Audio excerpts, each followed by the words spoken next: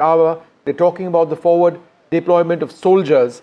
So are we getting into a situation where a ground offensive is next? That's what the big worry is. This is a warlike situation. If there is a ground offensive, if it is larger, then it would be war. We need to think about that. We'll take a short break at this stage and come back with more.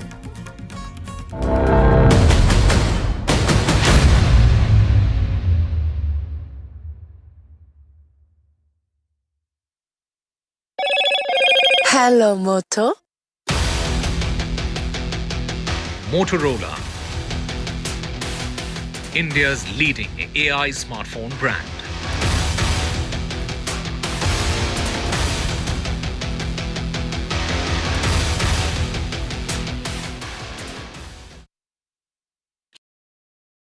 I've been reporting on all issues big and small from Andhra Pradesh, Telangana, rest of South India, bringing you all the action, all that you need to know, all that you want to know. The energy of maximum city is infectious. I'm bringing that energy in our news coverage from financial capital Mumbai. Covering from the southernmost part of India over the last 23 years, I bring in-depth and 360-degree coverage from the Dravidian heartland. The land of Mishti, also known for its bitter politics. I have seen much water flow under the Howrah Bridge, covering Bengal in all its vivid colors. India's IT capital is always bustling, a city full of startups, stories and surprises. And I keep you ahead on all the Bengaluru buzz.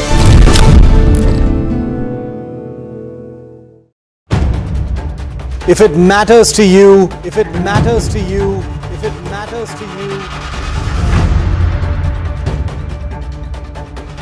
it matters to India, it matters to India, and it matters to me, and it matters to me. India Matters with Shivaru, only on NDTV 24/7.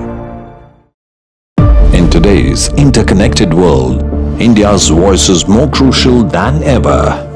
When India speaks, the world listens. At NDTV World, we are that voice, bringing you intelligent and insightful news from India and beyond. From geopolitics and diplomacy to economic shifts, migrations, tech disruptions, and the stories of our diaspora. We cover the news that shapes our global future. NDTV World, your new home for global news is here.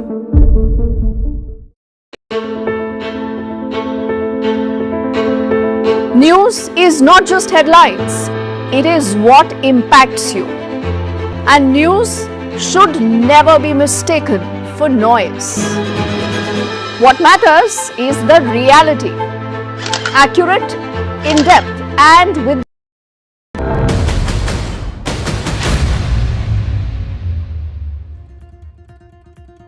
All right, we'll try and bring in a couple of important reactions now to the points covered in that expansive press conference. General Sudhakarji and Colonel Rajiv Agarwal with us. Colonel Sudhakarji, let me come to you first. India has struck Pakistani bases in Chaklara, Rafiki, Murid, Sukhur, Pastur, Sialkot and Nur Khan, number one. Number two, we have only hit military facilities over here, which includes radar tech, command and control centers. Pakistan has been hitting civilian areas as well. But just in terms of the importance of India's attacks into these Pakistan air bases, how would you characterize them? Well, Vishnu, firstly, thank you so much. Good morning for inviting me to your channel. And I am presently in Greece. Time difference is 2.5 hours. I have been in touch with a couple of think tanks and meeting people around here in Europe. It's a great move by our country and must compliment the leadership as also the Indian Armed Forces. First and foremost thing I wish to highlight is the press release which was released, which is making rounds in almost all the social media in the world, is after the operations were conducted on 7th of May, there was a very comprehensive and integrated press release, I would say, wherein you have the Ministry of External Affairs, you have the Defense Ministry, you have the Economic yeah, but sir, in terms of the significance, everything was appearing as if it is the significance of the strikes Lala Rafiqi, Murid Yeah. Sukur Past Road. What is the significance of that? The significance is that India has made it amply clear that it is a considered, calibrated, non-escalatory response to Pahalgam carnage. That means, what does it mean? It means that we are targeting the terrorists, the terrorist infrastructure, the logistics, the supply chain. Leadership may or may not. It has not come to light so far, except for one or two. And so this is the paradigm on which the Indian strike is being actually targeted. So if the conceptual framework is based.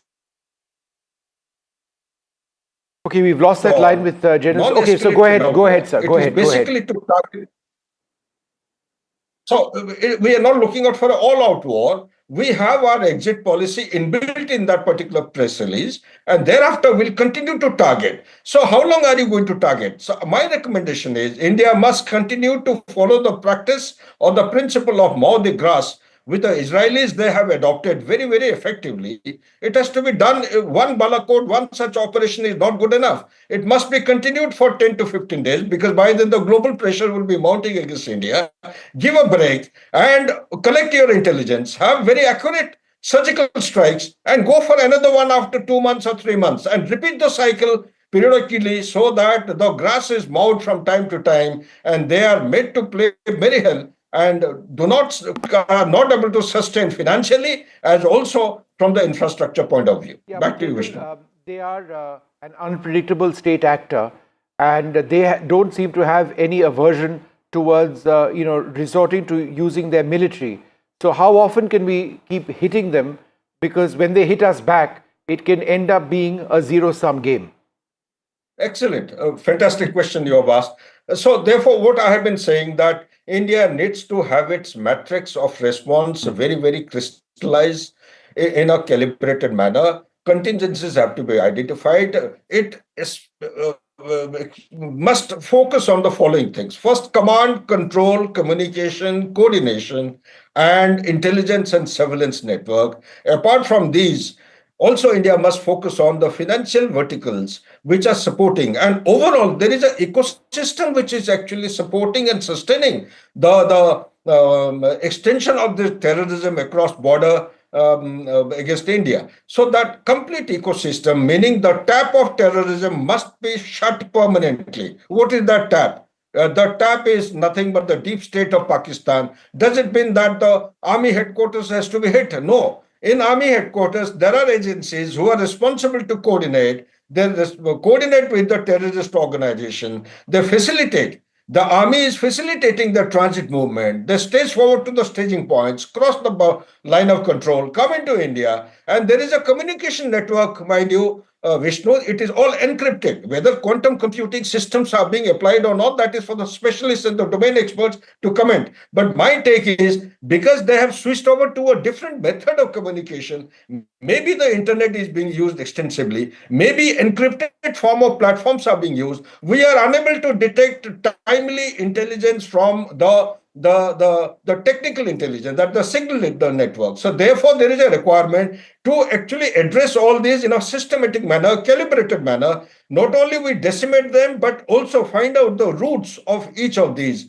Who are the leaders? Who are guiding them? Who are directing them? We need to take care of them and should be able to collate all the data, take them to a status of accountability at the global stage. Nothing will happen, I know for sure. But India must continue to carry out this operation relentlessly, at least for 1 month time, at least. By then, the global pressure would be mounting. India has to pull back. So after a gap of maybe another 1 or 2 or 3 months, Shiv Arun, who is in Srinagar at this stage. Shiv, we've been going through all of these key points.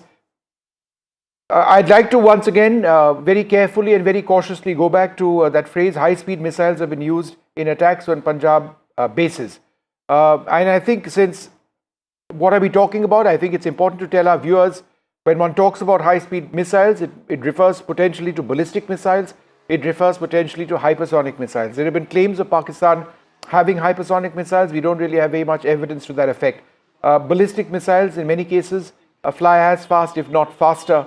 If those were used, then, it does mark an escalation within the matrix of what we are looking at. Shiv, any thoughts on that? Absolutely correct. The matrix of escalation for Pakistan that the Indian government has now confirmed is using pretty much the descriptions used by the Indian government would cover virtually all non-nuclear projectile weapons that Pakistan currently has in their arsenal. Now remember, in the first wave of air attacks, there was reason to believe that some short-range ballistic missiles were also used, though it came to light a little later that it was mostly, slow-moving loitering munitions and attack drones. This time, with this, a significant escalation where military targets have are squarely in focus for the Indian Air Force. We've just listed 7 bases in Pakistan that have been hit, whether air bases or radar facilities. I think it would be reasonable to expect that high-performance weapons like either ballistic missiles or possibly even cruise missiles will be used in either the current cycle of tensions or what's coming next. Because this is, after all, a very volatile country that is cornered. It's been battered, not just as terrorist sites, but also now very, very key military bases in places including Chaklala, which is the very heart of the Pakistan military and the ISI. And therefore, to actually hit back, is it going to carry on using low-performance, attritable drones, which have been largely unsuccessful in achieving their military objectives, at least so far, and upgrading into higher-performance weapons, which may be slightly more difficult to actually intercept, is the key question right now. But I agree with your assessment, Vishnu, that this escalatory ladder seems to dictate that is very much in the realm of possibility. Shiv, you just sent back some startling footage which I was looking at, and I think it's important to reflect on the fact that debris from, whether it's missiles, drones or aircraft, we don't know, fell into Dal Lake. That's in the heart of Srinagar, right? That's how real things have been getting. That's how real it is. Yeah. That is correct. In fact, the site where the debris actually fell is right behind me. We're not going to show people exactly where it was, or we've just got a rough idea, but I'm going to point our cameras in that direction so you get a rough sense of where the debris appears to have fallen. Eyewitnesses here say that there was a CRPF and police search party using 4 boats earlier in the morning at about 8 in the morning today, where they were looking for the debris. We've also got a piece of footage which suggests that much of the debris has actually been recovered, so they're analyzing that. Doesn't seem to be a manned aircraft. It's a small piece of debris. It's the second debris site that we've actually seen here in Srinagar since the morning. Vishnu, the first was in a place called Lasjan, which is about 8 kilometers from where I'm standing right now on the banks of the Dal Lake, and the one behind me in the lake itself where some equipment has been recovered. So those explosions we heard in the morning of drones being intercepted or loitering munitions being intercepted, I think this may be that. Nothing so far on manned aircraft, even though we did get a confirmation that an air raid was possibly underway here in Srinagar. Wreckages of manned aircraft not seen in Srinagar yet. We are hearing they may be outside. I'm joined by Colonel Rajiv Agarwal as well. Colonel Agarwal, we've gone through various points in this press conference, but we are getting all sorts of reports at this stage, including how this situation remains fluid. For example, I'm told by people who are in the Pathankot area that just now there have been 3 massive explosions which have hit Pathankot. It is significant, and the reason I'm asking you this is that it's not over. It's going on as we speak right now. Your thoughts on that? Absolutely. Vishnu, yesterday also we were talking about whether there's going to be a de-escalation or an escalation, but more like the way things are moved, it is moving sharply up the radar of escalation. All right, Colonel, that audio with you is really bad. We'll come and fix that and come back to you in a little while. I need to take a short break. Come back with the very latest.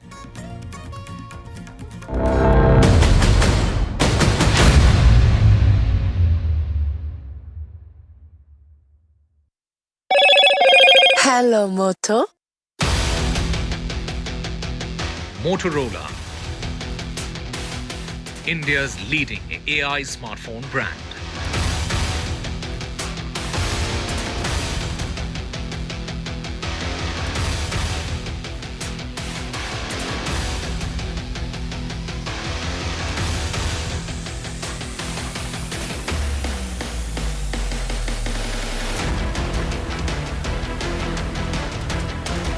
debunks Pakistani propaganda. Pakistan targets Jammu and Rajouri towns with shelling. A senior official has been killed in shelling in Rajouri.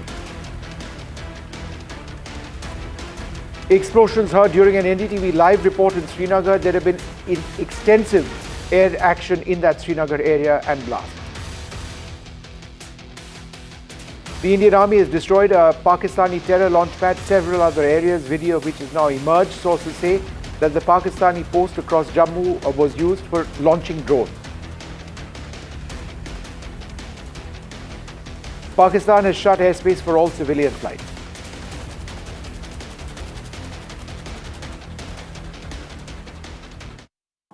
How often have you turned away from debates that descend into endless fights? We bring you a show where every question is answered, where every debate finds its resolution, where every story finds its conclusion, where opinions collide but facts prevail, where stories unfold with insights and trust. When the noise ends, the last word begins.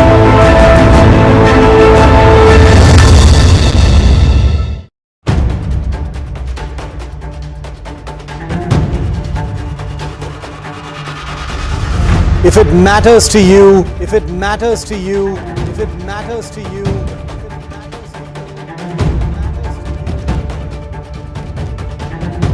it matters to India. It matters to India. It matters to India. And it matters to me. And it matters to me.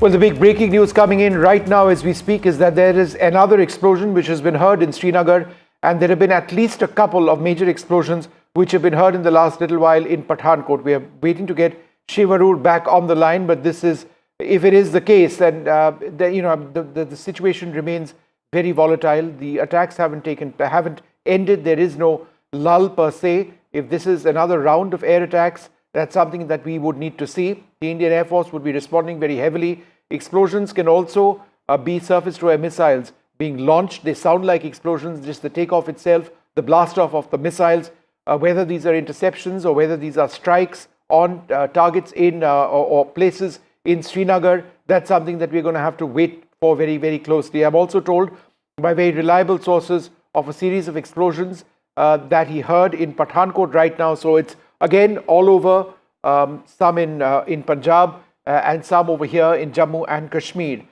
We try to get some more details on this, but I'm just going to remind our viewers of what's been taking place. There have been several attacks which have been going on. Udhampur, Adhampur, Pathankot and Bhuj have seen Pakistani attacks. Srinagar, Avantipur, Udhampur have seen attacks which have hit schools and medical centers, civilians being targeted as well. I can tell you that there have been intense air defense activities in Srinagar. There have been surface-to-air missiles which have been launched as well in the day. Let's go across to Shiv. Shiv, go ahead.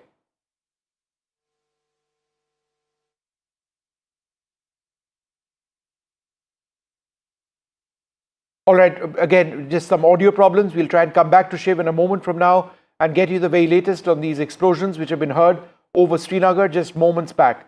But as I was mentioning, there has been Srinagar, Avantipur, Udhampur, where schools and medical centers have been hit. Civilians have been targeted in these areas.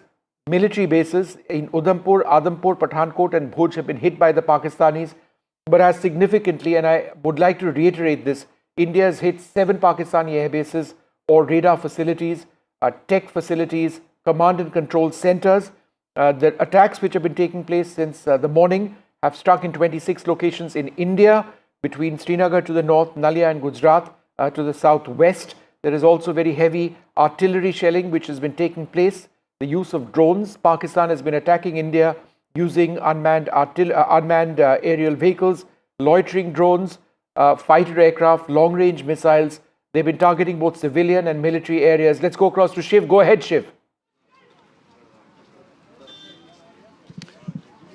Vishnu, while we were reporting just now, we just heard two, dull thuds once again in the distance. They were spaced by about 10 seconds apart. No information just yet, no official information certainly of what this was. We're going to go ahead and assume that this is a continuation of what we were hearing in the morning of interceptions of possible munitions or drones. Like I said, I've been reporting for the last hour from here near the Dal Lake in Srinagar, where at least one of those munitions debris had fallen after its interception very close from here. We're getting more information also that the possibility of interceptions are continuing either near the Srinagar airport, which is about a half-hour drive from where I'm standing, in addition to the outskirts of Srinagar, Budgam and other places.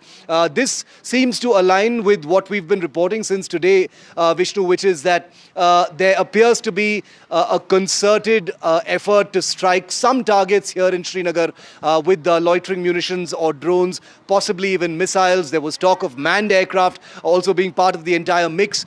We have no word on it. Importantly, there was no confirmation or verification on manned aircraft or otherwise at the press conference that's just gotten over by the Ministry of External Affairs and the Ministry of Defense.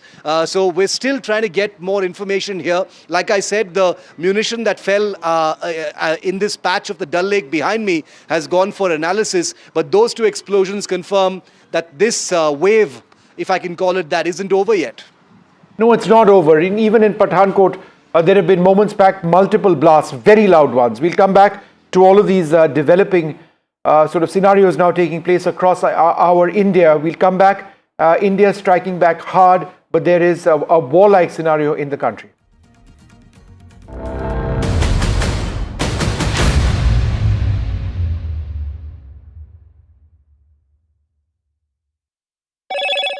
Hello, Moto.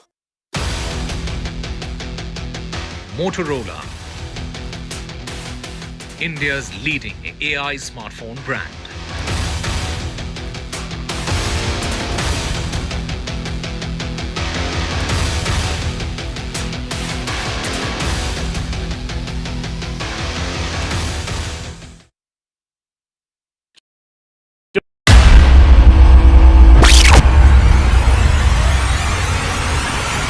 The last 1 month, if you see, the share prices of Genzol Engineering has fallen more than 58%. Why are the rating firms calling the debt payments as default? We have two credible credit rating agencies on March 4th coming and downgrading the stock to D. Statements are consistently being proven wrong, and transactions are being taken place which are different from what they were originally pictured to be.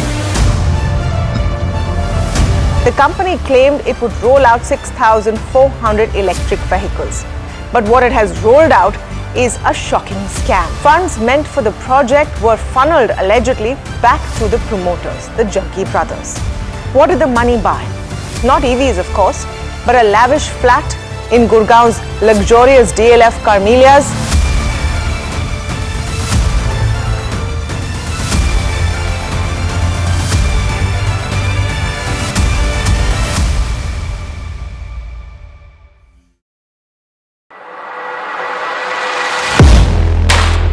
Do you really know the company you invest in?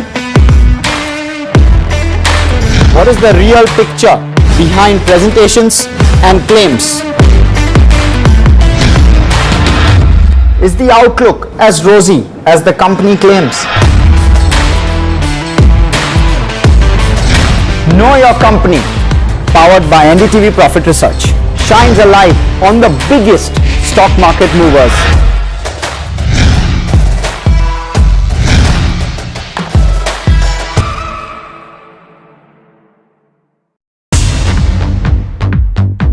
More news that matters. Big exclusive. Tulsi Gabbard gunned down by Pakistan-backed cowards. When you interact with people on ground, you're able to reflect their sentiments much better. More debates that shake the system. More exclusives you won't find anywhere else.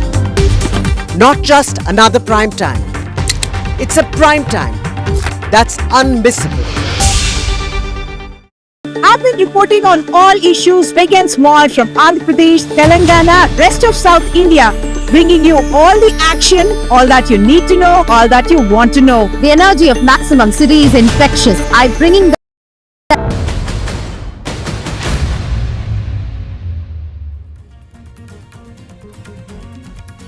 Good afternoon to what is one of the most tense days that we've seen in India.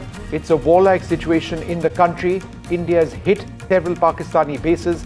Several Indian bases have been hit.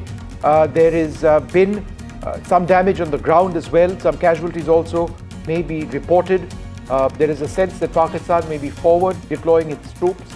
It is a warlike situation in our country. The situation is fluid. Just moments back, there have been explosions heard in Pathankot and also in Srinagar.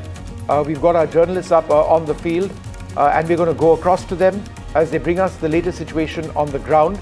Shivarud in Srinagar. We've got Ghazali, Harsha Kumari Singh, Aishwarya tracking developments here in Delhi, and Gurpreet Chinna. Thank you all very much for being with us. A quick look at the headlines at this hour. A special briefing of the government on Op Sindoor. India says we've responded effectively to Pakistan's escalation and that we hit targets at multiple Pakistan air bases and also Pakistani posts. You can see those attacks on the posts in this video on your screen. The government calls Pakistan's actions provocative and escalatory. The government says Pakistan tried to hit multiple air bases.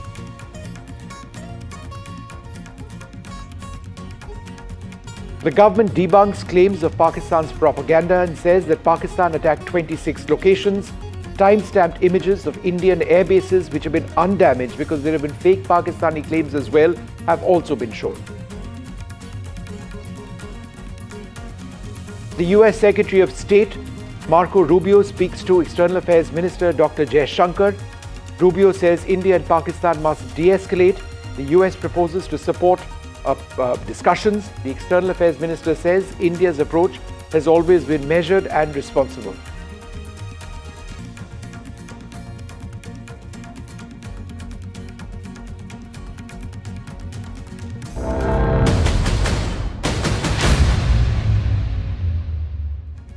Well, it was an hour and a half back that the government came out with a fairly detailed briefing on what's exactly been taking place in India. Let's listen in.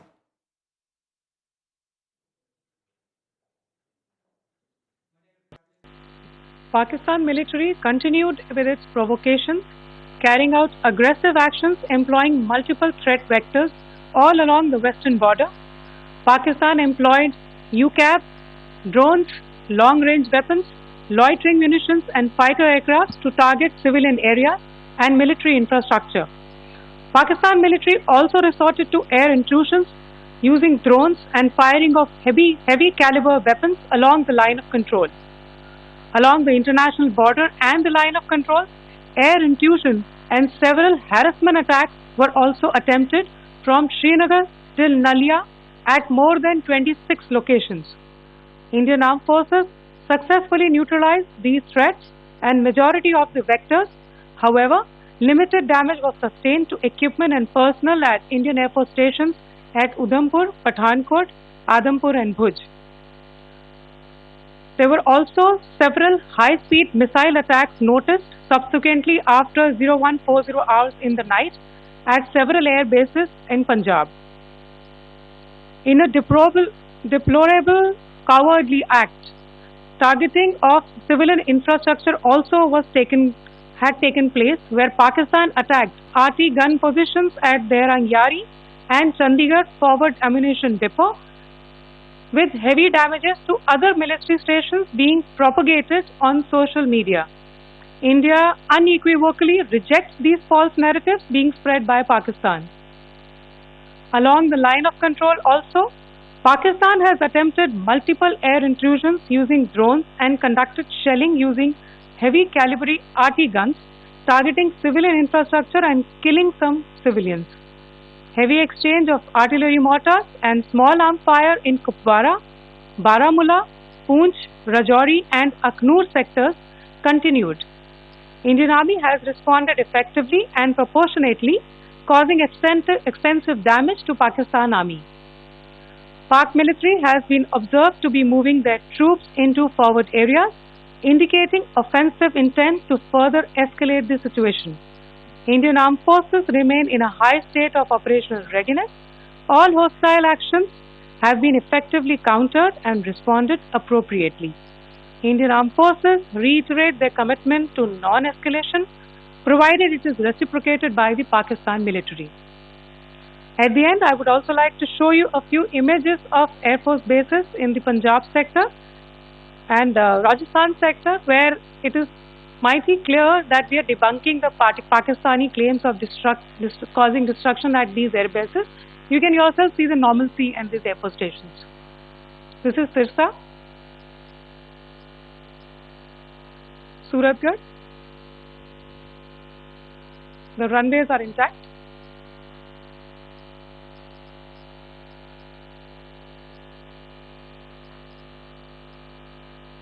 There are also time stamps, just notice, they are also time stamped. This is today. First of all, as you have seen, Pakistani claims about activities that they have undertaken continue to be heavy on lies, misinformation and propaganda. And on top of that, this is peddled by Pakistani state agencies. The claims that they have made about attacking and destroying various places, various military installations and facilities, as has been pointed out by my colleagues here this morning, are completely false. The claim about the Air Force station in Sirsa being destroyed, completely false, as you've seen. The claim about the Air Force station in Suratgarh being destroyed, completely false again, as you have seen. There's a claim that has been made that the S-400 base at Adampur was destroyed, completely false once again. Claims have been made about large sections of Indian critical infrastructure, power systems, cyber systems, etc. being attacked and destroyed, completely false. I would urge all of you and all those who watch this not to be misled by this tissue of lies that is being peddled by the Pakistani state for obvious purposes. The second point that I wanted to emphasize is that Pakistan continues with its execrable and wanton campaign of targeting civilians and civilian infrastructure, especially in the states of Jammu and Kashmir and Punjab. There is also on its part a consistent attempt to sow discord between communities in India. As I said, there has been a particular focus in its targeting of civilian infrastructure and the population in Jammu and Kashmir and Punjab. Earlier this morning, Pakistan shelled the town of Rajouri, killing the additional District Development Commissioner Shri Rajkumar Thappa, adding to the civilian casualties and the damage in that state. We have also observed overnight damage to property and injuries to civilians in Firozpur and Jalandhar, among other places. Finally, as I said, Pakistani officials also continue to make ludicrous claims about India firing missiles towards Sri Amritsar Sahib. As I said, these lame attempts to divide India are doomed to failure. We have also seen in some of the remarks that have been shown on television that the Pakistani army spokesman seems to take great joy at the fact that the Indian public should criticize the government of India with regard to various issues. It may be a surprise to Pakistan to see citizens criticizing their own government. That is the hallmark of an open and functioning democracy. Pakistan's unfamiliarity with that, again, should not be surprising. And finally, there is this yet again completely ludicrous claim that Indian missiles have hit Afghanistan. Totally frivolous allegation, and I only want to point out that Afghan people don't need to be reminded about which country it is that has on multiple occasions in just the last 1.5 years targeted civilian populations and civilian infrastructure in Afghanistan. Pakistan military continued with its provocations, carrying out aggressive actions employing multiple threat vectors all along the western border.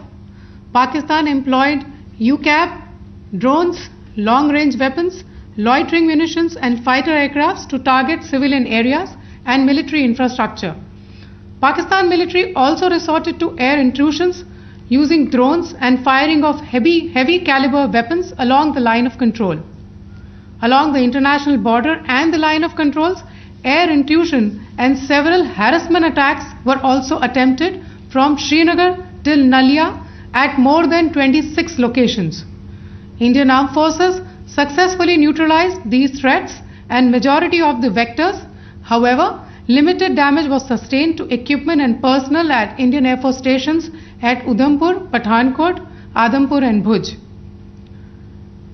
There were also several high-speed missile attacks noticed subsequently after 0140 hours in the night at several air bases in Punjab. In a deplorable cowardly act, targeting of civilian infrastructure also had taken place, where Pakistan attacked the Medicare center and school premises at the air bases of Srinagar, Avantipur and Udhampur, yet again displaying irresponsible targeting of our civilian infrastructure. In a swift and calibrated response, Indian Armed Forces carried out precision attacks only on identified military targets. These included technical infrastructure, command and control centers, radar sites and weapon storage areas. Pakistan military targets at Rafiqi, Murid, Chaklala, Rahim Yar Khan, Sukur and Chunya were engaged using air-launched precision weapons from our fighter aircraft. Radar site at Pasroor and Sialkot Aviation Base were also targeted using precision munitions. While carrying out these responses, India ensured minimum collateral damage. Pakistan has also attempted to execute a continued malicious misinformation campaign with claims of destruction of Indian S-400 system at Adampur, destruction of airfields at Suratgarh and Sirsa, BrahMos base at Nagrota, RT gun positions at Derangyari and Chandigarh forward ammunition depot, with heavy damages to other military stations being propagated on social media. India unequivocally rejects these false narratives being spread by Pakistan. Along the line of control also, Pakistan has attempted multiple air intrusions using drones and conducted shelling using heavy caliber RT guns, targeting civilian infrastructure and killing some civilians. Heavy exchange of artillery mortars and small arm fire in Kupwara, Baramulla, Poonch, Rajouri and Akhnur sectors continued. Indian Army has responded effectively and proportionately, causing extensive damage to Pakistan Army. Pak military has been observed to be moving their troops into forward areas, indicating offensive intent to further escalate the situation. Indian Armed Forces remain in a high state of operational readiness. All hostile actions have been effectively countered and responded appropriately. Indian Armed Forces reiterate their commitment to non-escalation, provided it is reciprocated by the Pakistan military. At the end, I would also like to show you a few images of Air Force bases in the Punjab sector and Rajasthan sector, where it is mighty clear that we are debunking the Pakistani claims of causing destruction at these air bases. You can yourself see the normalcy in these Air Force stations. This is Sirsa, Suratgarh. The runways are intact. There are also time stamped. Just notice they are also time stamped. This is today. All right, well, what we are showing you now, full screen, let's have these up full screen if we can, are of the attacks which those defense officials were speaking about. These are very sustained and attacks which India has carried out across the line of control. These are fire strikes which have taken place with the Indian Army neutralizing Pakistani terror hubs, launch pads as they are known. This is some of the most vivid footage that India has ever released This shows rockets, shoulder-mounted rockets, shoulder-mounted missiles, mortars, grenades. That's a mortar over there. Grenade launchers being used to take out these posts in a near vicinity. That's an anti-tank missile going through. Can be used against semi-hardened targets as well. Those are missile strikes over there.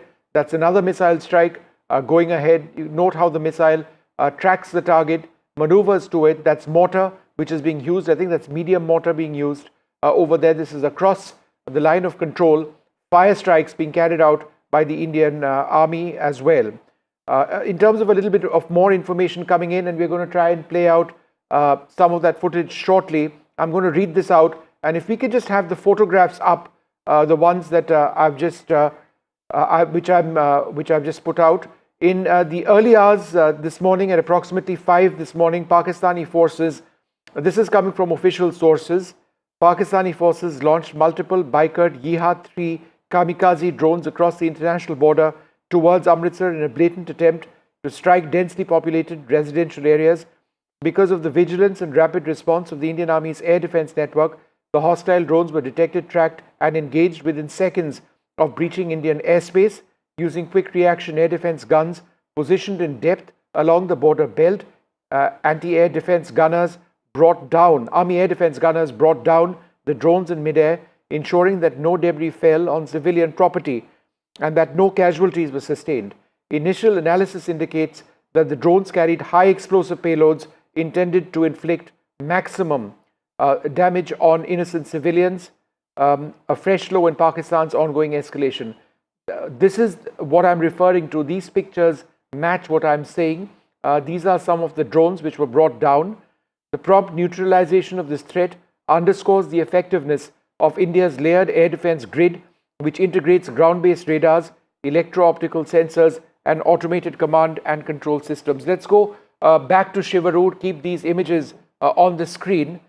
Shiv, we keep talking about fighter aircraft, we keep talking about missiles, we talk about the BrahMos all the time, but it's the, for want of a better word, it's the lowly air defense gunner using an old L-70 system, which increasingly may be radar guided, who has played an incredible role in taking out drones. 400 drones, 300 drones, the numbers are huge. And now, unlike day one, when they weren't armed drones, they didn't have bomblets, these are armed drones. Without these, we would have suffered huge casualties. And Vishnu, I'm so glad you talked about the humble L-70 gunner, because there are 3 ground-based, non-missile anti-drone systems, anti-air systems that have played an absolutely incredible and maybe unsung role. So I'm really glad you've brought it up, because the L-70, the Zu-23, the Shilka, which are slightly more sophisticated, are the weapons that have probably taken on the overwhelming number of those 400-odd drones that came into Indian airspace. You're right, this is literally the trenches. This is where military skill really comes into its own. These are weapons that never get the kind of limelight that more sophisticated weapons that you named actually do. Also, that the video that's just come out from the Indian Army, Vishnu, that you were referring to a short moment ago, those are the trenches. Those are the first images from the line of control trenches, depicting in vivid detail the Indian Army. First pictures in this wave of conflict between India and Pakistan. The first pictures of forward posts along the line of control, absolutely obliterating launch pads and Pakistan Army posts, which, as I've been saying in our coverage, have become very, very difficult to differentiate apart. Very often Pakistan Army posts and launch pads, are coterminous. They're right there with each other. And therefore, these pictures depicting mortars, I'm guessing also artillery, I didn't see the whole video, but also rocket-propelled grenades and possibly even anti-tank guided missiles being used at close range to absolutely decimate some of this infrastructure. Now, when I've been reporting from the line of control, the information that we we got, especially in the Kupwara and Uri sector, is that as many as 40 to 45 major launch pads continue to exist. So I'm very curious after watching this video, how many of those launch pads, are still breathing free air, because this video is about a minute and 25 seconds long, and I counted as many as 7 or 8 launch pads being absolutely obliterated. So it's going to be interesting to see if that data will ever become available.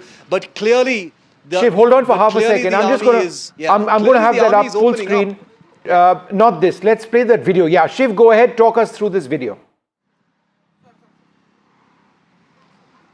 Yeah, so this is the video that the Indian Army has put out just a short while ago on its social media handles. Very, very vivid imagery, obviously filmed at forward posts along the line of control in an eyeball. When you say eyeball to eyeball situation, this is what it means. From where these Jawans and officers are standing, you can see the Pakistan Army posts and the launch pads right there. So it's a mix of real life camera, daylight camera, as well as thermal imaging or infrared camera, capturing the destruction and decimation of a series of launch pads and Pakistan Army posts, which are usually adjacent to each other in some sectors off the line of control. I counted at least 6 or 7 such terror launch pads being destroyed. You can see ammunition being cooked off in some of those videos as well, Vishnu.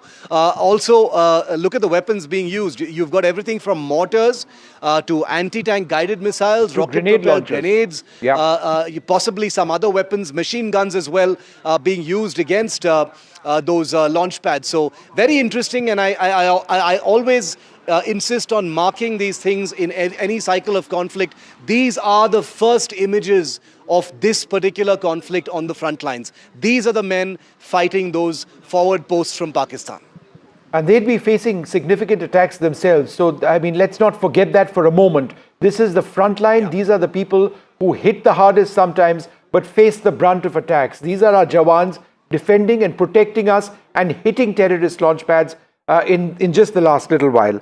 I'm going to go across to our colleagues Nazir Masoodi and Aishwarya Jain. Aishwarya, let me come across to you first.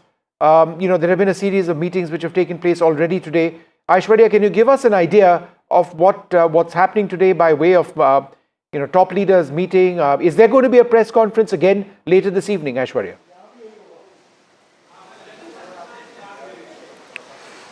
Well, no announcement has been made yet, but yes, Vikram Misri has stated that it's an ongoing situation, it's an evolving situation, and the government will get back again to inform the country about how the developments are unfolding. As far as series of meetings are concerned, this morning we saw National Security Advisor Ajit Doval reaching to 7 Lok Kalyan Marg, where he briefed Prime Minister for almost an hour, and Prime Minister took a close watch as far as the entire situation is concerned. Apart from it, we've been also told that the CDS, Anil Chauhan, went to Defence Minister Rajnath Singh's residence, and it was Rajnath Singh who was also briefed by the CDS. The Tri-Services Chief Sarat South Block over here, where we are reporting from, and they are very, very closely monitoring and giving directions to the armed forces as to how India is retaliating, and India is taking actions against the Pakistani violation of the truce. But yes, once again, we have got confirmation from the Indian Army. Yesterday, there were visual proofs that were given by the Border Security Force as well, that in a continuous operation, there are terrorists which had been neutralized, who were tried to infiltrate in the Indian territory. Today, there were several such posts which were also completely destroyed in an action by the Indian Army. Nazir, give us a sense of the damage on the ground where you've been reporting from, or what you've heard about damage in other areas near you. Well, there have been targets, attacks and targets on defense installations, Avantipura and Srinagar Airport, or the Udhampur, which government has said it in its briefing clearly.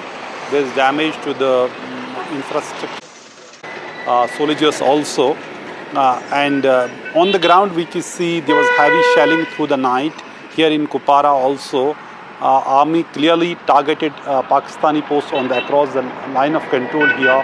But here on Pakistani side targeted both civilians as well as this innocent army installations. So this is something which is going on. The army has hit them hard. Pakistan has been trying to target innocent civilians. Many civilians have been killed. Many have lost their homes. I have been to some of those places where these people have been lost their homes. They got injured, and all that has happened. This is something which nobody would want, that innocent people are targeted, but that is happening here in Jammu and Kashmir. We see people facing the brunt of Pakistani shelling here in Jammu and Kashmir in the border areas. But one thing important, while we have been covering this, we have never shown any troop movement or troop deployment. That we have been careful about to ensure that there is nothing when it comes to the operational secrecy of the forces, that is never compromised. And here on the ground, we saw in Srinagar there were 3 loud explosions were heard. Nature of explosions is not known. What is the reason? What is the cause? But in the situation it has been happening. There was also sirens were sounded in parts of Srinagar. So fingers crossed what has happened. But the way we have been seeing situation unfolding in Srinagar, where we saw in Awantipura Air Base that they tried to target it, and there were 2 medical facilities and schools in both the places. Yeah, Nazir, hold on a second. Let's quickly go across to Gurpreet Chinna as well. Gurpreet needs to move from that location, which is why I'm interrupting you, Nazir. Gurpreet, go ahead where you are. Tell us what's happening. Well, we are reporting from one of the villages from district Firozpur. This is the Burj Makhan Singh village. Last night we are showing that how our forces, they are neutralizing missiles or drones in the air, and we have seen the one portion of some object has been seen here. तो क्या देखा आपने यहाँ पे? हम देख रहे हैं ट्रांसफार्मर के पास, आप हमारे साथ भी चलो अगर वहाँ पे। ਇਹ ਨਾ ਤਕਰੀਬਨ ਰਾਤ ਟਾਈਮ ਹੈਗਾ ਸੀ 1:30 ਵਜੇ ਦਾ ਜੀ, ਤੇ ਇਹਨਾਂ ਇੱਕ ਵਾਰੀ ਬਲਾਸਟ ਹੋਇਆ ਬਹੁਤ ਜ਼ਿਆਦਾ। ਬਲਾਸਟ ਹੋਣ ਕਾਰਨ ਅਸੀਂ ਬਾਹਰ ਸੀ, ਤੇ ਬਾਅਦ ਵਿੱਚ ਚਾਚਾ ਜੀ ਨੇ ਦੱਸਿਆ ਮੈਨੂੰ, ਕਹਿੰਦੇ ਵੀ ਆਪਣੇ ਨਾ ਬਲਾਸਟ ਹੋਇਆ, ਤੇ ਜੋ ਦਰਵਾਜ਼ੇ ਖਿੜਕੀਆਂ ਨਾ ਉਹ ਇੱਕਦਮ ਕੰਬਣੇ ਲੱਗੀ।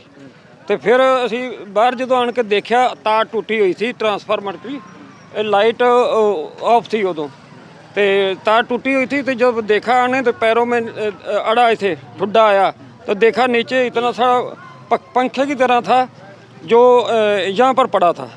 बिल्कुल यहाँ पे पड़ा हुआ था, हम देख सकते हैं। ये मैं अपने कैमरामैन साथी को कहूँगा तस्वीर दिखाई जाए तो क्या था वो, मतलब कोई यहाँ पे डैमेज हुआ, कुछ हुआ ऐसा कुछ? नहीं, इतने डैमेज हवा च ही डैमेज हो गया, इतने खाली खोखला आन के डिगा जी, क्योंकि साथ में ट्रांसफार्मर था। कल हमने देखा कि 8 बजे के बाद पूरे शहर में ब्लैकआउट किया गया था। कहीं ना कहीं लगता है कि अगर यहाँ पे टारगेट किया जाता तो शायद ज़्यादा नुकसान होता गाँव का। बिल्कुल जी बिल्कुल। ये अगर ये लाइट होती तो फिर, क्योंकि तार 3-4 घरों में जाती है, ये टूट के नीचे गिरी। अगर ये लाइट होती तो ये ब्लास्ट करती बहुत ज़्यादा। एक नौजवान है हमारे साथ, आपने वीडियो भी बनाई, आप दिखा रहे थे कैसे ऊपर से आया, क्या हुआ क्या? एक्चुअली क्या है कि जैसे ही ड्रोन आया तो हवा में ही वो डिफ्यूज़ हो गया होगा, और जो उसका लास्ट पार्ट था छोटा सा, वैसे केजी में तो आई थिंक 15 से 20 केजी का होगा वो, और सीधा यहाँ पे आगे गिरा। तो थैंक गॉड ये कि ये सीधा ट्रांसफार्मर के ऊपर आगे नहीं गिरा, तो यहाँ पे नीचे ही गिरा। कोई गांव में कोई नुकसान तो नहीं हुआ, कहीं किसी जगह पे कोई नुकसान तो नहीं हुआ? अगर यहाँ गिरा कोई शीशे टूटे हो, कोई नुकसान हुआ है? नहीं, हमारे इस गांव में तो कोई नुकसान नहीं हुआ। एक्चुअली हमारे गांव से एक 10-15 किलोमीटर और गांव है खाई फेमे की, वैसे वहाँ पे ज़्यादा नुकसान हुआ है, हमारे इस गांव में नहीं हुआ। तो well we can see that this is the example how our defence system, integrated defence system is working, and we are able to even neutralize all the missiles and drones which are being targeted from Pakistan side. We are reporting from this border area where we have seen the people have seen some part of some object here, but there was no damage at all. Back to studio. All right, we leave it over there. Gurpreet, keep coming back to all of you in a moment. India striking back hard, but there has been damage in India as well. There is a lot more information coming in what is clearly a very, very fluid situation.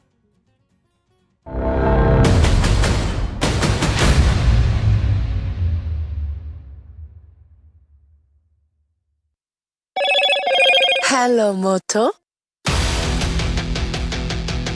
Motorola, India's leading AI smartphone brand.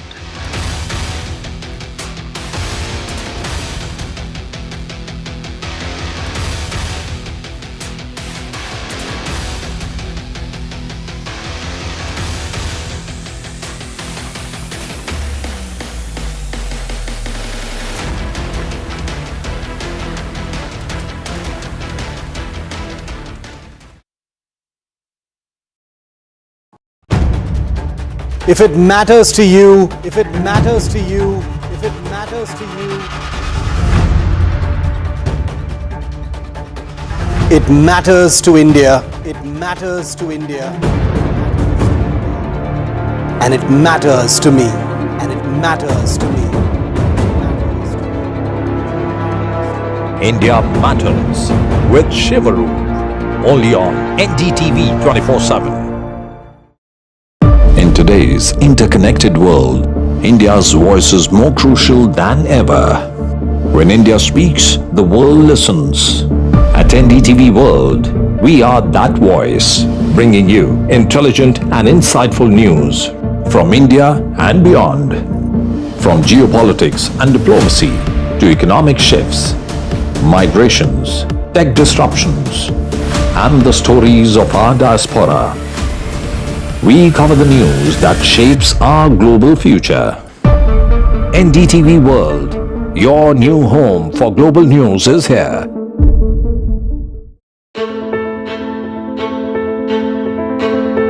News is not just headlines, it is what impacts you. And news should never be mistaken for noise. What matters is the reality. Accurate. Hello, Moto. Motorola, India's leading AI smartphone brand.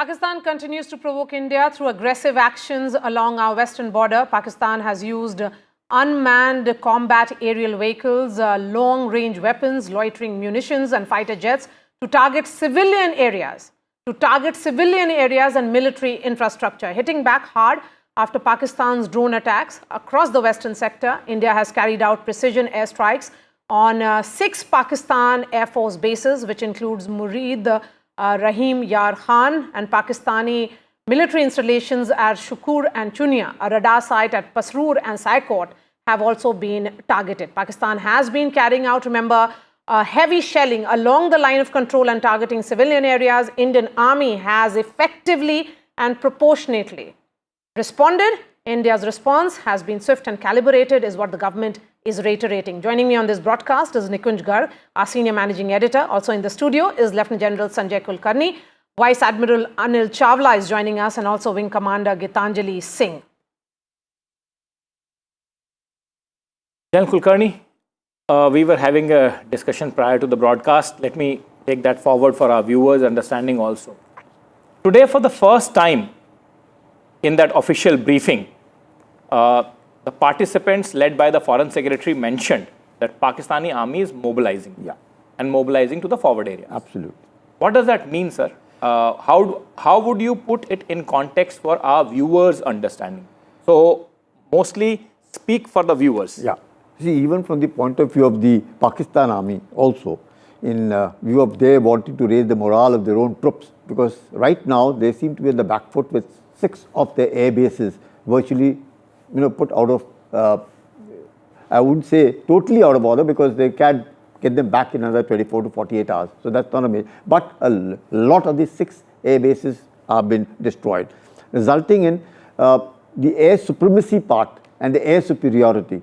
We have the air superiority. To get the air supremacy, we have to suppress the air defense. Once the suppression of the air defense, destruction of the air bases would lead to the aircrafts being totally. Now the Pakistanis are worried that should that happen anytime, say next 24 hours or whatever that be so, then the defenses all along the LOC are going to get compromised. So it might as well move in and occupy the defenses, because mobilization also takes for them 2 to 3 days, 4 days. So it might as well get into the defenses. Firing along from the LOC has been heavy. Pakistanis have been firing heavy. They were, for the first 10 days, they were with small arms, graduated to mortars and graduated to heavy artillery fire. We are also correspondingly increased our RT and mortar. Therefore, now is the thing to occupy the bases and look for an opportunity.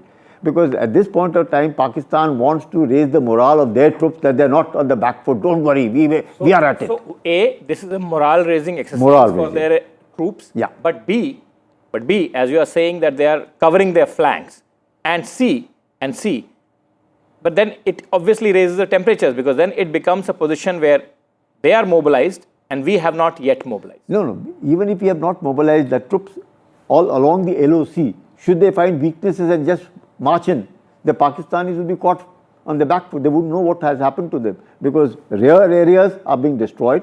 There's nothing along the LOC. So if the defenses have to be occupied, even if the rear areas get them, so they don't want their area to be compromised, and hence the mobilization to at least hold the front. If the front is also gone and the rear is also gone, then Pakistan collapses. So that is where they are aware that is may collapse, because the way we are getting on to their airfields being destroyed. Similar, more installations will go. If Pak raises the thing by hitting more, first day there were 16 odd targets they took on ours. Second day they took 36. The third day 26. Almost 500 and about 600 of these, you can say, drones and missiles they used on the first 2 days. Yesterday another 200-300 of them. So about 1,000 of them. All this is they are also wanting to find out how do we react, how are we reacting, and in that reaction, because they've got Turkish drones now. If they've got Turkish drones also coming in, Chinese drones also coming in, none of them are working, and the suppression by us of destroying their air defense equipment is so large that the Pakis are now on the back foot. And what I understand, logistically also, the shortage of fuel is started off in Pakistan. So there is fuel shortage, there will be ammunition shortage. In this heavy firing, we'll find they will lose a lot of their communication bases. So plus cyber, they will be also now a victim of a cyber warfare. So if cyber, the air defense being destroyed, the air bases being destroyed, there's a lot that is now happening in Pakistan, and Munir now would want to hit back. And therefore, the troops might be also questioning, if you're losing, what about the front? Okay. The Indians might just go through the front. It will just happen like Bangladesh, just move in and occupy Dhaka. So that shouldn't be happening with the Karachi that they're looking at. Rahim Yar Khan has been destroyed today. So Rahim Yar Khan is not very far. So they know that the Indians can do it, and therefore they're worried. Vice Admiral Chawla, what's your assessment of the situation of today? Particularly, we seem to be certainly going up the kinetic ladder. It is only escalating from both the sides. Absolutely right. That's what the Foreign Secretary also mentioned, that it's Pakistan which is escalating. India has been very careful right from the beginning of this entire operation Sindhur to clarify that first we are only attacking terrorist infrastructure, not even military infrastructure inside Pakistan, certainly not civilian infrastructure. It's then Pakistan that has further escalated it by attempting to attack military installations. And of course, in the process, because of their inaccuracy, they have also attacked civilian infrastructure in the beginning. Now, after we responded with targeted strikes on their military infrastructure, they're deliberately targeting civilian infrastructure, which we have seen the image that you're showing right now on the television. So, the fact is that they are the ones who are escalating, and they are the ones who need to de-escalate. And I think, as I mentioned earlier in your program, they need to come to their senses, because the Indian state has only used a fraction of its force against Pakistan right now. There's much more that is left. and a prudent person will step back from the brink, and I think that's what Pakistan needs to do. Step back from the brink. But are the Pakistanis listening? Is the Pakistan military brass getting that sense is the big question. Historically, it has taken at least a couple of weeks for it to sink into their brains. If you see any past conflict. And already, I think as General Kulkarni mentioned, fuel shortages are starting to emerge in Pakistan. They don't really have much capacity for ammunition and fuel storage. And so this bluster and the bluff that they are trying to perpetuate by sending UAVs and drones and random missiles, which have mostly been shot down, will come to an end soon. So I think the sum of the matter is that as we are doing today, as the leadership is doing, we need to be resolute, and we need to ensure that we don't cede ground here, and that Pakistan realizes in a few days what its standing is. It's already surviving on a loan. I mean, yesterday it got a $1 billion loan, though of course that was not meant for defense purposes, but they've always misused whatever loans they had to either repay old loans from China or diverting them for quasi or military use. So I think in case they don't listen to reason and the rest of their lines of communication get blocked, principally from sea because the aerial route has already been blocked by the Indian Air Force, then I think they will be in between a rock and a hard place. So that's why I'm saying that they need to step back now. And Wing Commander Gitanjali, because of course it's an evolving situation, we have been constantly saying so, but the fact that India's civilian population is now being impacted, and how the homes being destroyed, we have lost administrative officer also of Jammu and Kashmir today, he has been martyred.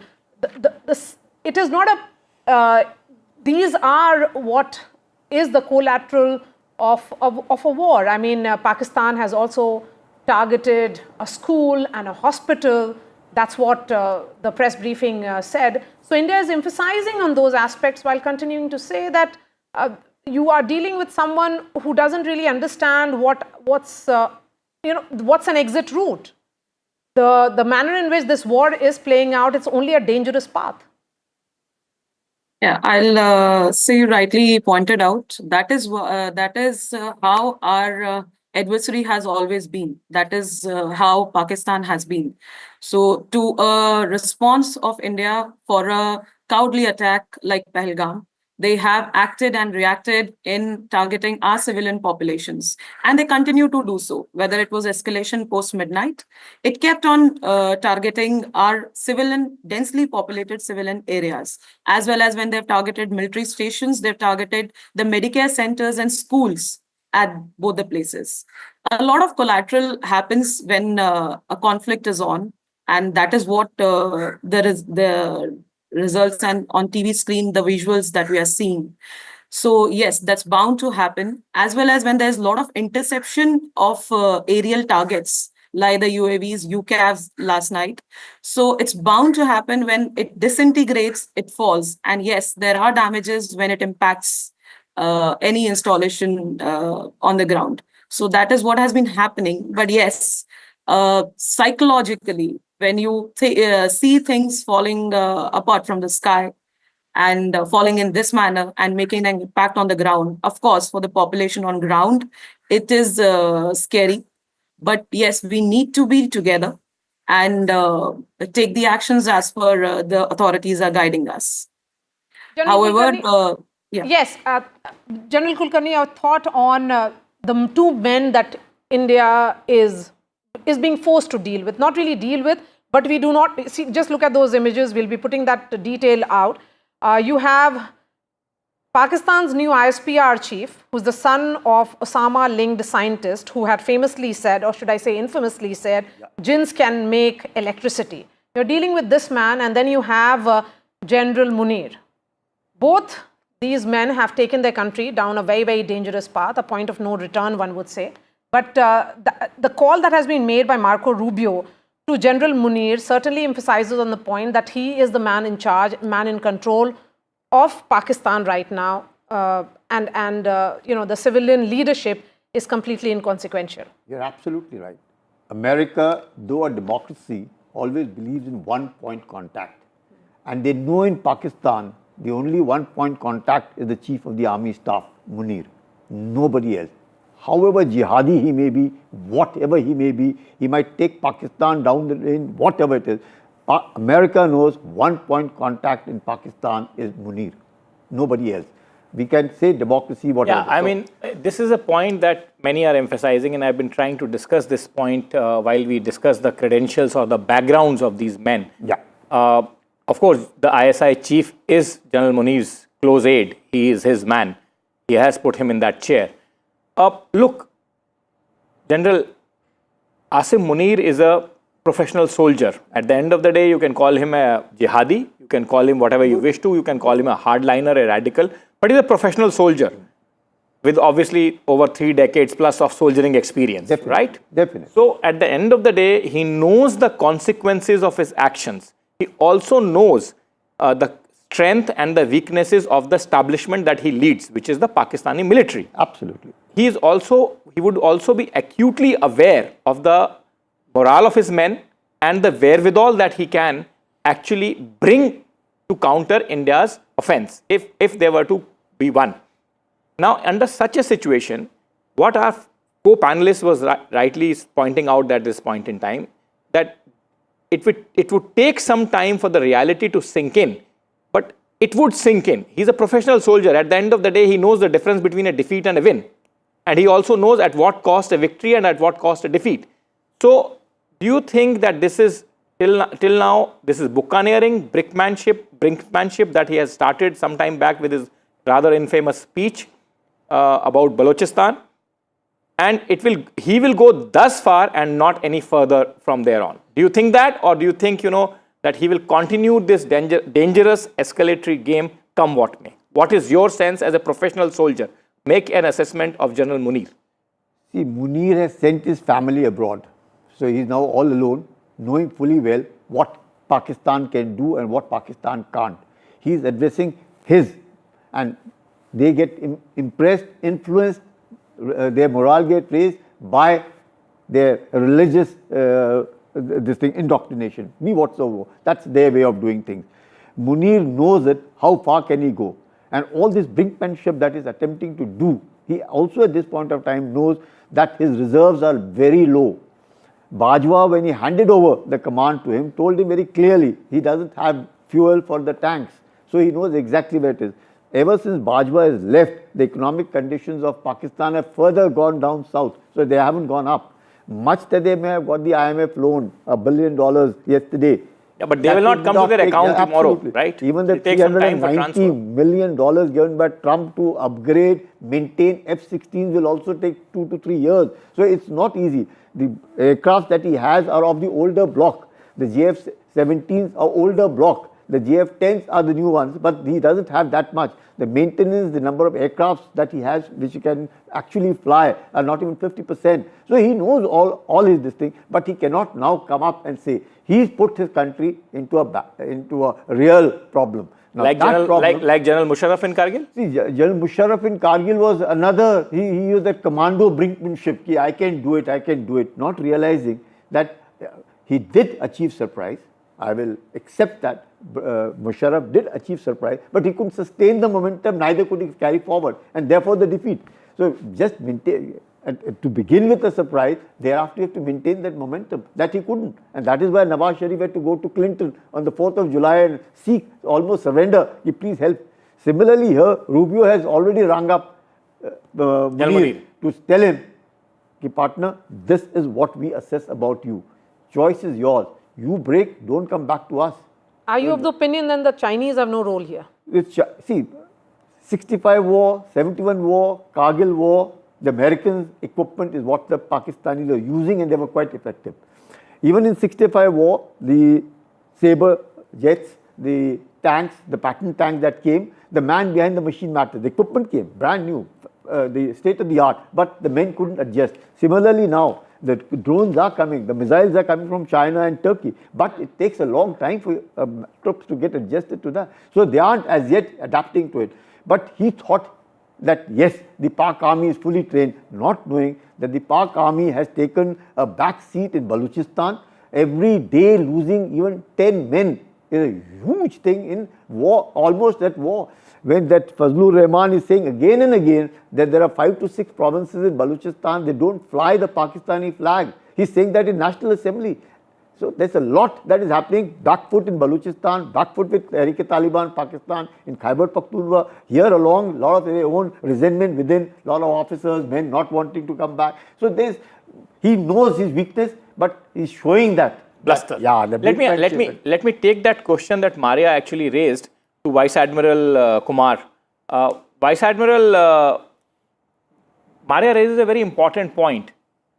What role do the Chinese have here? Many would say, many neutral observers would say that today the Chinese influence on Pakistan is far greater, far more significant than Americans on the present day and age. Would you agree with that assessment, and would you agree that if Chinese were to be a willing party, a truce can come faster? Firstly, I don't think India wants China to be any sort of a mediator. I don't think that is setting the cat amongst the pigeons. So that's the point number one. Secondly, as far as China is concerned, as far as the Pakistani armed forces are concerned, 83% of their arms were imported from China over the last 5 years. This is as per the SIPRI, the Stockholm Institute, which is a fact, including major arms systems, and many of them are on the way. One might ask, and I've done a paper on this, as to where does the money to pay all this comes from? And the answer really is the fact that the China-Pakistan economic corridor, in which China has invested over $60 billion, is one of the conduits in which the Pakistani state, read the Pakistani military, is giving several concessions to China. For example, running the Gwadar port is one of them, and many others, in order to finance their war machinery and get this investment from China. So as far as China is concerned, the role that China is today playing is principally, it is a principal supplier of arms and ammunition to Pakistan. Pakistan's reliance or dependence on the West has decreased considerably, as is evident from the current conflict as well. But China is very careful. Even in previous conflicts, China has never interfered or intervened directly on behalf of Pakistan. It's quite possible that they might be sharing intelligence or satellite imagery or things like that. My question, Admiral, was slightly different. My question, Admiral, was slightly different, but let me take that question to Wing Commander Gitanjali. My question is not about mediation, or my question is not about China's overt participation. What I'm trying to say is that China probably today wields far more or greater influence than it ever wielded in the past on the Pakistani military establishment, because if you go by the Times of India of today, they have seen how the Pakistanis have been completely rearmed to teeth by the Chinese. And therefore, my question is that if the Chinese were to wish peace between India and Pakistan, as they have expressed, an hour back, there was a statement from the Chinese establishment which said that, we request both parties to disengage. Do you think a peace would be possible faster, and particularly with the joint effort of the Americans and the Chinese, Pakistan could be made to see the reason? Of course, the might of the Indian armed forces would make them see the reason in some time to come for sure, as pointed out by Vice Admiral. But do you think that collaborative process can probably make them see the reason quicker? Yeah, Nikunj, you've correctly pointed out that the Chinese influence has been increasing and has been more on Pakistan. And the exit route to all the escalation and all the ongoing scenario is actually diplomacy and continued effort and a common ground, which has to be offered by a third party, of course, whether it be US or China. But as you're saying, yes, the Chinese influence has been there.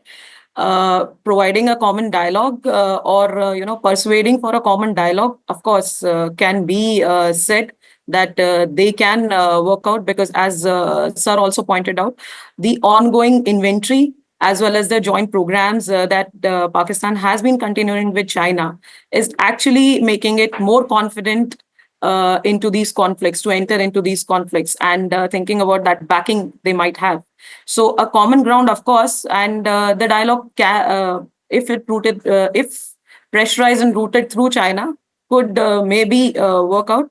But however, I would say that the prudence still lies on the man leading the missions. So in Pakistan, the scenario is not seeming to be dealt in a very prudent manner and a very thoughtful manner. They're already sitting on brink of their reserves and on the lookout of their inventories. So that needs to be reconciled and rethought about. The leadership there needs to Wing Commander, really appreciate your time. Thank you so much for joining us. Lieutenant General Sanjay Kulkarni here and Vice Admiral Chawla. Shifting focus to all the international reactions. Remember, in the last couple of hours, there have been series of phone calls that have happened. US Secretary of State has spoken to Foreign Minister Dr. S. Jaishankar, and Marco Rubio has said that India and Pakistan need to de-escalate. In fact, Dr. S. Jaishankar has put out a tweet as well regarding that phone call, and he has said that India's approach is always measured. And there is another meeting, or in fact a phone call again, which has happened between the Pakistanis and the Saudi foreign minister. What does all of these mean? Will it actually mean some kind of diplomatic outreach for de-escalation? We have Vishal joining us from the newsroom, and Global Times, Vishal, is also reporting of what the Chinese are saying. So in terms of calls, what are you picking up? What has been the larger essence of those calls? Well, while both the countries' military, repeatedly engage almost every day, and that is mostly prompted by attacks from the other side of the border from Pakistan, there have been a lot of backdoor diplomacy talks going on, a lot of direct phone calls between leaders of these nations involved, especially between US and both the parties. US Secretary of State Marco Rubio has spoken to both S. Jaishankar and the Pak Army Chief Asif Munir in the last 24 hours. The latest one was with S. Jaishankar, and as you rightly mentioned, India has clearly stated that India's response has always been measured and quite responsible. It all depends on how Pakistan retaliates, whether it wants to escalate or not. India has never been someone to escalate. India has made it quite clear. And as you also mentioned, that there have been other nations who are trying to allay some kind of reprieve in these desperate times. That Saudi foreign minister has spoken to the deputy prime minister of Pakistan and tried to de-escalate this tension, and also the fact that there was a visit by the Ministry of the Foreign Ministry of Saudi Arabia's top official was on a visit to both Pakistan and India in the last 48 hours. So that shows that countries across the world, Middle East, they're trying to address this situation and trying to de-escalate the tensions. But it all boils down to Pakistan right now, how it responds, because the escalation has clearly been from that side. Yes, absolutely. I mean, the de-escalation has to happen, and it has to begin from the Pakistani side. They are the aggressors in this warlike situation that India and Pakistan are at present. Thank you so much, Vishal, for joining us. We are slipping into a short break, and we'll be back in just a few seconds with all the news and updates. In fact, there's a piece of news that is also coming in from Pokhran. We'll get details of that in just a bit. Stay with us.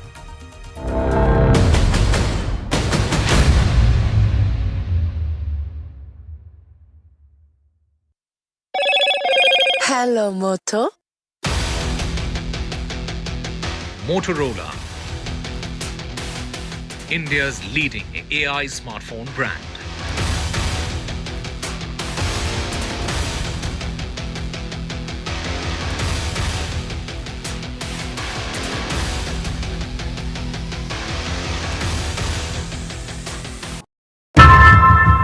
How often have you turned away from debates that descend into endless fights?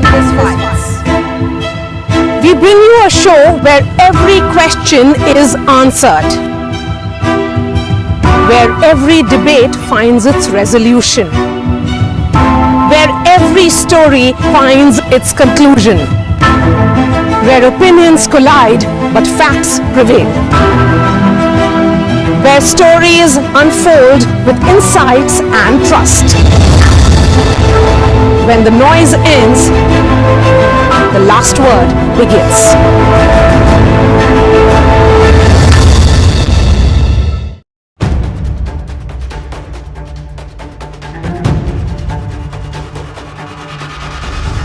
if it matters to you, if it matters to you, if it matters to you,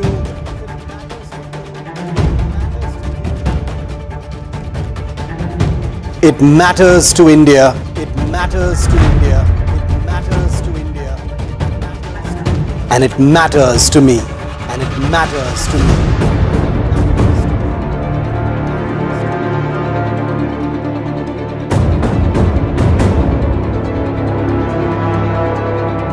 India Matters with Shivaru, only on NDTV 24/7.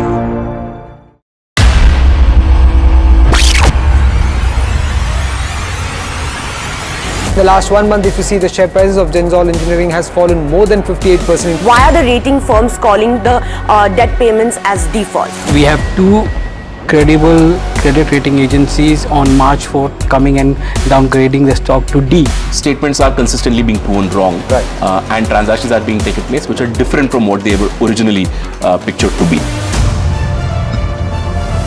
The company claimed it would roll out 6,400 electric vehicles.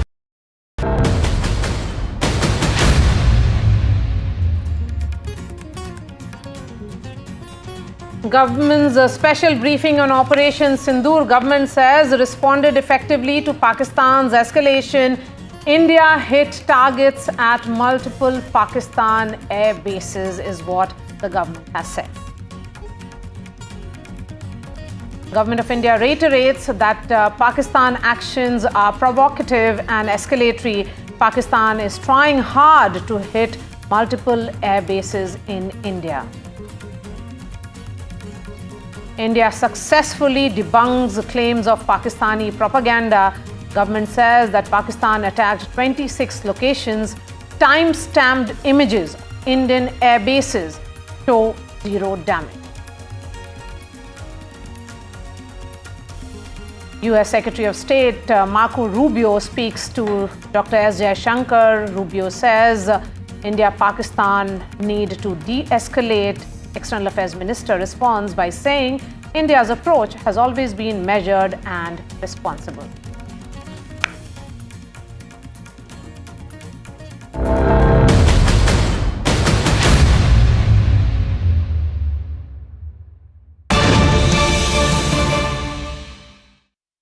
In fact, news just coming in that Pakistan appears to be firing drones in the range of Jaisalmer, Falodi and Pokhran. Explosions have been reported from Pokhran. These appear to be some activity. In fact, there is appearing to be some activity now near Jaisalmer and Pokhran. Red alert has been sounded in this entire range. People have been asked to stay indoors. So escalation certainly happening now in Rajasthan. Remember, there were explosions which were heard this morning, but now it is in the range of Pokhran. Pokhran, the significance of that place, Nikunj? Can't be lost. That is India's nuclear testing site, and that's where the India has successfully tested its last nuclear device under the charge of Prime Minister Atal Bihari Vajpayee. And therefore, Pakistan knows that. Pakistan knows that, and that's why these drones are near to Pokhran and in the larger area of Jaisalmer. Quite clearly, if this activity is happening now, Maria, this means that the daytime ingress of the Pakistani aerial devices has increased, because previously what we have been seeing is that towards the early evening or latter part of the evening, the ingress from the Pakistani side was more or majorly done. Now, if you are seeing daytime activity of the drones, either they are probing drones which are probing our defenses and our reactions, or Pakistan is upping the ante and making it a 24-hour cycle of aggression. Okay, let's bring in Harsha, who's joining us from Ground Zero. Harsha, give us the details. I mean, it did not, daytime activities, as Nikunj was pointing out, there has been lull largely during the day, and only post the sunset that aggression began and violation along the LOC. But this provocation is continuing even during the day now. Well, yes, absolutely, because, very unusual for Jaisalmer that they were all asked to go home and shut shop, literally. So you can see behind me, all shops are actually shut, and the city is actually practically empty except for a few media teams which are out reporting. There is announcements also coming in from, the administration which is patrolling the area, asking everyone to go home. And just before this, we heard, that there were people called us from Pokhran and told us there were definitely some explosions explosions which were heard there. So the activity is around in this belt, very close to Jaisalmer, Pokhran, Falodi, Mohangarh, this area. Sitting here, I could also hear explosions in the distance, which is, though we of course couldn't see anything. So yes, like you're saying, sort of some kind of activity has started in the daytime. There was definitely some kind of alert that was sounded. That's why suddenly, in the day, we were told that Jaisalmer has to shut down, so all shops have shut down. Barmer has to shut down, so there's a red alert for Jaisalmer and Barmer. In fact, I was talking to a senior police official also who said that you will be stopped before you enter Jaisalmer. But as of now, I was allowed to come back into the city. So yes, there is a sense of high alert here, and definitely explosions and sounds being heard in this range. There is some kind of an activity that's going on here. Harsha, explain to our viewers how far are you from the international border, because the state that you are in has complete international border. There is no line of control or working boundary or whatever, anything like that. That's clear, quite well demarcated international border with a fence. India completed that fence in the late 90s, and that fence exists. And therefore, explain to our viewers how far as crow flies, the distance between you and the international border is, and how far in your rear from the international border all of this activity is taking place. 20 kilometers in your rear, 30 kilometers in your rear, or in what kind of a geographical spread you are talking about in the border areas of Rajasthan between Jaisalmer, Barmer and Pokhran. Please explain in detail. Well, yes, the Jaisalmer, Pokhran and Barmer are the three border towns on this 1,000+ kilometer long border that Rajasthan shares with Pakistan. And it is completely fenced. In fact, like you said, it's a fenced border where there's a constant vigil by the BSF. Now, these border towns are definitely in the line of, should I say, aggression, because they are the last outposts. I am in Jaisalmer, which is about 150 kilometers from the border as the crow flies. So definitely a sense of alertness here. And the border towns of Barmer, Jaisalmer and Pokhran have also been known for their importance to India and to India's military. Everybody knows that. So obviously these are very, very sensitive towns in that sense. Now, there has been, like we were discussing, there has been activity in Jaisalmer, in these areas. I just came back from a field in Jaisalmer where last night at about 4 o'clock in the morning, a drone came in with a projectile which actually caused a crater in the field, and there was a loud explosion and the lights could be seen all around. Now this was about, again, a little more towards the border, a little away from me. So I would say about 70-80 kilometers from the border is where this happened. And, that projectile is now lying in a field. The army is, of course, retrieving it, but it was designed to cause harm. And even now, as I'm standing here, there is behind me, if you can hear the sounds, there is a police vehicle that is going around the city and asking people to go indoors. So the sense of alertness is quite high. The sense of, preparedness is also quite high. The administration is taking no chances because, remember, like I was saying, we are about 150 odd kilometers from the border with Pakistan as the crow flies. Let's shift focus now from Jaisalmer to the power corridors in New Delhi, where a series of meetings are continuing.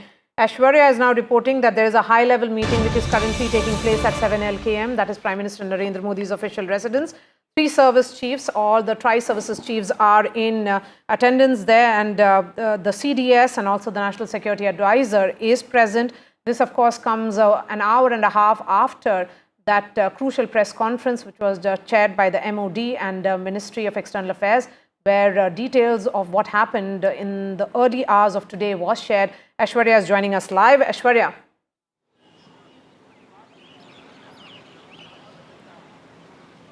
Well, multiple meetings are going since morning, and these are strategic in nature. What we have been told this morning was a National Security Advisor, Ajit Doval, briefed Defence Minister Rajnath Singh at his residence for almost 1 hour. Post that, we have seen the 3 service chiefs in a huddle at the South Block at Ministry of Defence.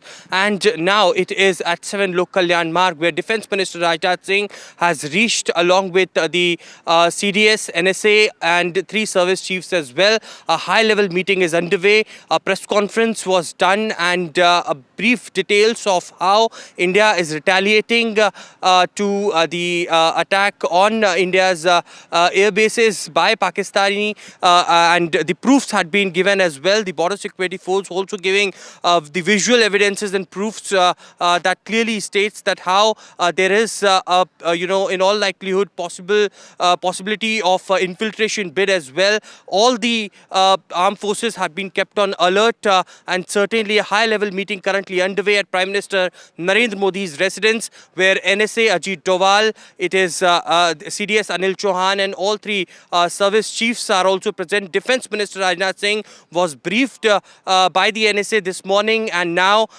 all are briefing Prime Minister Narendra Modi about current situation and how India is going to take further actions against the Pakistani establishment. Aishwarya, I know it's a tough situation to report on and from. I also know that these meetings are highly secretive in nature. But after each meeting, are you getting some sense of what are the discussions inside? What is the government planning to do? Are these meetings more in nature of protecting the Indian civilians from the Pakistani assault, or are they now veering towards an assault position also that Government of India wishes to take? Because today, for the first time in the official press briefing also, there was a mention of the Pakistani mobilization towards the forward areas. Military experts have tried to decode it and put it in some context, but obviously that context may not be the context or the prism that the Government of India may be seeing it from. So, is there some sense that you are getting from these meetings, the meetings chaired by Raksha Mantri or the Defence Minister on one side, meetings chaired by the Prime Minister, and then meetings chaired by the Home Minister? Is there some dribble of information that you are able to collect and that you can share with our viewers, or it will all remain in the realm of speculation?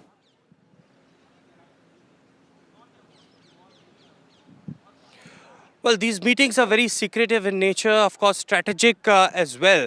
But one thing is very clear that we have got from our sources within the Prime Minister's office as well, that Prime Minister has given free hand to Indian Armed Forces. Prime Minister has reiterated that he believes in full professional capabilities of Indian Armed Forces, and whatever decision our forces will take in retaliation to Pakistan's aggression, it will depend on them, and completely the government, the dispensation have left to them.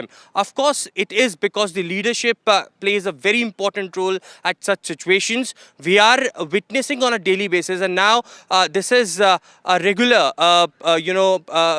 this is happening regularly, that first the armed forces holds their own review meetings, their own directions are being set by the armed forces. A separate meetings takes place early morning at the South Block, where all the three service chiefs comes. They decide on what direction the armed forces want to go, and later it is briefed to the Defence Minister. Also, the final nod comes from the Prime Minister, as he is being regularly monitoring the situation. Yesterday, I have been speaking to some very senior officials from the government.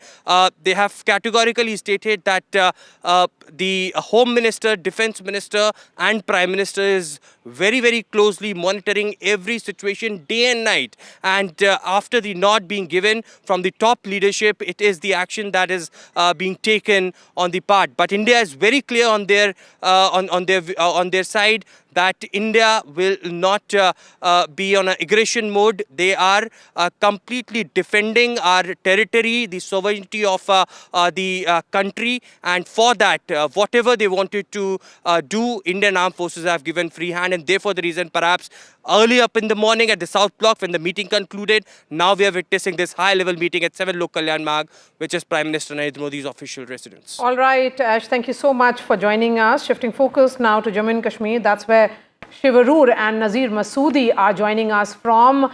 Shiv, just minutes ago, we heard you were reporting that there were explosions heard in Srinagar. You were reporting from right near the Dal Lake. Has the situation changed in the last 45 minutes? Just hold on to your thoughts. Let me introduce other reporters as well. Hasn't changed. Shiv, I can see Nazir Masoodi joining us, also Ghazali at this juncture. Please go ahead, Shiv. The situation hasn't changed, Maria. We heard a couple of explosions just about 45 minutes ago. We've learned from our contacts in the security agencies that this was, like we'd heard in the morning, another air defense engagement of what could be some kind of a projectile. We don't really know, a loitering munition or a drone of some kind, possibly over Budgam airspace or beyond, or near the Srinagar airport.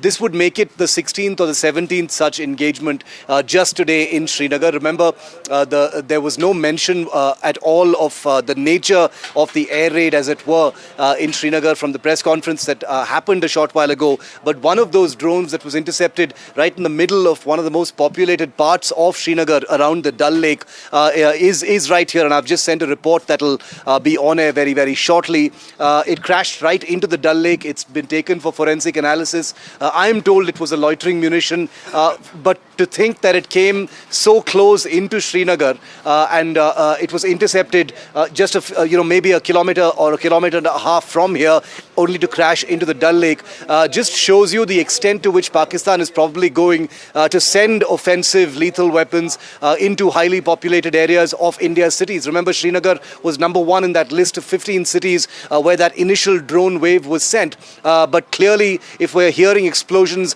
just 45 minutes ago, that modus operandi hasn't changed at all. So the answer to your question is no, it doesn't look like the aerial assault in either direction is stopping anytime soon. Shiv, I asked this question to an expert, to a former Air Force official. Now I'm asking this question to you. In the past few days, what we had noticed is that after the dark, the principal bulk of the Pakistani aerial activity, any kind of aerial ingress, was beginning. Now, it's also happening during the day. You are reporting, and so is the same fact being reported by Harsha from the Rajasthan sector. So quite clearly, this is now becoming a 24-hour assault kind of a situation, and it looks like that there is no holds barred, when it comes to the timings at least, and this seems certainly to be then escalatory in nature, only climbing up. Would you agree with that? I'm so glad you said that, Nikunj, because last evening when we reported that the first daylight and daytime ceasefire violations using artillery had taken place in Kupwara, Poonch and Uri, that's exactly what struck me. You know, something has changed after 16 days to see what has otherwise only been confined to either the pre-dawn hours or the late night hours. Even India's initial retaliation, Operation Sindoor, happened, just after 1 in the morning. This time, like you're rightly saying, today's wave of drone strikes, unlike the two previous ones, are again happening during the day. The damage we've seen in some places like Jammu and Samba, etc., what we're seeing over Srinagar today, clearly shows that these are, air assault operations that have been launched, after sunrise. I think the reason for that may not be that something has qualitatively changed in terms of weapon usage or that the surprise element is over, even though that is one very, very important aspect of it. The surprise element has evaporated. India knows that those drones are coming, so the advantages provided by darkness and night are no longer there. But beyond that, I had a very interesting expert view from someone I asked this exact question to earlier today, and they said the window of engagement, there's a metric called window of engagement that the Pakistan army and any military really uses when it is trying to execute offensive action on the other side, and that has actually shrunk. So Pakistan no longer has the luxury, Nikunj, for waiting for a 24-hour cycle for darkness in order to effect that next attack, because India has heightened the intensity and frequency of its retaliations. So Pakistan has to act now, and if that has to happen in daylight, then so be it. So that answers that question. Okay, so it's like this, that make good while the sun shines, literally, because you know that the defenses are up, and offensive from the Pakistan will also offensive from India, I beg your pardon, will also be continuing. Let me also go to our other colleagues now. Nazir, I was asking you last time, when did you see such an intensity and scale of offensive from Pakistan in terms of bombardment? You said it was quarter of a century back. What is qualitatively changed from that time to this time? Are you seeing more civilian areas being targeted, larger populations being impacted, or are you seeing a more robust response from Indian side? And on the screens are also the visuals of people abandoning their homes and moving to safer areas. Very, very, disturbing images coming in. People forced to leave their homes as this shelling continues. Please go ahead, Nazir. I was just speaking on the visuals. Well, Nikunj, as we report, I was talking earlier that it was in 98 or 2001 when I saw this type of magnitude of this artillery shelling along the line of control. But this is essentially a war without it being declared as a war. When you have the main military installation or the air bases being targeted here in Srinagar, in less than 24 hours, you have 3 attempts on Srinagar Air Base or the Awantipora Air Base. Just as Nikunj was mentioning, a while back there were at least 2 to 3 explosions. Nature of explosion is not known. We'll wait for the official information and the confirmation.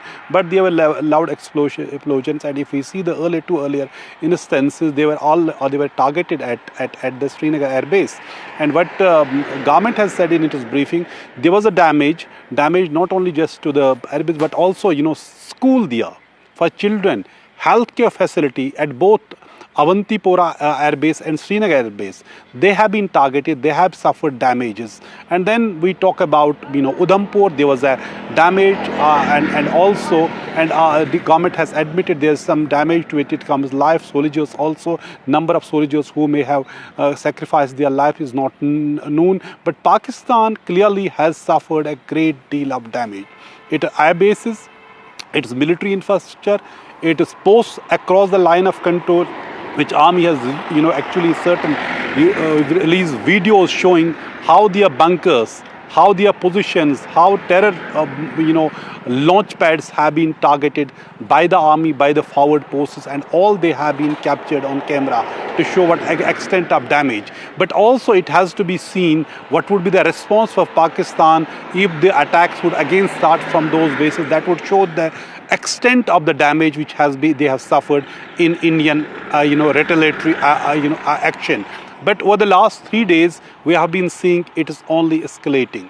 India has today clearly said that they don't want any further escalation, but it would provide it.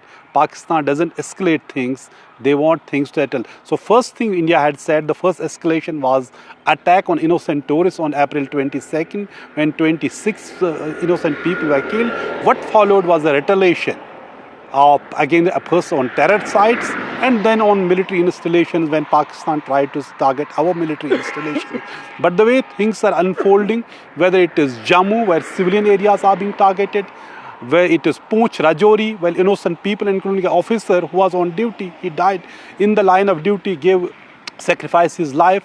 Or the people living in Tangdar, Uri, Machil, Keren, all have become the victim or the target of Pakistani shelling. So it is just going on. People living here in these areas are hoping things calm down. But the way things are going, I'll tell you, yesterday I spoke to the person who lost his home to a Pakistani shelling. But he was saying he's more pained when innocent people were killed in Pahalgam. And he said house may again be built. So that is the sentiment on the ground which we have seen from April 22nd by the people in Kashmir here.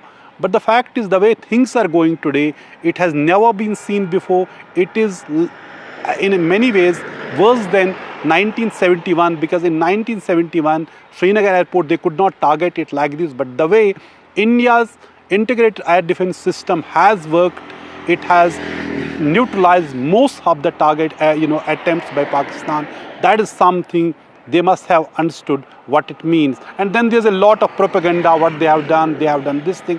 And if you see what Pakistani media is spreading and how they want to create communal discord in India, that is most horrible thing to see. That's why when they actually targeted Gurdwara, they targeted Madrasa, they targeted a temple in Poonch, yet they have all to say, India has itself targeted this Gurdwara.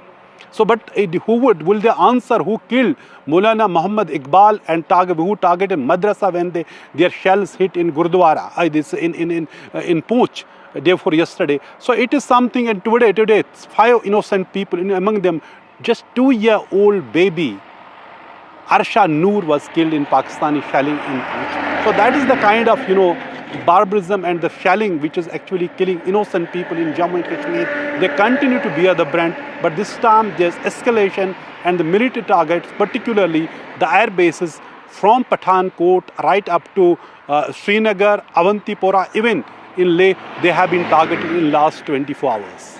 Yes, and lots of details now coming in of the detail of terrorists that have been killed in the Indian strikes on 7th of May. Remember, 7th of May is when Operation Sindoor began, and we have been saying that this is an ongoing operation. We'll be breaking those details in just a bit, but a word from Ghazali, who's joining us from Poonch. Ghazali, the district administration has issued advisories. What all does it include?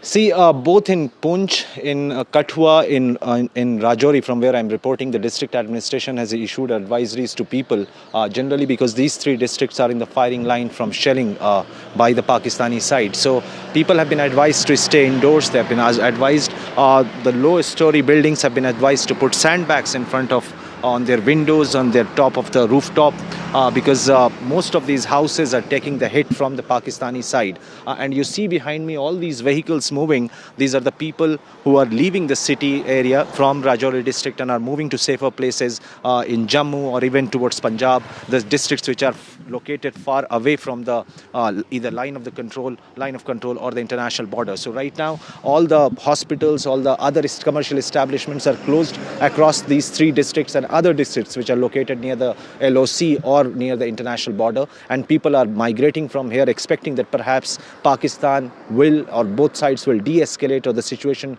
returns to normal. All right, Ghazali, since you're moving from one district to another and you're saying that schools are also shut, education institutions shut, shops shut, advisory is issued for the residents to move to safer places. Is there a sense that, as we have been asking other reporters also, that daytime ingress is continuing, that is only going up? What you saw 24 hours ago to now, earlier it was during the night or post sunset. Now it has started even during the daytime. See, Maria, the pattern keeps changing since 7th of May. When we visited Poonch, they were saying, the people over there said that perhaps heavy shelling happens after sunset in the dark hours.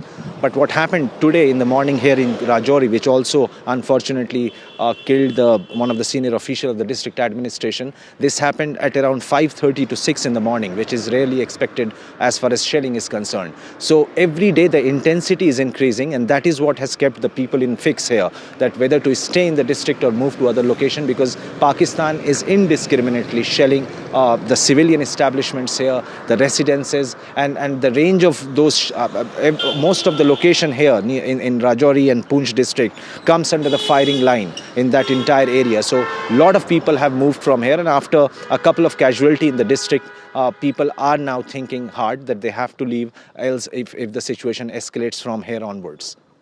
All right, Ghazali, thank you so much for joining us. In fact, government sources have now released a list of some of the terrorists who were killed in the Indian strikes on 7th of May. We can put out their names now. These are top 5 terrorists who have been killed, and their affiliation with the Pakistani military cannot be missed. Mudassar Hadian Khas, associated with Lashkar-e-Taiba, was in charge of Markaz Taiba Muridke.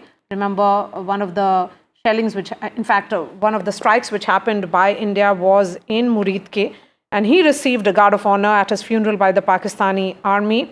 A serving Lieutenant General of the Pak Army and the IG of Punjab Police, in fact, attended the prayer ceremony. So you cannot go higher than that. The Inspector General is the head of the civil police there, and the Lieutenant General obviously is the boss of the entire Pakistani army formation in the Punjab area. So that's the highest military and civil engagement with the funeral of a terrorist that the government sources are now indicating, clearly put out. In fact, on that, Indian Foreign Secretary actually had put out a picture showing the engagement of the Pakistani military and the police with such funerals. Now they have also given out details that we are now putting out for our viewers. These are very important details just to point out the fact that how closely Pakistani civil and military establishment is intertwined with organizations like Lashkar-e-Taiba. Remember, a globally proscribed UN-sanctioned terror organization, and some of the terror masterminds carry huge bounties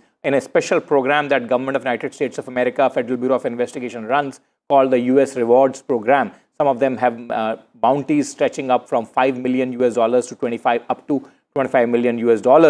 So, and with such terrorists, the engagement of the Pakistani civil and military leadership is crystal clear, as is now being put out by the government sources, which we are now breaking out for our viewers. Pictures of this were shown to the larger world, International Committee of Nations and our own population by none less than the Foreign Secretary of India in the briefing that he did some time back. So quite clearly, you can see that how closely the Pakistani establishment and these terror groups are intertwined. In fact, for a long, long time, I have actually called them the extensions of the Pakistani establishment, Maria. In fact, Hafiz Muhammad Jamil, associated with Jaish-e-Mohammed, he was the eldest brother-in-law of Maulana Masood Azhar. He was actively involved in radical indoctrination of youth and fundraising for Jaish-e-Mohammed. Then there is another name, Muhammad Yusuf Azhar, associated again with Jaish-e-Mohammed, brother-in-law of Maulana Masood Azhar. He handled all the weapons training for Jaish-e-Mohammed. He was wanted in the IC-814 hijacking case. IC-814 hijacking, a word on that, and the role of Jaish-e-Mohammed in that hijacking episode. I mean, that's probably the last time that our civilian airliners faced that kind of threat, and Pakistan was actively engaged in it. It was completely clear to the world that Pakistani establishment was completely backing those terrorists. Jaish-e-Mohammed's boss, who actually formed Jaish-e-Mohammed, Maulana Masood Azhar, after coming out of Indian prison, was released during that hijacking, that infamous exchange of terrorists, for which the government of India was also panned by certain quarters. But remember, at stake was also lives of nearly 200 innocent civilians, passengers of that ill-fated aircraft or flight IC-814. Jaish-e-Mohammed and remember, Maria, Jaish-e-Mohammed and Lashkar-e-Taiba are two pincers of the extensions of Pakistani establishment. Whenever there is heat that builds up on Jaish-e-Mohammed, Pakistan starts to prop up Lashkar-e-Taiba in the eyes of the global fraternity, in the sense of as a terror group. When the heat builds on Lashkar, then the Jaish is given that frontline role. So Pakistani establishment has very conveniently used these two terror groups for training, attacking, and blackmailing, siphoning off of legitimate funds and manpower from all kinds of legitimate sources. This is not only our complaint, this is the complaint of the Pakistan's eastern neighbors also, like Iran, that these are the terror establishments being backed by Pakistan actively. And since we have highlighted that aspect, that how intertwined the equations between the terror groups and the Pakistani establishment has been, another name here is Khalid. We should actually put out that picture on our screen for our viewers that Foreign Secretary himself displayed in the briefing day before. So if our desk can do that, put out that picture that the Foreign Secretary was holding in his hand. That picture, as they say, a picture is worth 1,000 words. Alongside this information will make it absolutely clear to our world, the world that is watching the broadcast of NDTV, and our population, that how closely intertwined these two are. Actually, according to me, extensions of the Pakistani military establishment, these terror groups are. So Khalid Abu Akasa was associated with Lashkar-e-Taiba. In fact, he was involved in multiple terrorist attacks in Jammu and Kashmir. His funeral was held in Faisalabad, and it was attended by senior Pakistani army officials and Deputy Commissioner of Faisalabad. Moving on to Muhammad Hassan Khan, he was associated with Jaish-e-Mohammed, played a key role in coordinating terrorist attacks in Jammu and Kashmir. He was son of Mufti Asghar Khan, operational commander of Jaish-e-Mohammed in POK, which is Pakistan occupied Kashmir. This is coming in by way of government sources, but important aspect, as was pointed out by the Foreign Secretary, that these funerals were post the strikes carried out by India on Muridke and in Bahawalpur, which were the headquarters of these terror groups, Jaish-e-Mohammed and Lashkar-e-Taiba. When the funerals happened, it was attended by top officials of the Pakistan Army and also the IG of these range. This happened in Punjab, so it was IG of Punjab Police who attended the prayer ceremony. So essentially the civil and the military leadership both were present, as if honoring some sort of, as if that's the picture. That's the picture Foreign Secretary holding in his hand, showing how the final prayers of those killed in the Indian assault are being led by a full contingent. I mean, there's not a small detachment, Maria. There's a full contingent of military men wearing military uniforms. They're not hiding away. They're not hiding any which way from the public glare. There's a Pakistani military component, and then there is Pakistani police component. And I am quite sure that this is only one such picture that the Indian state has displayed, which Foreign Secretary himself displayed to the entire world. And I'm quite sure that many such pictures, since you are putting out those details of Islamabad and other places also, I'm quite sure that many such pictures would be in the custody of the Indian state, where this close proximity of Pakistani terror groups and Pakistani establishment, both military and civil, would be on full display, as is there, as the Foreign Secretary very dramatically pulled out that picture that day during his briefing and put it out for the entire world to see. And these are terrorists who, as I said, have been globally proscribed, have been globally banned by multiple countries, and they carry large bounties on their heads under a special US rewards program run by the Federal Bureau of Investigation called the US Special Rewards Program. Bounties stretching up from 5 million to up to 25 million. So quite clearly a very clear nexus of Pakistani establishment and terrorist groups running and having headquarters in Pakistan out on display. Air Marshal Ahluwalia, former Chief of Western Air Command, is joining us. Air Marshal Ahluwalia, details coming in, and what is becoming increasingly clear, as Nikunj was saying, that these terror groups were essentially an extension of Pakistani military, and the fact that during their funeral, senior officials of generals and IGs are in attendance means a lot. I mean, as they say, a picture is worth 1,000 words. We are looking at those visuals as well. Yes, certainly. It is only a reaffirmation of what goes on in Pakistan. We all know, and it's an open secret, that the Pakistan deep state is actually running these terrorist organizations like JEM and LET.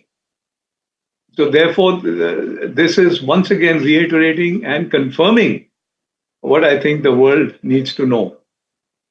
And then what is happening now is they've led us into a situation where the two sides are in absolute, they're facing each other, ready to go into battle subsequently.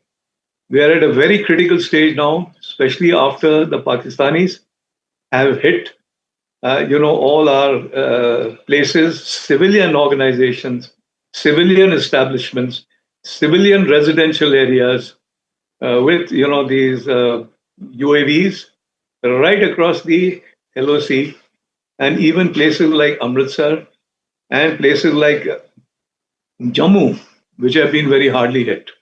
They've also tried to hit our bases.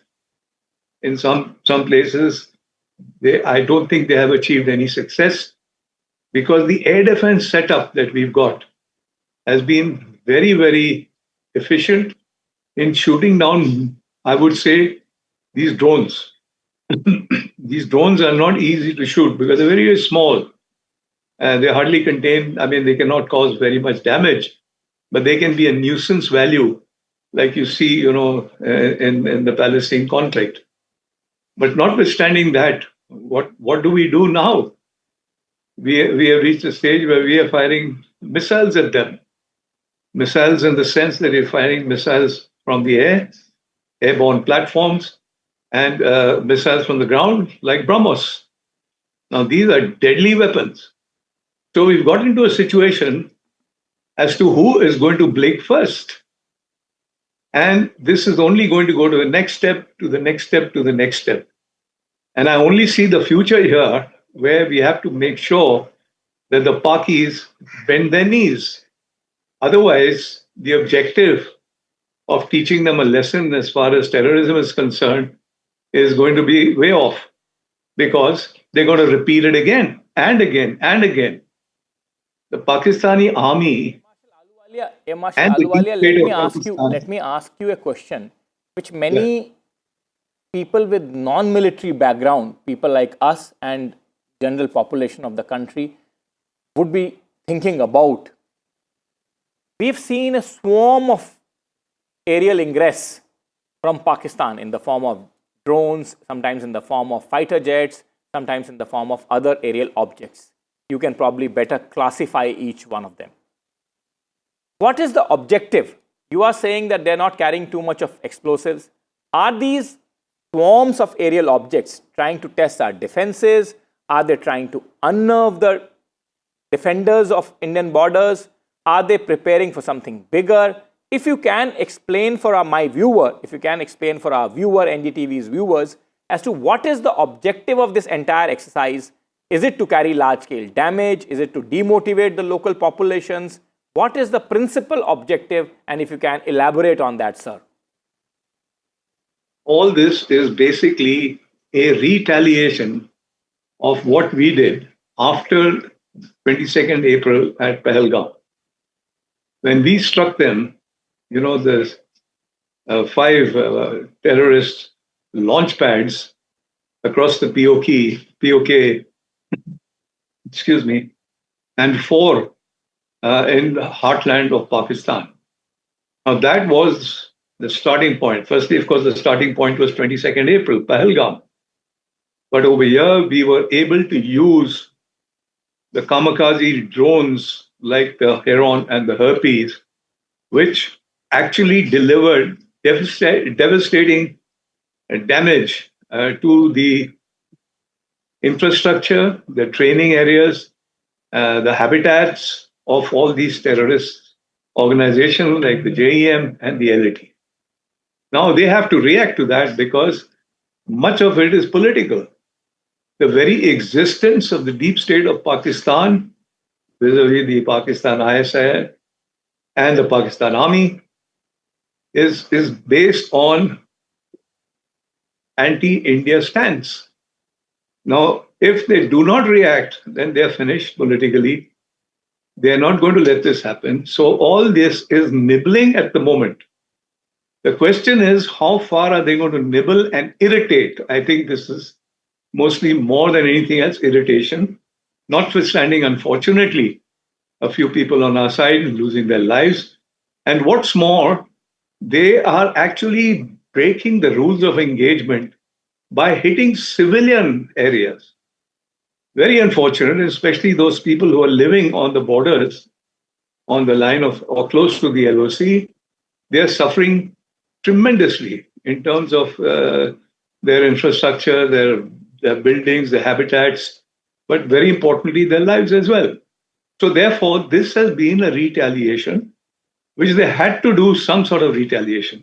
Now the big question is, are they going to leave it at this? Are we going to leave it at this? Are we going to use our platforms, aircraft, to fire missiles with devastating effect? Or are we going to use our UAVs with devastating effect? And if this continues, if the Pakistani army gets into it, I don't think they'll do anything in the LOC because the terrain is terrible. The terrain is no good for offensive action. But down the plains of Punjab, onto the desert areas, it can be tricky. And if they get into that, then it will become an all-out war. And slowly, I think we have to be very careful. These guys, now they're putting out that they're ready to use the nukes if required. Or they're still contemplating how to position the nukes. They had that meeting or they announced that the meeting of their command center, the command committee that is in charge of pressing the trigger, they are meeting and they're going to decide. So notwithstanding all that, it's going to be murky as we go into the future. How far we go is, I think, nobody's guess. It's neither Pakistan nor India that will be able to dictate how far and what to do. So let's see what goes on now. And let's see if the Pakistani army ventures out, because they're going to suffer a very bloody nose. And I think... Marshal Ahluwalia, I really appreciate your time here on NDTV. We're slipping into a short break. We will get you more aspects of this developing story in just a bit. Stay tuned.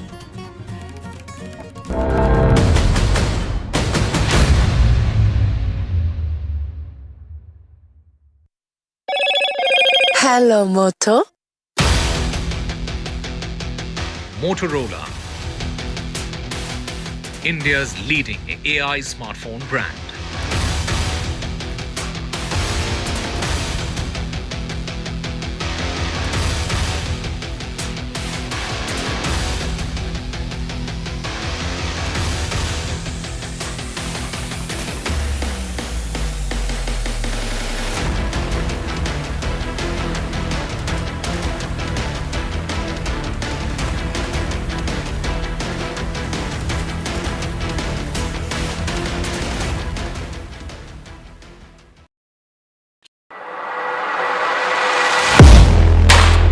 Do you really know the company you invest in? What is the real picture behind presentations and claims? Is the outlook as rosy as the company claims? Know Your Company, powered by NDTV Profit Research, shines a light on the biggest stock market movers.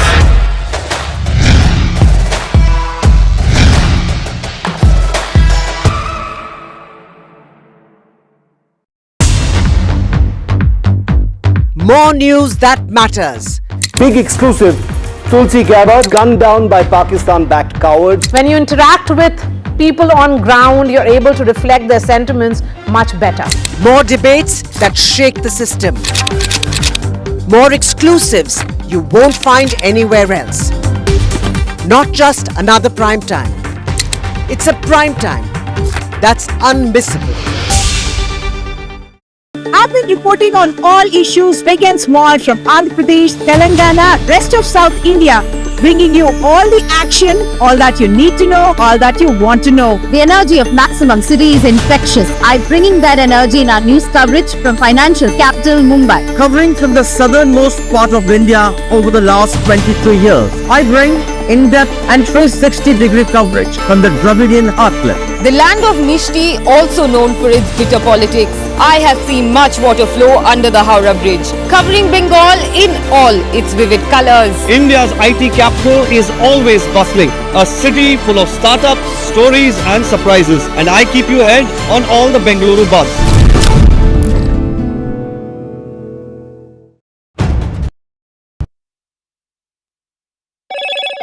Hello, Moto. Motorola,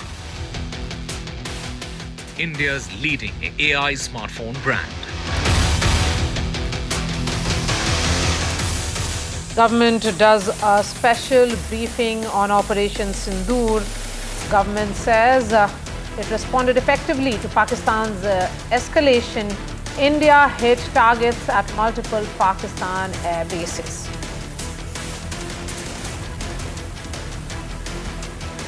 Government says Pakistan actions are provocative and escalatory in nature.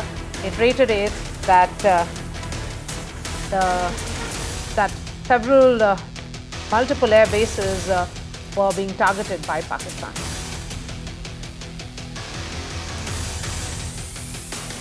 Government debunks claims of Pakistani propaganda. Pakistan attacked 26 locations. Time-stamped images of Indian air bases undamaged shown. United States Secretary of State speaks to Dr. S. Jaishankar. Marco Rubio says that India and Pakistan must de-escalate. External Affairs Minister responds by saying that India's approach has always been measured and responsible.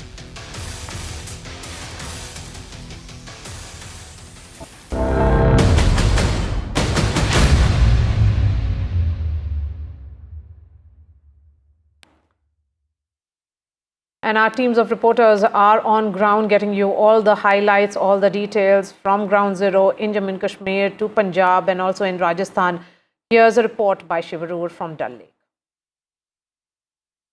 We're on Srinagar's famous Dal Lake because in an area just ahead of where we're sailing right now is where a Pakistani drone was intercepted and actually fell into the Dal Lake. Now, before you get worried, I have permission to be here. I've spoken to the agencies because the drone that was shot down in airspace over Srinagar and crashed into the Dal Lake has been recovered by the agencies and has gone for analysis. But I wanted to give our viewers here on NDTV tracking our ground coverage just a sense of how in the middle of a population center, Pakistan has been sending offensive weapons.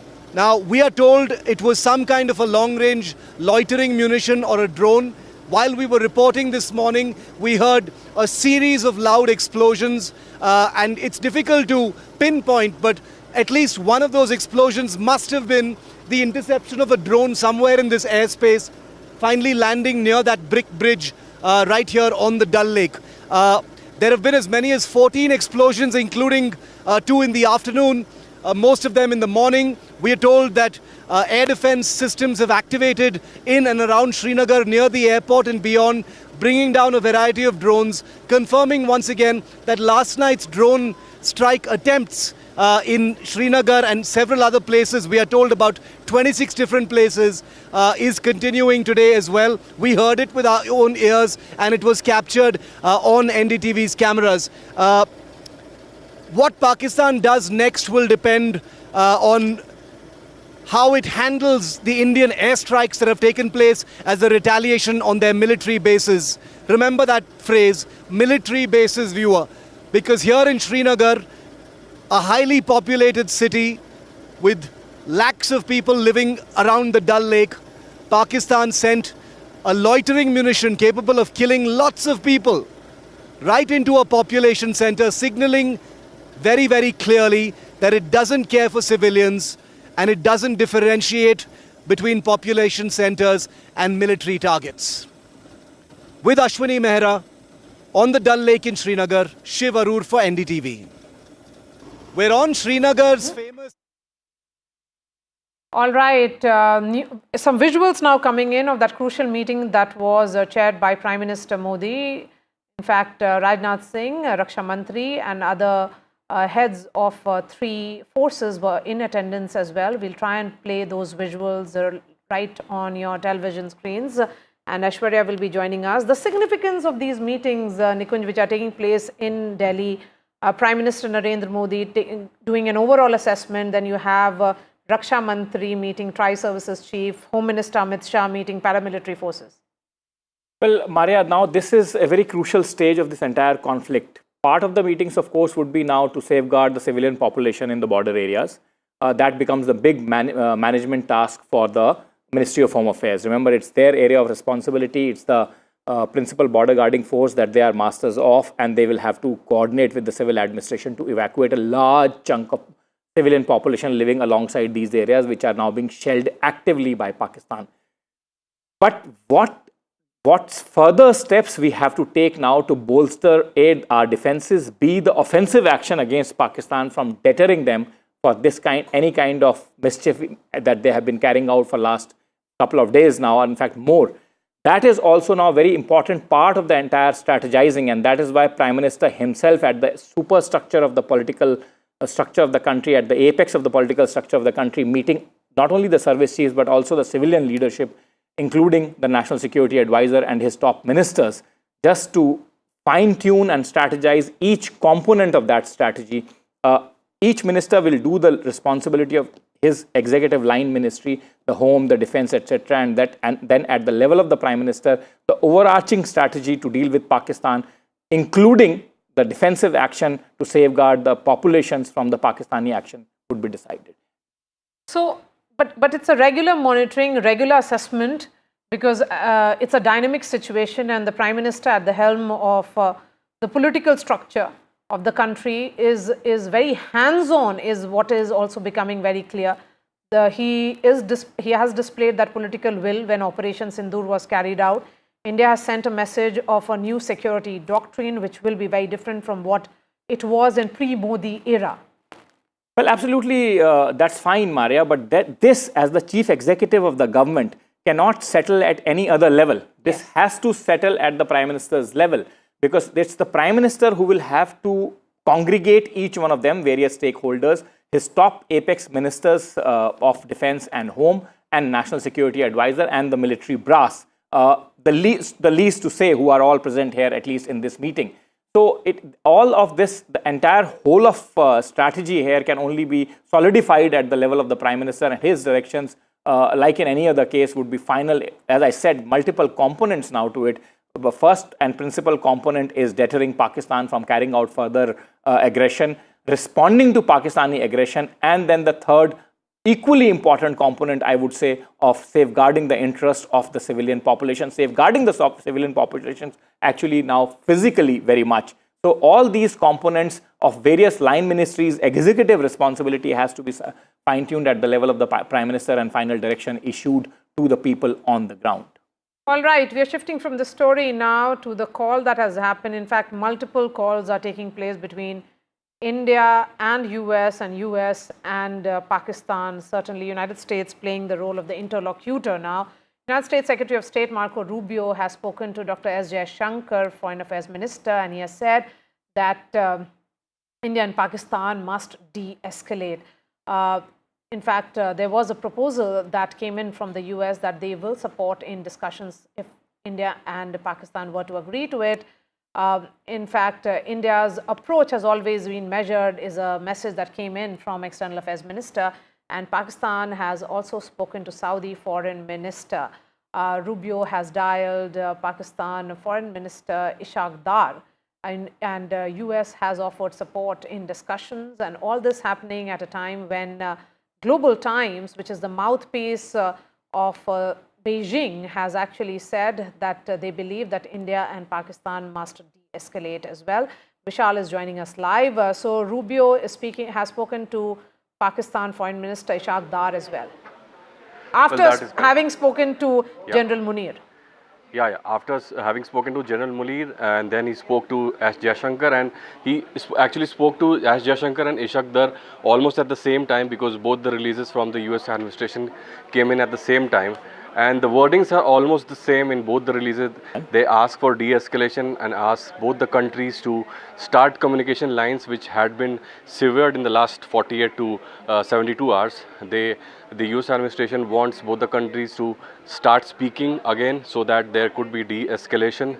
And as we've been reporting, there have been several nations in the Middle East, rest of the world, that have been trying really hard to de-escalate the situation.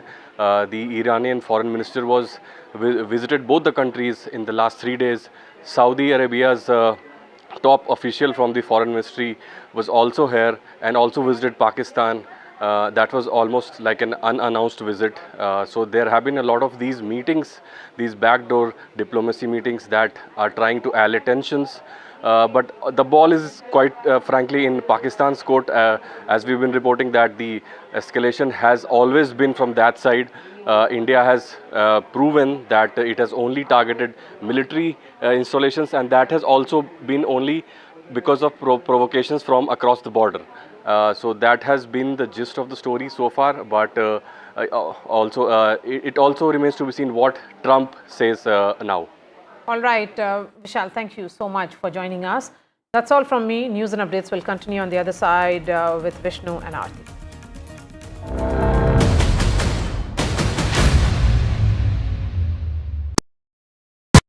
In today's interconnected world, India's voice is more crucial than ever.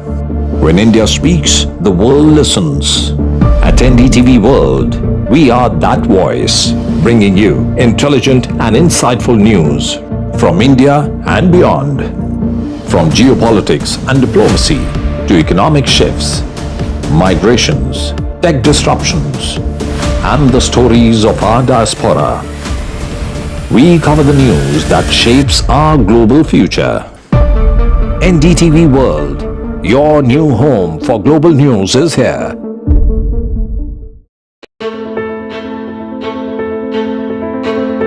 News is not just headlines, it is what impacts you. And news should never be mistaken for noise. What matters is the reality. Accurate, in-depth, and with the right perspective. For over 20 years, I have been a journalist, and never has clarity mattered more than now. At Newsnight, we go beyond the surface.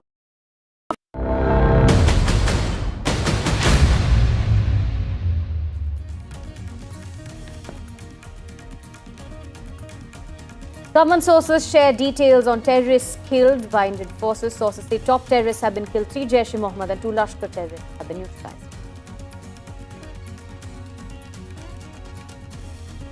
There's been a high-level meeting underway at the residence of the Prime Minister. The 3 service chiefs have met Prime Minister Modi. They've reviewed the situation with the 3 chiefs and the Chief of Defence Staff. The government in a press briefing said Pakistan's actions were provocative and escalatory. The government also said that Pakistan had tried to hit multiple air bases in India. The government debunks claims of Pakistani propaganda. They say that the government says that Pakistan did attack 26 locations. They provided time-stamped images of Indian air bases where damage is missing despite claims made by Pakistan. US Secretary of State speaks to Jaishankar and the Pakistani FM as well. Rubio says India-Pakistan need to de-escalate the situation. US proposes to support in discussions. External Affairs Minister Jaishankar says India's approach has always been measured and responsible.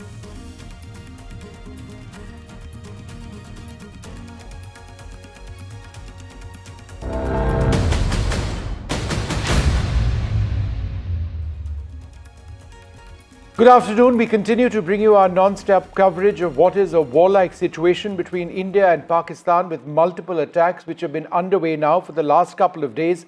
That situation remains particularly difficult now, but as a result of all of what is happening, the Prime Minister is meeting the 3 service chiefs, the Air Force, Army and Navy chief, also the Chief of Defence Staff, and they are reviewing the situation on the ground. Joined now by my colleague Aishwarya Jain, who's been tracking this particular meeting. Aishwarya, this is one of several meetings which have been going on since the morning, right? Well, that's right. Multiple meetings have taken place since morning.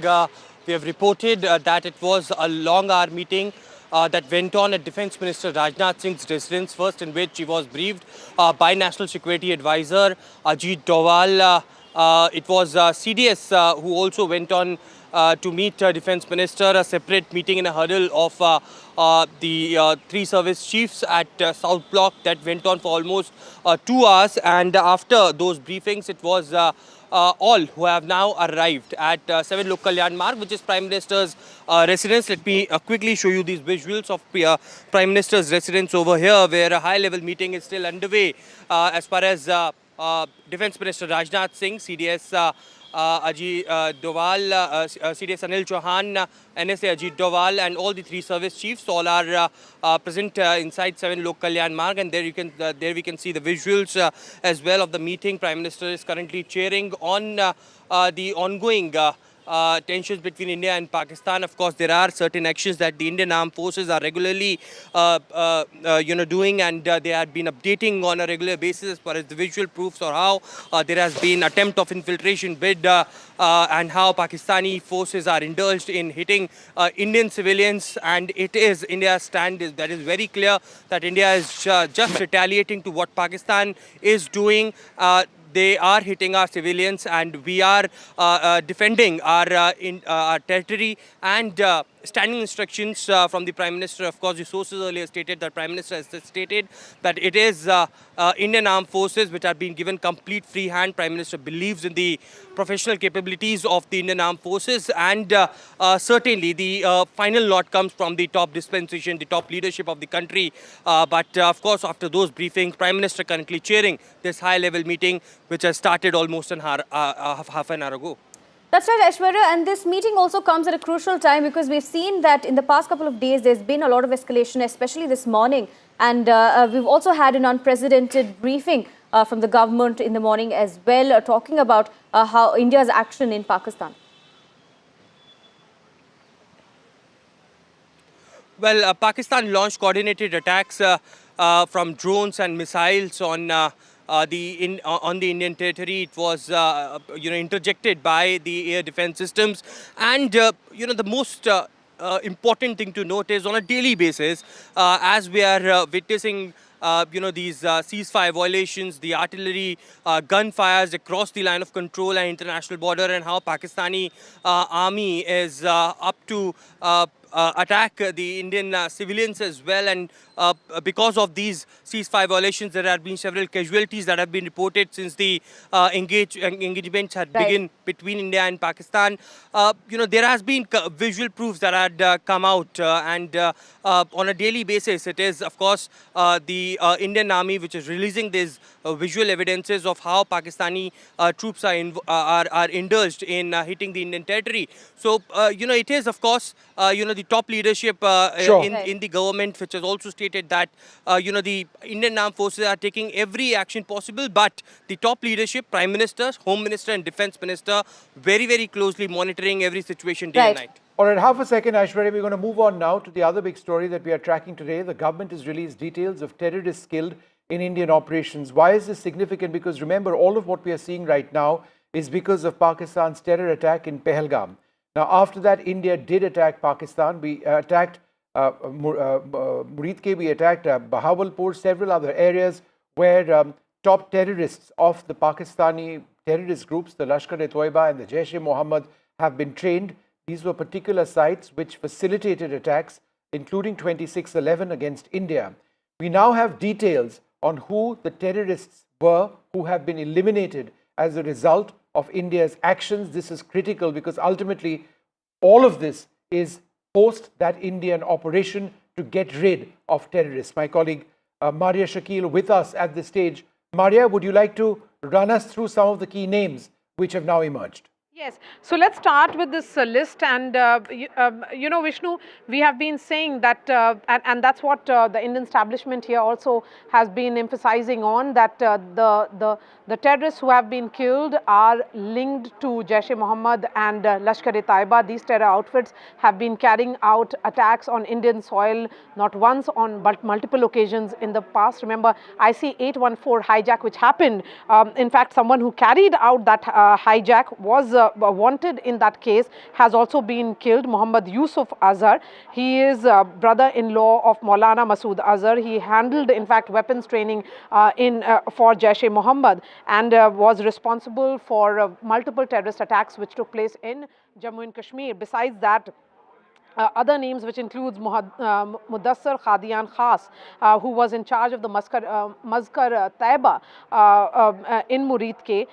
His funeral, as was pointed out by Foreign Secretary, was attended by the serving Lieutenant General of Pakistani Army and also the IG of Punjab Police in Pakistan. So the emphasis being made here by the government sources, Vishnu, is that they have worked closely with the Pakistani military and the entire Pakistani establishment in carrying out those terror attacks on Indian soil from across the border. It was cross-border terrorism and the planning and was carried out, it was done on the Pakistani soil. More names that have been released by way of government sources, of course, is of Muhammad Hassan Khan, who is associated with Jaish-e-Mohammed. He played a key role in carrying out multiple terrorist attacks in Jammu and Kashmir. Another important name again would be Khalid Khalid Abu Akhasa, who was associated with Lashkar-e-Taiba, and his funeral was held in Faisalabad. Again, that funeral was attended by senior Pakistani army officials and the Deputy Commissioner of Faisalabad. So this is the list of some of the terrorists, the names of which have now come out by way of government sources. Aarti? Right, thank you, Maria, for joining us and bringing us those details. Vishnu, since the morning, we have been tracking developments coming in from Jammu, and we had seen how a top senior official has been killed in the shelling in Rajouri as well. Now, CMO has issued a statement. They've also announced ex-gratia relief of 10 lakh rupees. We're also learning that Umar Abdullah has visited some areas. Rehari and Roopnagar were learning in Jammu today. Yeah, so that would likely take place. Omar Abdullah has since yesterday been sending out a bunch of tweets urging citizens to be careful. He did know this particular official who sadly lost his life. So there was a great deal that he said over there about this official and the tragedy which has befallen him. But he's also spoken about the situation in Jammu. There has been substantial damage in some areas of Jammu as well. Let me just bring in Shiv Arur, who joins us at the stage. Shiv, we've been chatting throughout the morning. One of the interesting and important developments now taking place, several reports of further attacks, possibly Indian attacks on other air bases, including Sargodha. So that is an important addition. I don't think India's offensive is done by any means. Number one. And number two, Shiv, I've just learned that there will be another briefing of the government today, this evening, the time not yet clear. You're right, Vishnu. It looks like, considering how rapidly things are evolving in India's actions in Pakistan, I wouldn't be surprised at all if there is an update later today as to the strike targets that have been hit by Indian missiles in that that air action that was carried out early this morning. Remember, the logs have to be vetted, information has to come in. Sometimes certain amounts of information can't be given out at that particular time, for various operational security reasons. Aircraft may still be in the air, etc. And therefore, it's quite likely. I have heard the same thing that you have. Jacobabad, Sargodha, Faisalabad, Mirpur and a couple of others. I'm hearing that there may be radar facilities or airfields that may have actually been either targeted or in fact hit by Indian munitions. I'm wondering whether those will come up in that second briefing that is scheduled for later. We don't have a time yet, but it's possible that it'll happen later, especially since the first briefing that happened this morning, Vishnu and Aarti, detailed in quite elaborate manner all the bases that were actually hit, even specifying what was hit at those particular bases. On your second question on that briefing, very, very possible that it will happen. Remember, as we speak, the Prime Minister is meeting with his top security men, the three armed forces chief, the CDS, the National Security Advisor, Mr. Doval, and the Defence Minister, Rajnath Singh. And they must be taking stock, obviously, of what has been the most escalatory of the last 3 days since Operation Sindoor began. Given that Indian military bases, including military installations here in Srinagar, where I'm reporting from, have been under target for the last 72 hours in wave after mini wave of Pakistani drones, manned aircraft possibly, which was confirmed in today's press conference, loitering munitions, long-range weapons, etc. It seems likely that another briefing will be necessary, Vishnu and Aarti, because things are the updates are coming thick and fast from different areas. And I think if there was an information vacuum for the first few days and weeks after Pahalgam, it certainly looks like the Indian government has jumped onto the information wagon and is trying to put out as much information as possible. You can even see the alacrity with which they're busting fake news and misinformation coming in from Pakistan. So that's a good sign, I feel. Absolutely. And that was one of the main focuses, right, Vishnu, in the press conference that we had earlier as well, where they had focused on debunking what Pakistan was saying and the claims that they made as well. Yeah, so the government, the Pakistanis made all sorts of bizarre claims. They said that an S-400 surface-to-air missile site had been destroyed. The government said no. The Pakistanis said that infrastructure in India was attacked. We've said no. Sirsa Air Base being destroyed, that never took place. Adhampur Air Base having been destroyed, that never took place. So there's been a lot of rubbish which has come in, frankly, from the Pakistani side, and that has been debunked quite categorically. I do suspect that in that press briefing, the timing of which We don't know as yet. There would be a lot more that comes out simply because there have been many more attacks, which I believe India has now been carrying out. It's not over as yet. It's been going on throughout the day. The situation is extremely fluid. Let me go across to my colleague Ghazali, who joins us. Ghazali, give us a sense of, where you are at this stage. What are some of the things that you've seen? What are people around you saying? See, Vishnu, since morning we are seeing people here through visuals. I'll show you.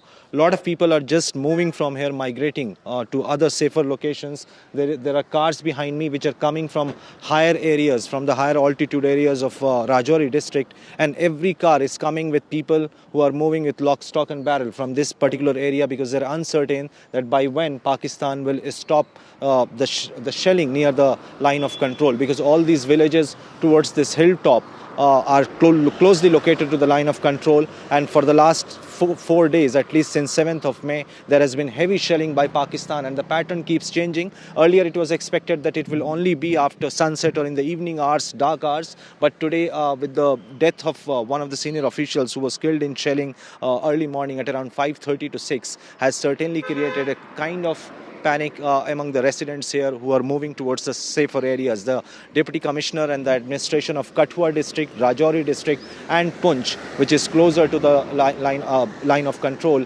most of the people have been advised to stay indoors and keep sandbags and all for their safety, because heavy shelling is now targeting the deeper into the city areas of Rajouri and Poonch and Jammu area. That's right, Ghazali. Rajouri, Poonch and Jammu were perhaps the worst hit this morning, at least when it comes to Pakistani shelling. Our colleague Gurpreet also joins us. Gurpreet, now from Firozpur, we're also saying, like Ghazali was mentioning, there are people who have now started to leave the area. Well, here in Firozpur, we have seen last night there was a huge movement of drones, and we have seen so many times, multiple times, the siren had been given by the local administration. A few seconds earlier, we have seen this siren has been started just at this moment of time. I'll request my VJ to try to catch this siren voice, if we can just catch it and tell to our viewers what we have learned. This whole border area, whether it's a district of Firozpur, Gurdaspur, Amritsar, even Pathankot as well as Fazilka. This whole border area, it's already on red alert. Some moments had been learnt early in the morning. We have seen at 5 o'clock there was a siren which has been given by the local administration so that they will be make people aware of the situation, ground situation here from where we are reporting at this point of time, a few kilometers away from that border, and we have seen a huge number of villagers who are staying near the border. They have already migrated and shifted their children and women to the safer place, but as of now we have seen no panic has been seen in this city. The life is calm, life is as usual, but they are also trying to plan and chalk out a strategy to save their families. We have been traveling from one village to another village, and last night we have seen the multi-drone had been thrown from Pakistan side, and what we have seen, one family which was able to save itself, but they got severe injury. They had already been admitted in the hospital. They are already getting the treatment, and what we have learned, one woman was... Gurpreet, sound down for a moment. We've got breaking news now. That entire meeting which was being held with the Prime Minister, the Chief of Defence Staff, the Armed Forces Chiefs, that is now over. We're joined by NDTV's Aishwarya Jain. Aishwarya, any details that you can share? How long was this meeting? Well, the meeting lasted for almost an hour. It was Prime Minister who was briefed about the ongoing operations along with the line of control and international border of the Indian Armed Forces. It was, of course, all three tri-service chiefs along with the CDS, NSA and Defence Minister Rajnath Singh all were present in this meeting. Almost 1 hour was something that the meeting took place. It was, of course, a louder message that had come out that entire country is together with our armed forces, and as the message has been given loud and clear by Prime Minister time and again that free hand has been given to the Indian Armed Forces. The next step and the next sort of action, if there is a possible attack from the Pakistani side on Indian civilians, and what sort of action Indian armed forces can take are some of the crucial points certainly would be discussed. These are strategic and very secretive meetings in nature, and therefore, much details do not come out. But of course, Prime Minister yet again chairing within 12 hours another meeting with the top officials, the top security officials of the country. Right, Ashwarya, stay on with us. We're also being joined by our colleague Nazir as well. Nazir, now CM Omar Abdullah as well visiting several areas in Jammu, especially we're learning that he's been in Rehari and Roopnagar in Jammu, and remember Omar Abdullah also having announced ex gratia for the families who've been affected by the shelling that took place in Jammu and Rajouri. Well, it's again a tough time for the elected government to reach out to the people, and perhaps same thing is being done by Omar Abdullah. He's trying to reach out to people. Therefore, yesterday when there was huge, projectiles were fired towards Jammu city, he reached there early in the morning, Jammu, and since then he has been meeting people, affected people, particularly those who have either been hit by Pakistani shelling or those who have been displaced are living in the shelter camps which have been set up by the government. And many other ministers have gone to different areas, whether it is North Kashmir or other places, or Poch Rajouri as well. And it is the duty of the government to reach out to people and ensure they get shelter, they get food, and they get basic facilities in these trying times. Because it's not their doing.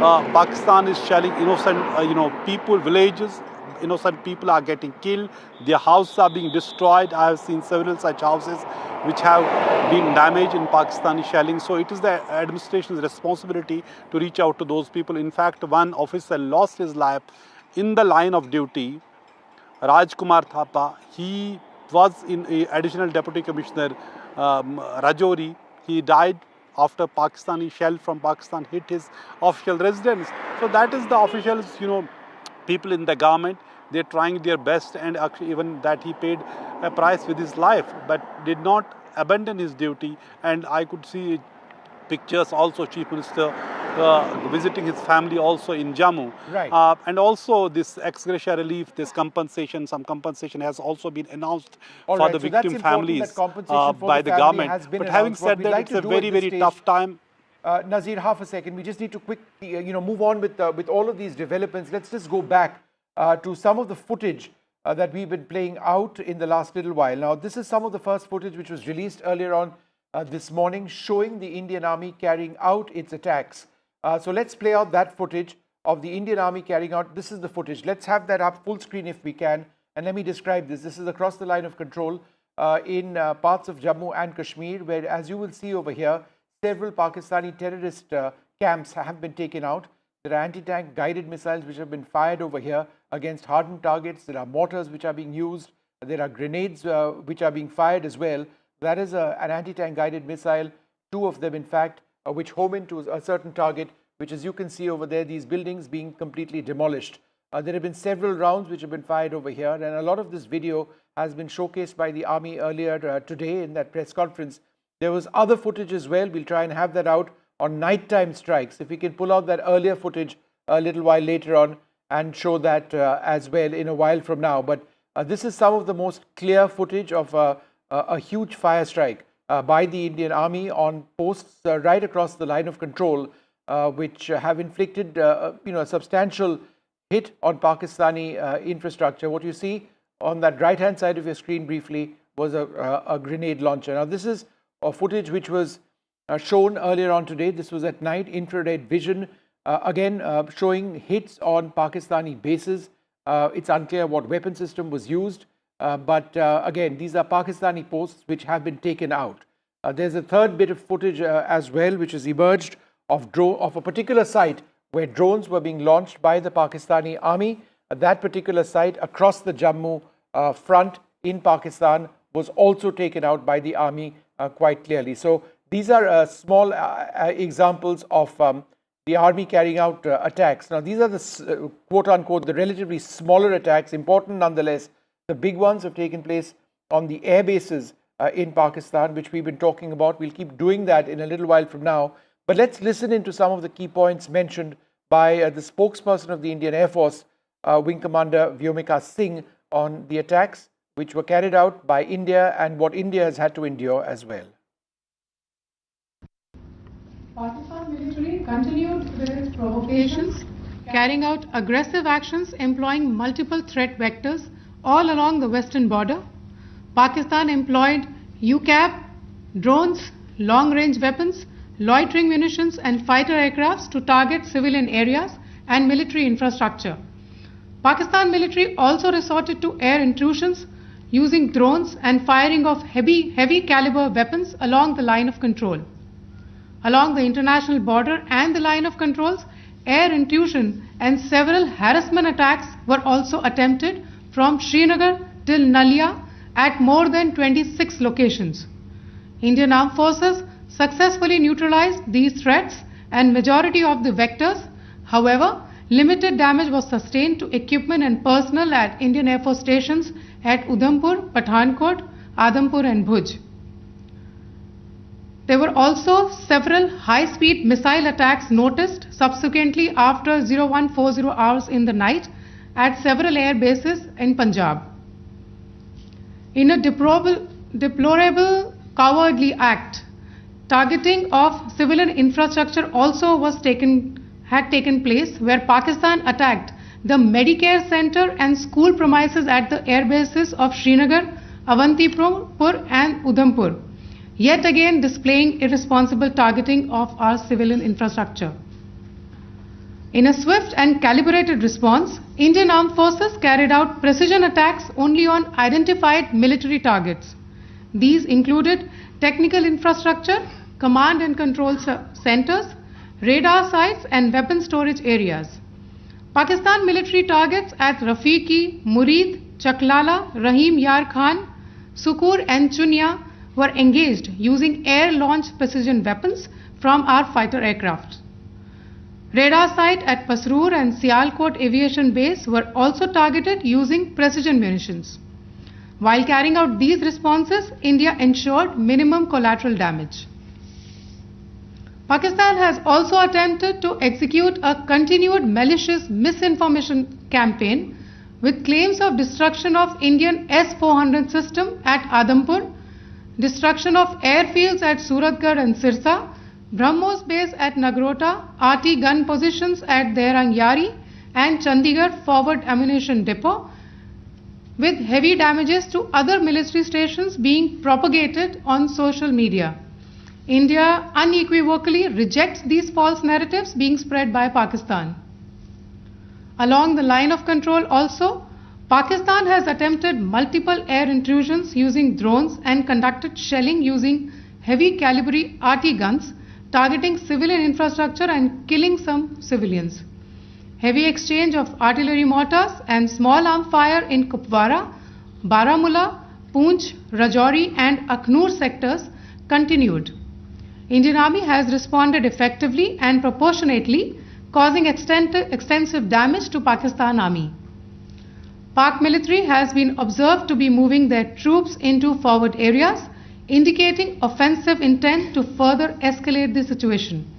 Indian Armed Forces remain in a high state of operational readiness.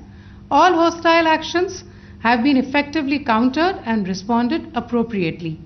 Indian Armed Forces reiterate their commitment to non-escalation, provided it is reciprocated by the Pakistan military.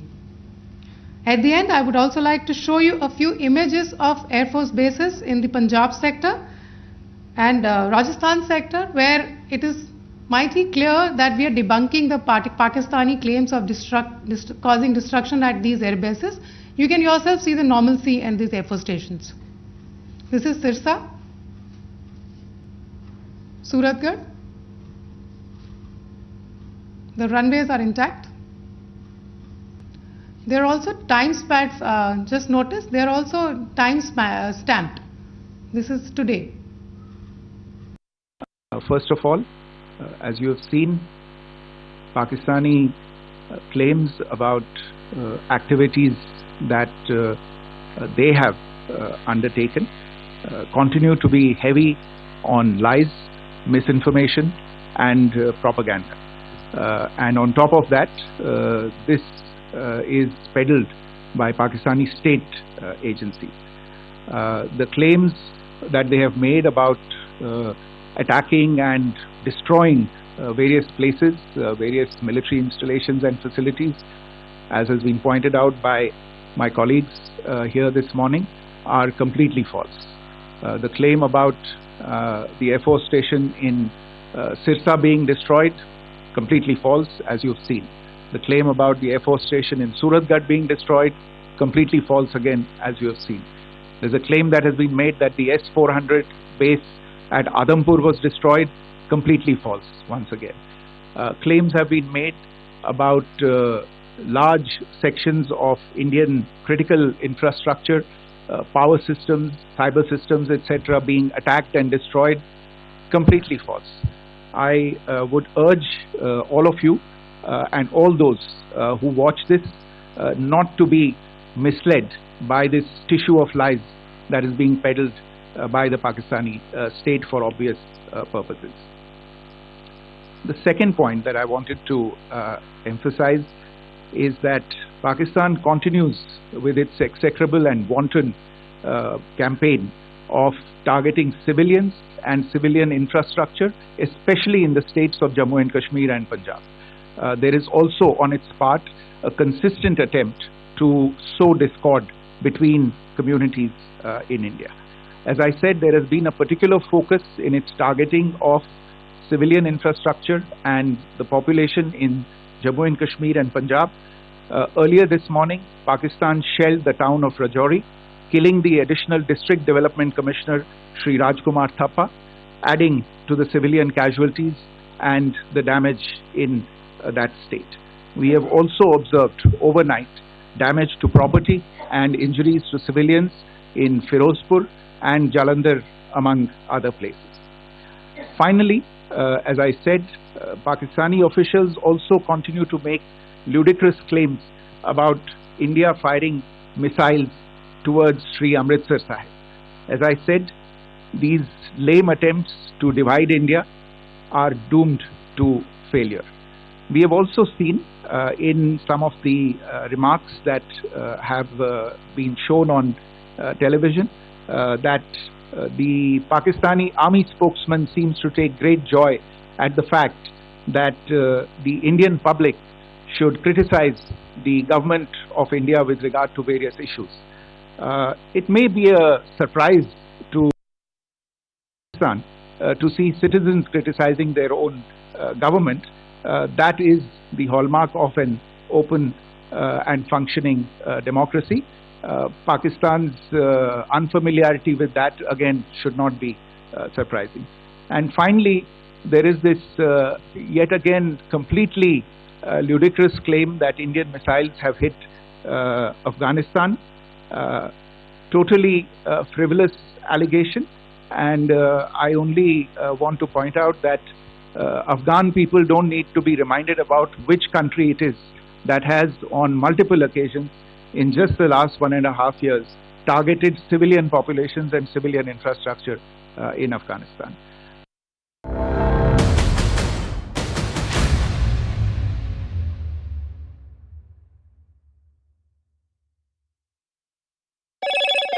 Hello, Moto. Motorola, India's leading AI smartphone brand.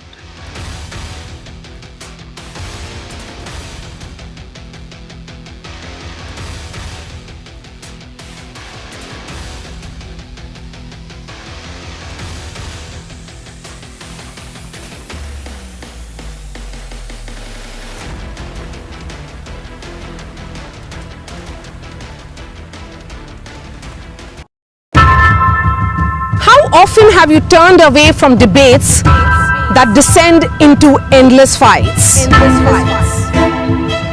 We bring you a show where every question is answered, where every debate finds its resolution, where every story finds its conclusion, where opinions collide but facts prevail, where stories unfold with insights and trust. When the noise ends, the last word begins.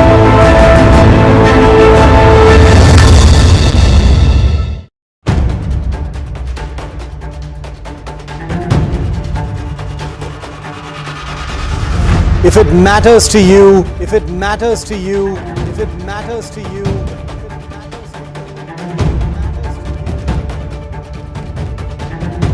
it matters to India. It matters to India. It matters to India. And it matters to me. And it matters to me.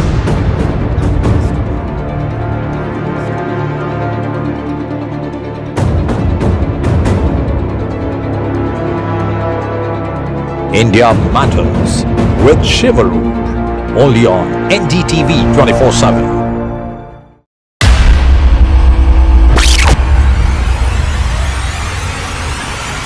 The last 1 month, if you see, the share prices of Genzol Engineering has fallen more than 58%. Why are the rating firms calling the debt payments as default? We have two credible credit rating agencies on March 4th coming and downgrading the stock to D. Statements are consistently being proven wrong, and transactions are being taken place which are different from what they were originally pictured to be.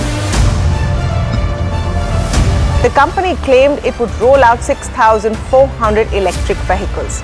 But what it has rolled out is a shocking scam. Funds meant for the project were funneled allegedly back to the promoters, the Junkie brothers.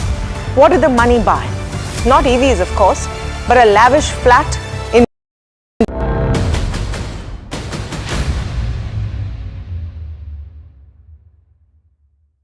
Welcome back. What happens next? It's been a day of intense military activity across the line of control and the international border. Pakistani air attacks continue. India hitting back at Pakistan very, very hard indeed. There is going to be a briefing of the External Affairs Ministry, which would be the second one of the day in a couple of hours from now. Joining us now, Ambassador Rajiv Dogra. Ambassador, thanks very much for being with us. We've seen the United States reach out to both India and Pakistan, say that there needs to be some sort of way of communicating. We've seen the Saudis reach out to both sides as well. Other countries, the G7 also, asking for de-escalation. How does one get about de-escalation, or do you believe that that's not an option at all from an India standpoint presently? Well, I don't think anyone in India would say that de-escalation is not our desire. Firstly, we did not escalate.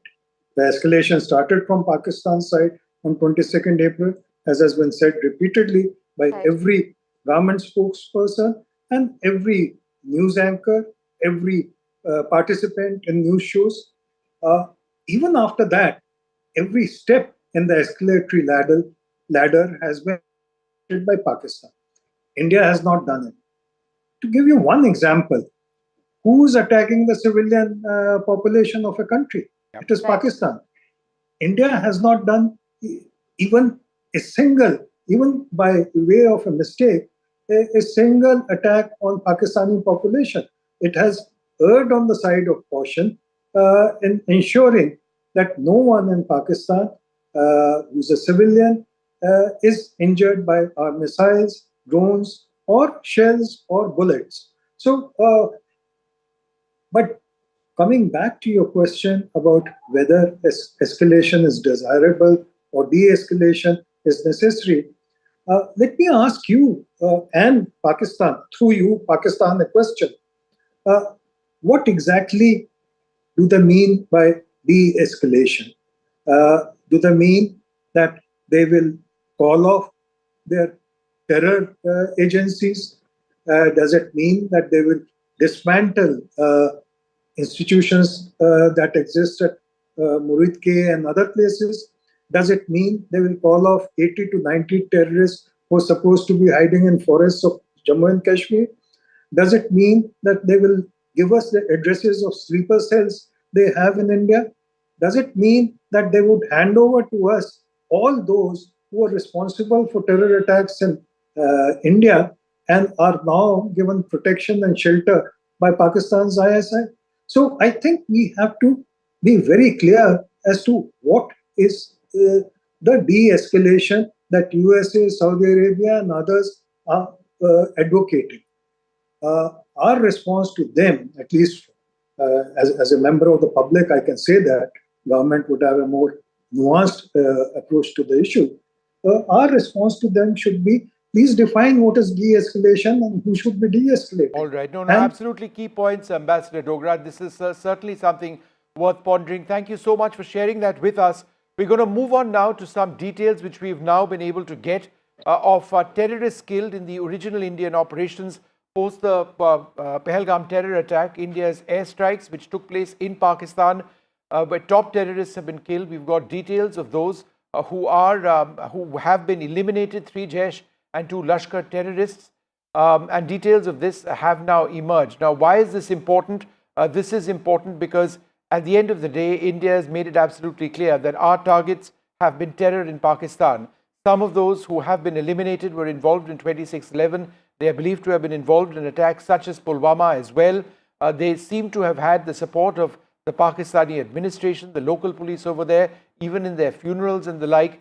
There is a real sense that India has achieved a great deal in taking out these terrorists. Of course, Pakistan has retaliated with military force, which is being resisted extensively by India presently, with even more reports coming in of further Indian military strikes on Pakistani bases, even this afternoon. Right, Vishnu, and in terms of misinformation as well, we have been seeing there's a lot of propaganda that has been circulating. There's misinformation circulating online. India has been doing its best to keep misinformation at bay. Just earlier in the press conference as well, India had debunked several of the claims that Pakistan had put forward.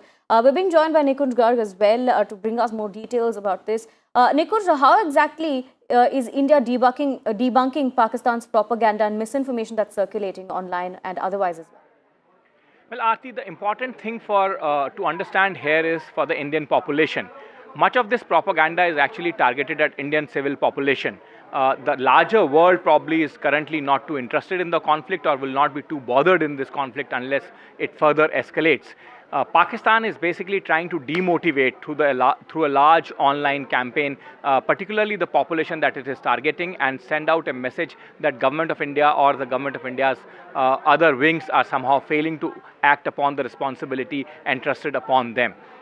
Pakistan obviously is a past master of misusing social media elements or even propaganda on the mainline platforms. They have activated their complete machinery at this moment also, as is expected in a near war-like situation that we are in currently. Obviously, Pakistani side will leave no stone unturned, knowing their weaknesses, knowing chinks in their armor, and would try to impress upon a larger section of population, both in India and Pakistan back home also, that they have been able to inflict large-scale damage. Government of India, as you have seen, that the Press Information Bureau has set up a fact-check unit. They have been constantly debunking any kind of propaganda that is being pushed by the Pakistani handles. Government is also taking active steps to block the handles that have routinely been found to be propagating Pakistani fake media campaigns.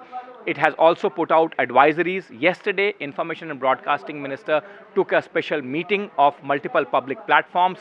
In fact, a series of meetings, and after that, they have set up a special control room for anyone to verify, anyone in the business of news, media, and information seeking, to verify the news that is being put out through a special platform or a special control room of the Press Information Bureau. So multiple steps are being taken, but the best step against any kind of fakery on social media is not to fall for any kind of propaganda material being pushed by unverified handles or handles that do not have any reliable followers. And that's a general advisory for general people in any time. And mostly in the times of wars and situation of any contingency, people should very closely follow it. In fact, Foreign Secretary himself today appealed to the people not to fall for the Pakistani propaganda that is being pushed, and that was after he said that Pakistan is actually trying to sow the seeds of discord between communities in India. So that's how important this information warfare has become at this stage, Aarti.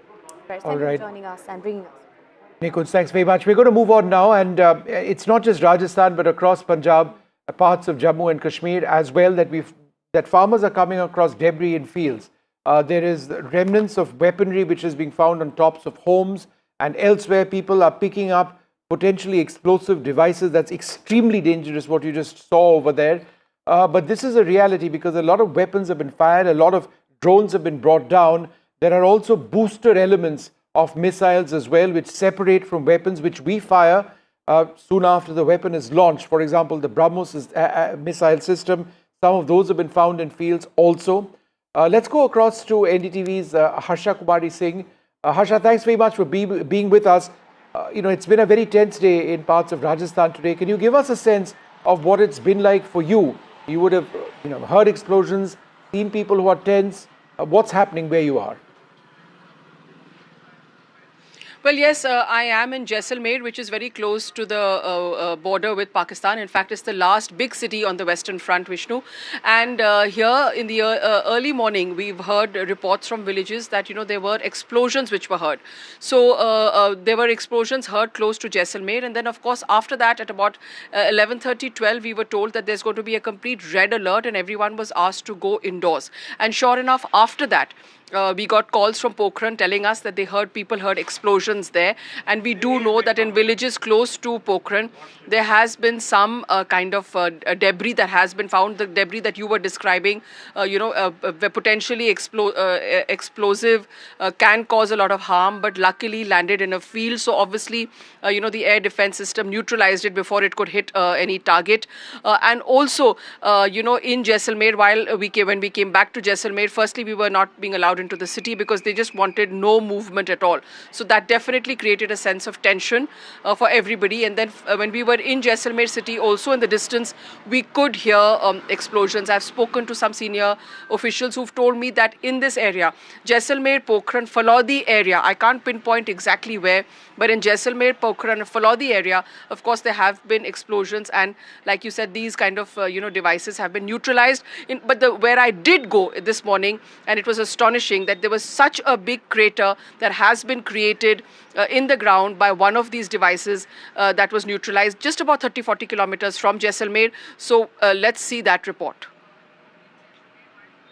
A lot of drone activity here on the border, on the Western Front. Now we are in Jaisalmer in Badoda Gaon, which is about 30-40 kilometers from Jaisalmer, and about 4:10 in the morning, this is what happened here. So you can see that this kind of a crater that has come up here. Now at about 4:10 in the morning, the village people here, they saw a missile-like object landing here, and then it went ahead. And if you can see, it created a crater, and then it went through that tree in front of me, throwing sort of debris all along. It went there and then it landed another 500 meters to the other side. So it's got a huge range from here till about another 500 meters. Now I have some people here with me who were of course witness to all this. भैया आपका नाम बताइए. उदय सिंह. हाँ, उदय सिंह, आप लोग यहाँ पर रात को सो रहे थे, घर में क्या देखा आपने? खेत है हमारा, वहाँ पर सो रहे थे. क्या देखा आपने? हमने तो 4:40 पर धमाका हुआ, 3 धमाका, जोरदार धमाका हुआ. उसमें अपने आग पूरा प्रकाश हो गया 3 किलोमीटर में, प्रकाश से प्रकाश. और फिर क्या देखा, यहाँ पे क्या हुआ? यहाँ पर गड्ढा, ये मिसाइल फूट को अलग गई, 2 किलोमीटर में अलग गई यहाँ. ठीक है. आपने क्या देखा, आप यहीं पे थे? हमने वही देखा, ब्लास्ट हुआ है और चिंगारी निकली है 4-4:30 के आसपास, और फिर धमाके अलग अलग जगह धमाके भी हुए हैं. और ये जो यहाँ पे आया था, ये लगता है चीरता हुआ यहाँ से गया है. बिल्कुल. यहाँ से गिरने से सीधा, ये झाड़ है, इसके अंदर से गिरने से सीधा यहाँ से 1.5 किलोमीटर आगे इसका जो टुकड़ा है वो आगे गिरा है. और जो हमारे घर थे उसके ऊपर भी गिरे हैं और घर के अंदर भी आए हैं, फिर नुकसान कुछ नहीं हुआ. इसीलिए क्या है कि ये गिरने से थोड़ा अफसोस भी हुआ है घर वालों को, इसीलिए वो सीधा आगे निकल गया. जो इसका टुकड़ा है ना, वो आगे गिर गया है बाकी छोटे छोटे पार्ट्स हैं वो हमारे घर में गिरे हैं, उधर खेत में भी गए हैं। तो आर्मी ने आके यहाँ से सारे पार्ट्स इकट्ठा कर लिए? बिल्कुल, पार्ट्स सभी इकट्ठे कर लिए। वो आर्मी आ गई है, पुलिस प्रशासन भी आ गए हैं, सब यहाँ पर आ गए हैं, इसीलिए वो सब इकट्ठा करके एक जगह कर लिया है। ले गए। So as you can see behind me, quite a big sort of indent it's made in the ground, quite a big crater, and it seems to have a very long range, because as the people here are telling us, it went through this tree, it went over that house there, and then it's gone further. Another part of that explosive has gone further and landed in a field there. So in Jaisalmer and Barmer, in these areas, early in the morning, these kind of attacks are coming from across the border, and of course, luckily so far, no harm or damage has been caused. Right, Vishnu, we have been reporting, like you mentioned as well, this debris that's been spotted in several other areas in Jammu and Kashmir, in Srinagar as well. Some debris has been reported in the Dal Lake, and that's been sent for analysis as well. No, it's interesting that you should speak about Srinagar, because when our colleague Shiv was reporting live this morning and I was on air with him from Delhi, there were explosions which were sounding all around him, and we were able to confirm from our Air Force sources that there was very extensive air activity over there, the use of fighters, surface-to-air missiles, there were drones possibly which were brought down, there were explosives as well. This was an area that the Pakistanis targeted, and it does appear that there was some either weapons or debris which fell into the Dal Lake area. Shiv has this report from there. We're on Srinagar's famous Dal Lake, because in an area just ahead of where we're sailing right now is where a Pakistani drone was intercepted and actually fell into the Dal Lake. Now, before you get worried, I have permission to be here. I've spoken to the agencies, because the drone that was shot down in airspace over Srinagar and crashed into the Dal Lake has been recovered by the agencies and has gone for analysis. But I wanted to give our viewers here on NDTV tracking our ground coverage just a sense of how in the middle of a population center, Pakistan has been sending offensive weapons. Now, we are told it was some kind of a long-range loitering munition or a drone. While we were reporting this morning, we heard a series of loud explosions, and it's difficult to pinpoint, but at least one of those explosions must have been the interception of a drone somewhere in this airspace, finally landing near that brick bridge right here on the Dal Lake. There have been as many as 14 explosions, including 2 in the afternoon, most of them in the morning. We are told that air defense systems have activated in and around Srinagar, near the airport and beyond, bringing down a variety of drones, confirming once again that last night's drone strike attempts in Srinagar and several other places, we are told about 26 different places, is continuing today as well. We heard it with our own ears, and it was captured on NDTV's cameras. What Pakistan does next will depend on how it handles the Indian airstrikes that have taken place as a retaliation on their military bases. Remember that phrase, military bases, viewer, because here in Srinagar, a highly populated city with lakhs of people living around the Dal Lake, Pakistan sent a loitering munition capable of killing lots of people right into a population center, signaling very, very clearly that it doesn't care for civilians and it doesn't differentiate between population centers and military targets. With Ashwini Mehra on the Dal Lake in Srinagar, Shiv Arur for NDTV. We'll continue tracking the story for you. For now, let's take it.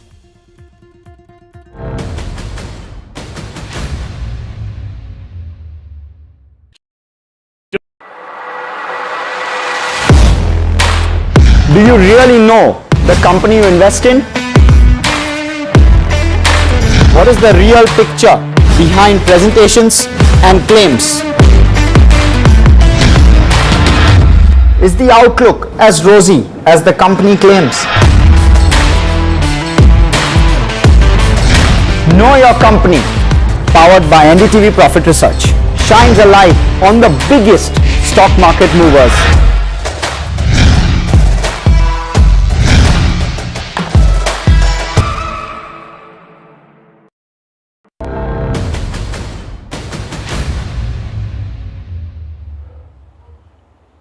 Well, as we go through this incredible tension in the subcontinent, there is the gaze of countries around the world on India and on Pakistan. The US Secretary of State, Marco Rubio, has spoken to our External Affairs Minister, Dr. S. Jayashankar, just one of several leaders who are calling for de-escalation. But how is that going to take place? Is India communicating at Pakistan at all? Should we be doing that, considering how it is Pakistan that's escalating? These are important questions. It's something that my colleague Vishal has been tracking throughout the day. Vishal, there was that one very interesting interview given by Pakistan's foreign minister where he seemed to suggest that if India were to sort of not do anything further, they could consider de-escalation. Could you tell us about that statement, number one, and what about this conversation between America and India?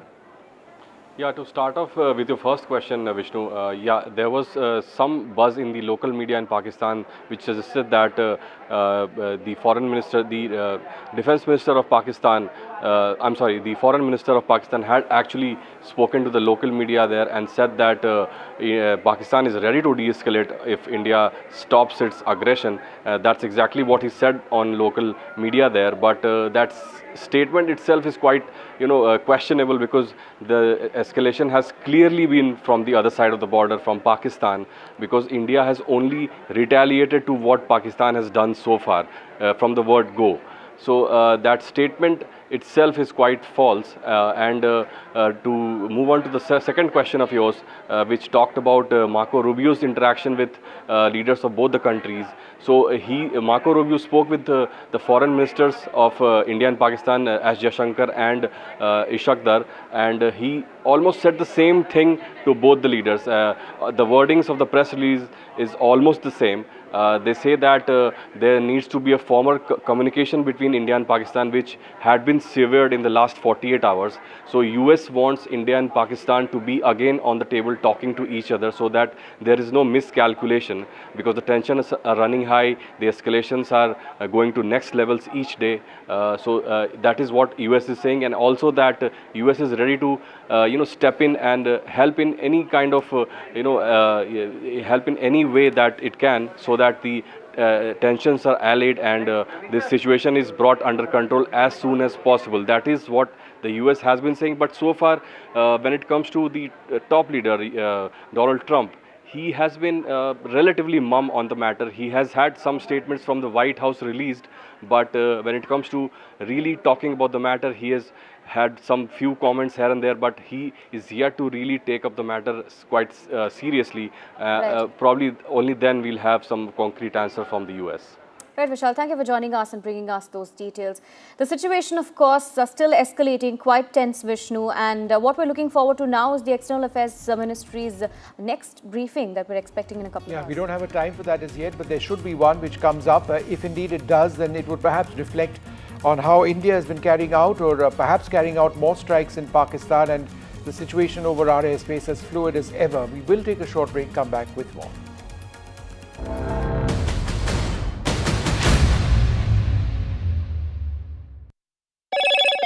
Hello, Moto. Motorola, India's leading AI smartphone brand.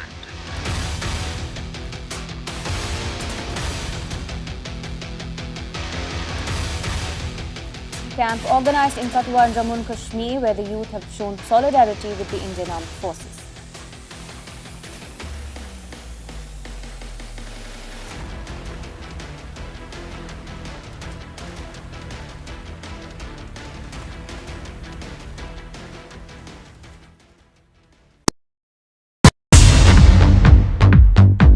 More news that matters.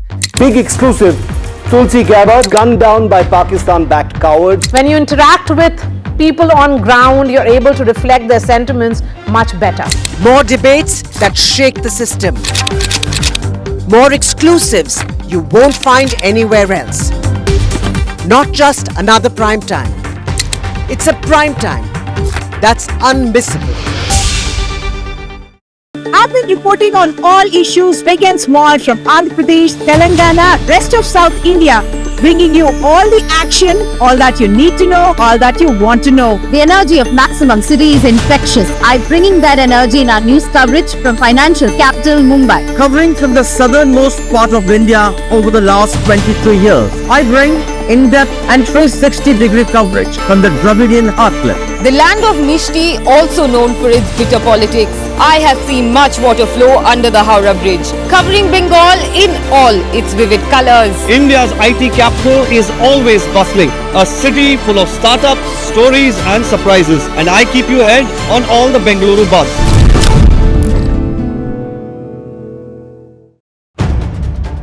If it matters to you, if it matters to you, if it matters to you, it matters to India, it matters to India, and it matters to me, and it matters to me. India Matters with Shivaru, only on NDTV 24/7.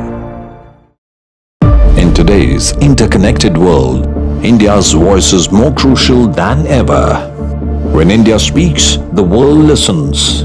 At NDTV World, we are that voice, bringing you intelligent and insightful news from India and beyond. From geopolitics and diplomacy to economic shifts, migrations, tech disruptions, and the stories of our diaspora. We cover the news that shapes our global future.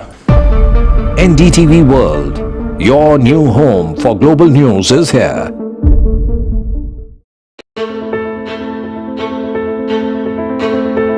News is not just headlines, it is what impacts you. And news should never be mistaken for noise.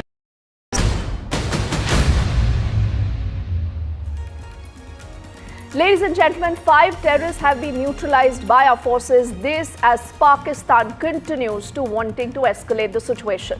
But India has called out the bluff of Pakistan, and we continue to maintain that we are more restrained and calculated in our approach, and we are never the aggressor.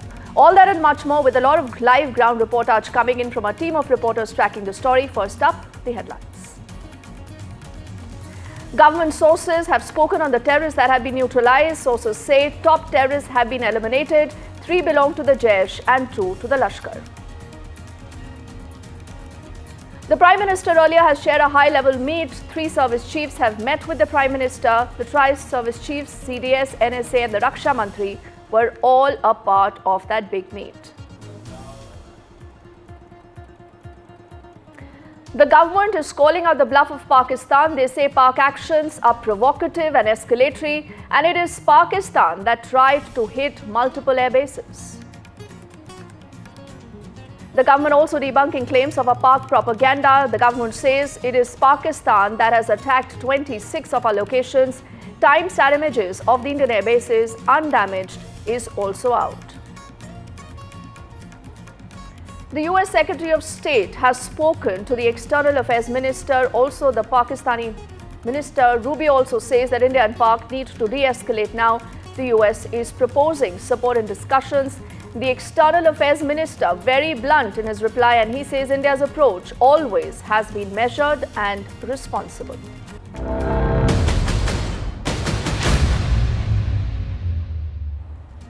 First up, let's get you details of a big development. The government has put out details of terrorists that have been neutralized in the Indian operation. Now, what sources tell us is that these are top terrorists who've been eliminated. These are also details of Pak Army's engagement with them that have been now made public. Their names, the affiliations are all now in the public domain. On your screens, you're reading more details of what we know about the story so far. These are 3 individuals, 3 terrorists that belong to the Jaish, 2 to the Lashkar. And the government sources also maintaining that there are details of how the Pak Army's engagement has continued to ensure their infiltration and to ensure that they continue here to come and spread terror. Let's also get in more details of what we know about that story so far. We have been saying that, and that's what the Indian establishment here also has been emphasizing on, that the terrorists who have been killed are linked to Jaish-e-Mohammed and Lashkar-e-Taiba. These terror outfits have been carrying out attacks on Indian soil not once but multiple occasions in the past. Remember, IC-814 hijack which happened. In fact, someone who carried out that hijack was wanted in that case, has also been killed, Muhammad Yusuf Azhar. He is brother-in-law of Maulana Masood Azhar. He handled, in fact, weapons training for Jaish-e-Mohammed and was responsible for multiple terrorist attacks which took place in Jammu and Kashmir. Besides that, other names, which includes Mudassar Khadian Khas, who was in charge of the Mazkar Taiba in Muridke. His funeral, as was pointed out by Foreign Secretary, was attended by the serving Lieutenant General of Pakistani Army and also the IG of Punjab Punjab Police in Pakistan. So the emphasis being made here by the government sources, Vishnu, is that they have worked closely with the Pakistani military and the entire Pakistani establishment in carrying out those terror attacks on Indian soil from across the border. It was cross-border terrorism and the planning and was carried out, it was done on the Pakistani soil. More names that have been released by way of government sources, of course, is of Muhammad Hassan Khan, who is associated with Jaish-e-Mohammed. He played a key role in carrying out multiple terrorist attacks in Jammu and Kashmir. Another important name again would be Khalid Abu Akhasa, who was associated with Lashkar-e-Taiba, and his funeral was held in Faisalabad. Again, that funeral was attended by senior Pakistani army officials and the Deputy Commissioner of Faisalabad. So this is the list of some of the terrorists, the names of which have now come out by way of government sources. So those, remember, are also big details of Operation Sindoor now that have been made public. But let's take this story ahead, tell you more about the all-important meetings that we have seen. On your screens, we'll put our images of Prime Minister earlier chairing that high-level meet where you had the Tri-Services Chief, along with the CDS, the NSA and the Raksha Mantri, all present as the current situation was being deliberated upon. Aishwarya is live with us and he's been tracking all developments. Aishwarya, absolutely any word on what possibly, our agencies, the Prime Minister right now is mulling? Because clearly what you see from Pakistan is not a de-escalation, whether in their intent or whether in their action.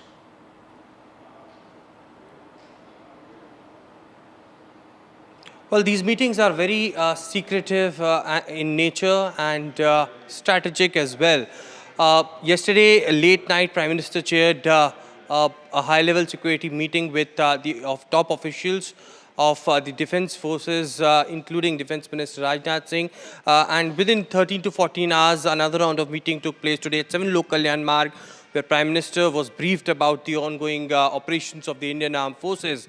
The Indian government and the top dispensation of Indian establishment is in view that India is only retaliating to what Pakistani troops are doing as far as hitting our civilians and also engaging in the infiltration bid. There has been cover fires being given by the Pakistani troops from their bunkers, and it is, of course, the border security force, clearly stopping this kind of infiltration bid. All of them had come into, the visual evidences that Indian armed forces are collecting, but certainly it is the Prime Minister who had a view that Indian armed forces should be given a free hand and the entire country is united together in support with the Indian armed forces. Prime Minister had stated that he believes in full professional capabilities of our armed forces, and therefore the ongoing escalation by the Pakistani side is something that that has been seen very, very closely. Prime Minister, Defense Minister and Home Minister monitoring such situations very closely. We've been told that since morning there are multiple meetings that happened. If I quickly recap those, early in the morning we saw Chief of Defense Staff going to Defense Minister Rajnath Singh's residence. That meeting lasted for almost an hour. hour post that we saw that press conference by the Government of India in which details were given about how the Indian armed forces stopped the Pakistani drones and missiles that were coming and hit and was aiming towards the Indian air bases. Post that we saw NSA Ajit Doval going towards 7 LKM, and that meeting lasted for almost an hour, and then this very important meeting that Prime Minister chaired with Defence Minister Rajnath Singh, CDS, NSA and Tri-Service Chiefs present. That meeting lasted for an hour, and a separate one-on-one meeting after that with NSA Ajit Doval and Prime Minister. So Prime Minister very, very closely monitoring each and every situation. Of course, the nod is being given by Prime Minister for the armed forces, but the armed forces have been given clear free hand for their operations. Absolutely. Aishwarya, only for the moment, thank you so much for filling us in on those details. We'll quickly keep this story moving and get you more details of another aspect of how government is out there to debunk a lot of this Pakistani propaganda. Remember, what is absolutely clear and what has irked Pakistan is that you have India's defense might on display. And clearly, Pakistan is no match when it comes to this. Now, what the government is making unequivocally clear is that it is Pakistan that targeted our civilian areas, unlike us, who targeted the terror camps. The government also says that it is Pakistan that attacked 26 locations with clearly an intent to cause damage, something that India was not interested in. We only want to flush out all the terror elements. There has been Pak shelling in the Rajouri sector, where the government has also confirmed that Pakistani air bases have been hit. They also say that it is Pakistan that is trying to divide the country, also reiterating that it is Pakistan that is making false claims. In fact, Colonel Sophia Qureshi and Wing Commander Vyomika Singh have also spoken more about how civilians, the infrastructure was the real target in Jammu and Kashmir in Punjab. And do remember, Pakistan and a lot of their media outlets have been claiming that there were attacks on Sirsa and the Adhampur Air Base, but all this is absolutely false. And we shouldn't be surprised, because that is the modus operandi of Pakistan. And it is Pakistan that also, in fact, hit medical center and school. So clearly you understand that there is a lot more information right now that is also being put out by Pakistan that is completely false, which is not true. But how India is dealing with the entire situation is manifold, because we are putting out such images. These images don't lie. They will tell you more of what Pakistan really is doing, of the kind of destruction that Pakistan itself has seen, and the remnants of these missiles, the munitions, that actually bears the Pakistani mark, the hallmark of Pakistan and its rogue state. And that is the image of the Pakistan targeting civilian areas.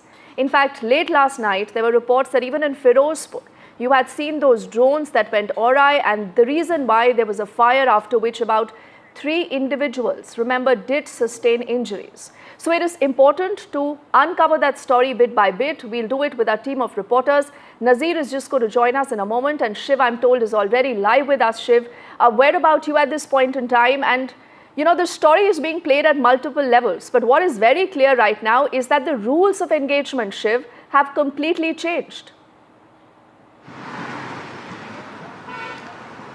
You couldn't have put it better, Deepti. The fact that the last 12 to 14 hours have seen a complete shift in how India is approaching this entire battlefield has, in my view, not only changed the rules of engagement, but completely shrunk Pakistan's, response window. And that's the reason why you're seeing Pakistan respond with drones for the first time during daytime. Usually the attacks happen at night. Now they're happening during the day, because they can't wait anymore for the sun to set before actually conducting these strikes against India. So that's one thing that has put a huge amount of pressure on them.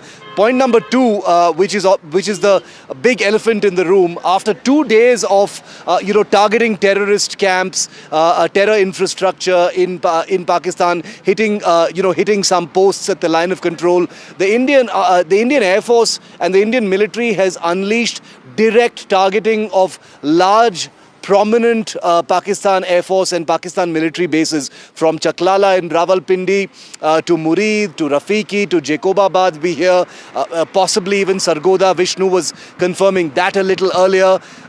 This is, just short of describing this as war, this is a warlike situation where you've got your adversary targeting as many as 26 cities or 15 cities and 26 targets, population centers, including where I'm reporting from in Srinagar here.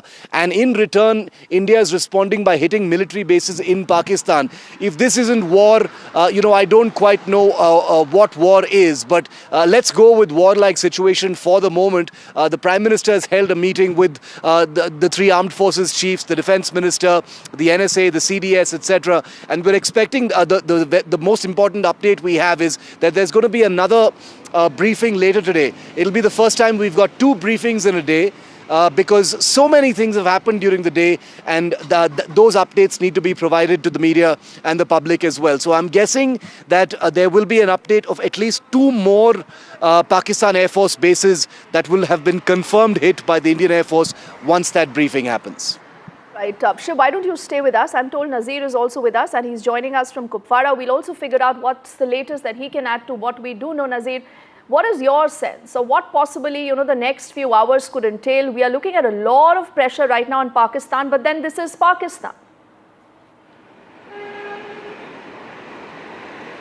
Well, if you see, Pakistan, once India decided to, suspend Indus Water Treaty, they said, look, we'll hit back. It is an act of war. And all those who know Pakistan, they would know that what they can do, and they have been trying to do that. But India has hit back and hit very hard. And their air bases, their military installations, since they started targeting our military installations and our air bases in Srinagar, in less than 24 hours, there have been 3 attempts, 3 targets. They targeted 3 times. And even schools and medical facilities at the Srinagar Air Base and Awantipura Air Base have been damaged in their attacks, in their targets, after they were targeted. So the situation looks like very tense. In the borders, we have seen for last 3-4 days heavy artillery shelling going on.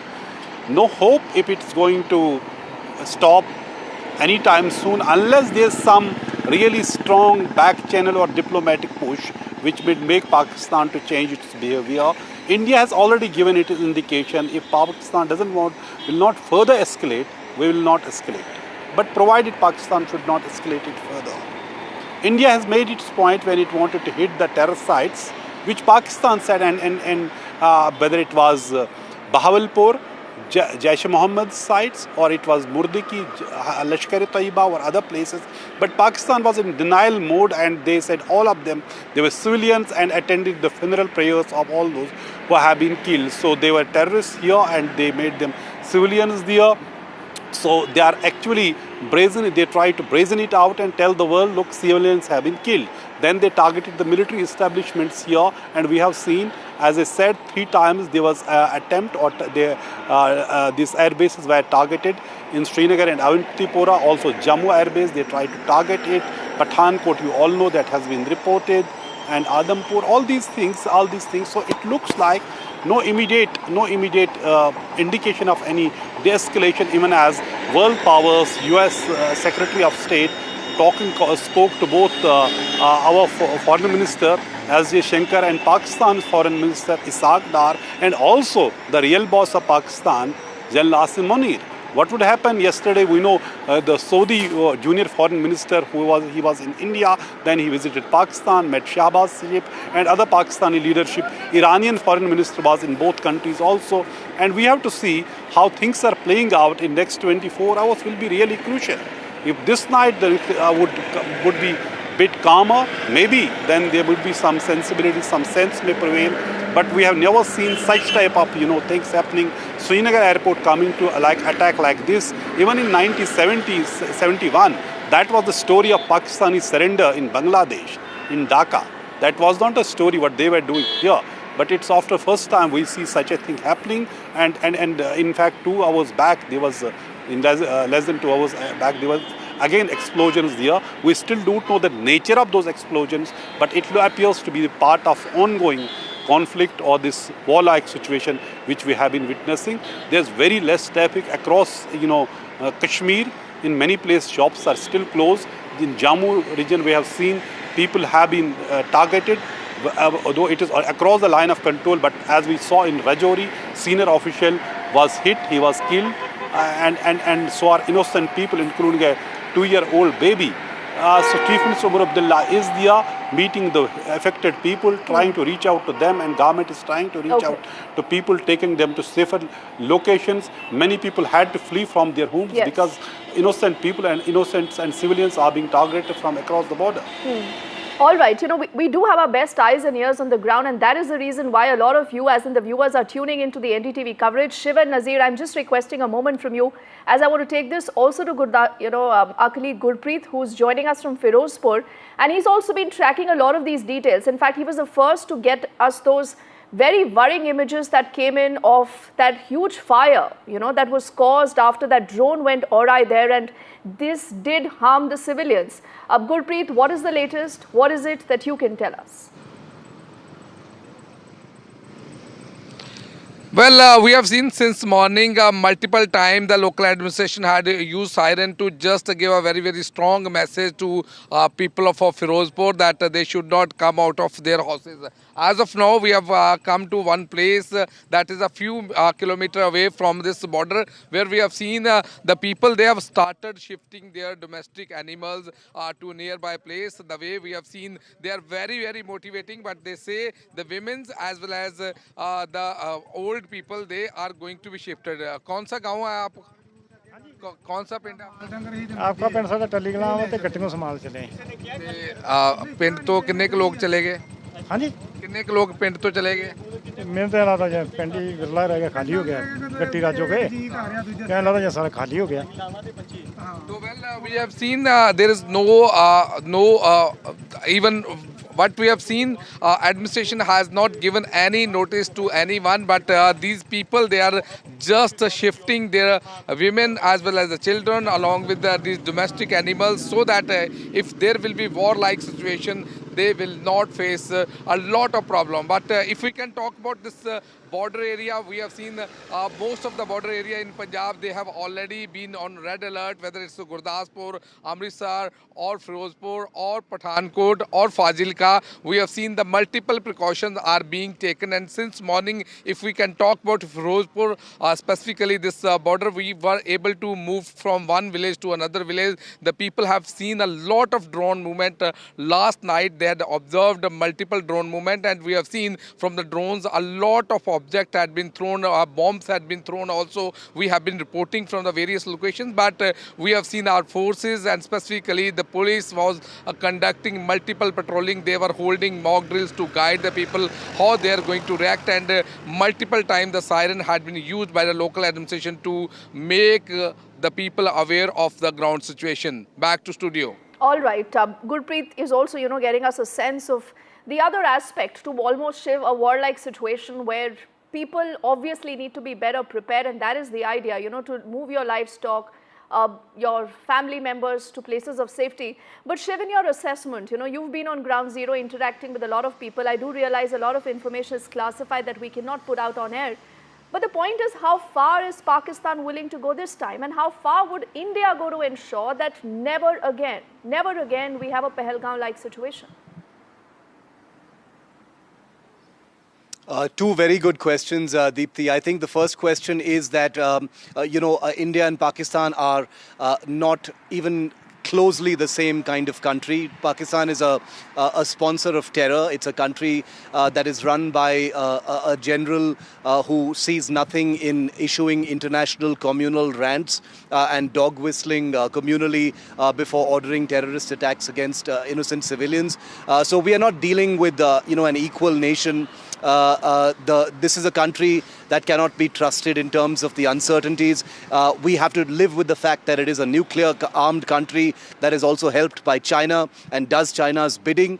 And putting all those geopolitical realities in place, it is very, very clear that there's India has options of punitive actions against Pakistan, but at the end of the day, the escalations that India conducts have to be calibrated in a way that can only be seen as not pushing that nuclear threshold. It's always there, it's always on the horizon, and this is not a country that is seen to be equal. Could you remind me of your second question? I'm sorry, Deepthi. Yes, Shiv, I wanted to know how far is India going to go this time, because we clearly need to ensure that what has happened post, the attack does not repeat itself, because we've given multiple, I think, windows to Pakistan to move Your out. question was about deterrence, and I think that's a very, very good question on deterrence, because, I have the same sentiment as you when you ask that question, Deepthi, which is that, how many more times are we going to see the cycle of violence? A terror attack, then, large-scale actions that continue for a few weeks, and then a few years pass, and we think that the deterrent has happened, and then another terror attack happens. You're right. Whatever needs to happen, it needs to happen this time, considering that the government, the country is nationally galvanized, even more so than during Pulwama and Uri, I suspect. And this time, something has fundamentally changed in everyone's minds, and they're all thinking exactly what you're saying. I think, I had a conversation with General Bikram Singh, a former chief of the army staff, on my show yesterday, Deepthi, and he said something very telling, which completely goes against, what the Indian government is currently saying in terms of, restraint and, not being escalatory, etc. He says, what's stopping us from setting those rules of engagement? Why not escalate? Because the point of punitive action has to be deterrence. Anything less than deterrence for the foreseeable future is not punitive action. I think those are very provocative, evocative words that seem to answer a question. There are those who believe, and I'm not saying that about the military now, but there are many who believe that we have our hands tied in some ways because we take a moral high ground in terms of not targeting certain things in another country. But for a country like Pakistan, India should say all bets are off. If you hit us once, we'll hit you 10 times until you beg for mercy. And maybe it's time to really get around to doing that. And I think we may actually be witnessing some of that becoming a reality. And like you said, Shiv, there is that basic difference between India and Pakistan. No matter what Pakistan wants to do, there is just no equivalence. And that is why, the change in the kind of responses, the measured tone, and India again and again saying, Nazir, even the External Affairs Minister today, being very curt in his response, he's made it very clear that we've all along been very measured. But we will have to respond to what Pakistan is doing after a limit, after we reach that threshold. Well, let's understand what Pakistan is doing. Number one, what have they named their operation, this targeting India? They have named it as Bunyanum Marsus. It is a word from Holy Quran, but they have forgotten one thing. It's again Holy Quran, which is saying if you kill one innocent person, as if you have killed entire humanity. Or if you save an innocent person, it is as if you have saved entire humanity. So having said this, there is clear attempt to give a religious color to this targeting India. And then if you see it through their propaganda, the state TV and the social media handlers, they are trying to use it as a religious war, and then they are also trying to divide here. And perhaps that was the reason from day one when Pahalgam happened, when men were separated from women and children and killed in the name of the religion who they were. So that is one doctrine they have, very ugly one. But the fact is, when we talk about the war, and there are actually no clear winners in any war. The way which have seen things playing out, it is sometime it has to end. It can't remain like it all the times. But who would actually send that message? The other side would not. Other side would not dare to do it again. And militancy, when it comes to militancy, it is a complex issue. Yes, Pakistan, origin is in Pakistan, problem is still in Kashmir. So that people had given a resounding their view after Pahalgam massacre that it is not acceptable, we don't want this thing, and that also needs to be built where we fight Pakistan and ensure that it doesn't emanate from there. So people's mood here is also very important when it comes and people's participation in this sport to ending terrorism. But this time if it is not officially declared war, as she was talking about, it is essentially, when we call it warlike situation, that is terminology that we should use careful what we talk. But the way it is happening, military establishments are being targeted, air bases are being targeted, there is damage to the infrastructure, and also soldiers, which in the briefing today government said there's also casualties also. They said they're damaged, men also, and there have been injuries also. Camps have been targeted. There is a damage, nobody is denying that, but there's greater damage to Pakistani side also. But that would be also gauged with one thing: what would be the now future response if the targets again emanate from those same bases, which would again show the extent of damage they may have suffered. Well, Pakistan has been in a denial mode that they have not suffered much, but clearly India has hit where it hurts the most. It has hit very, very hard. So it is an evolving situation, but spare a thought for the people living near the borders. For last 4 days, a night has been a nightmare. Many people I saw in last 3 days in Kupwara have not been able to sleep because of the fear, because of the gun battle, because of the bombs falling, and nobody knows where it will fall next time, next minute. So it is a tough situation. War may look beautiful from a distance, but when you see from close and see the people who suffer, you feel the pain, you feel what it means actually on the ground. But clearly the things, how it has started, what India clearly said, the real and the original escalation was Pahalgam massacre, and what started is the follow-up that to end that, and it should never happen again. But as I said, that Pakistan has its own view. World leaders have been trying to de-escalate the situation, but perhaps there has not been any categoric one statement from country which would tell Pakistan to just stop. Yes, I think what Nazir has said, Shiv, is such a powerful, strong commentary on how the Aam Aadmi who's bearing the brunt of this feels. But then there would also be those, Shiv, who would say that you cannot have this as a normal practice now. We cannot be waiting for Pakistan to strike and then, you respond.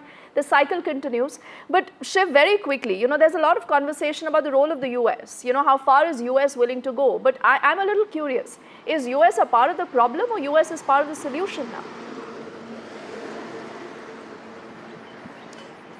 It's an interesting question because of how many different noises we've heard from the United States since the beginning of this cycle of tension, Deepthi. You had Tulsi Gabbard, the so-called Director of National Intelligence of the US, seem like she completely supports Indian action in Pakistan. Then you had Trump saying he's very good friends with both sides. Then you had J.D. Vance come to India and shortly after say Pakistan should cooperate to the extent that it is responsible. Now you've got Marco Rubio, who's actually very, very pro-India, similarly playing that kind of equidistant, both of you should calm down kind of role. Going back to the earlier point that you and I were chatting about, Deepthi, about India and Pakistan not being equal, this kind of equidistance, talking about India and Pakistan in the same breath, saying both of you should cooperate and calm down and restrain yourselves, as if it was India who played a part in this tension, is of great annoyance to India diplomatically. India doesn't appreciate and deeply resents any diplomatic messaging, especially from the United States, where India and Pakistan are projected as hyphenated or having some kind of an equal part to play in this huge escalation that has taken place between them. There are very few who have actually acknowledged that it is Pakistan that is, as a terror state, directly triggered what has happened here. So the reality of it, of course, is that we need to go beyond the optics, stop chest beating about not having optical or cosmetic support from growing allies like the United States, and get used to and live with the fact that ultimately when it comes to big measures that are in our self-interest, it's very, very lonely. It's going to be lonely geopolitically, diplomatically, and otherwise. We will always have our friends who will stand by and watch us do our work. But ultimately, when India needs to up the ante, set the rules of engagement as far as Pakistan is concerned, hit them 10 times when they hit us once, it's going to have to be without anyone's validation. That's the bitter reality of what's happened post-Pahalgam. And sometimes I think you need to swallow a bitter pill, you know. We might agree to disagree, Shiv, but there is a larger sentiment that encompasses what Nazir has said, what you've been saying. But yes, we as a country, again and again reiterate, we are never the aggressor. Only for the moment, Shiv, I'm just letting you go, but do stay safe and continue to get us all that ground reportage. As I'm requesting Nazir to stay with us, because we'll also get you details of the other aspect of this story. There are reports of a Jammu and Kashmir official who's lost his life in shelling. The Chief Minister Omar Abdullah and the ALG earlier have also shared their condolences. An ex gratia has also been announced and 10 lakh for the families of those who are deceased. The Chief Minister earlier has met with the late Thapa's family. The ADC Rajkumar Thapa actually lost his life in Rajouri and he was accompanying the Deputy Chief Minister. And do remember, this is where civilians were targeted by Pakistan. Nazir, powerful pictures, but these are pictures that, you know, we as a country and you as someone who's been on ground zero have seen time and again. And clearly, these are not pictures that, you know, should be normalized or should be acceptable for us as a country.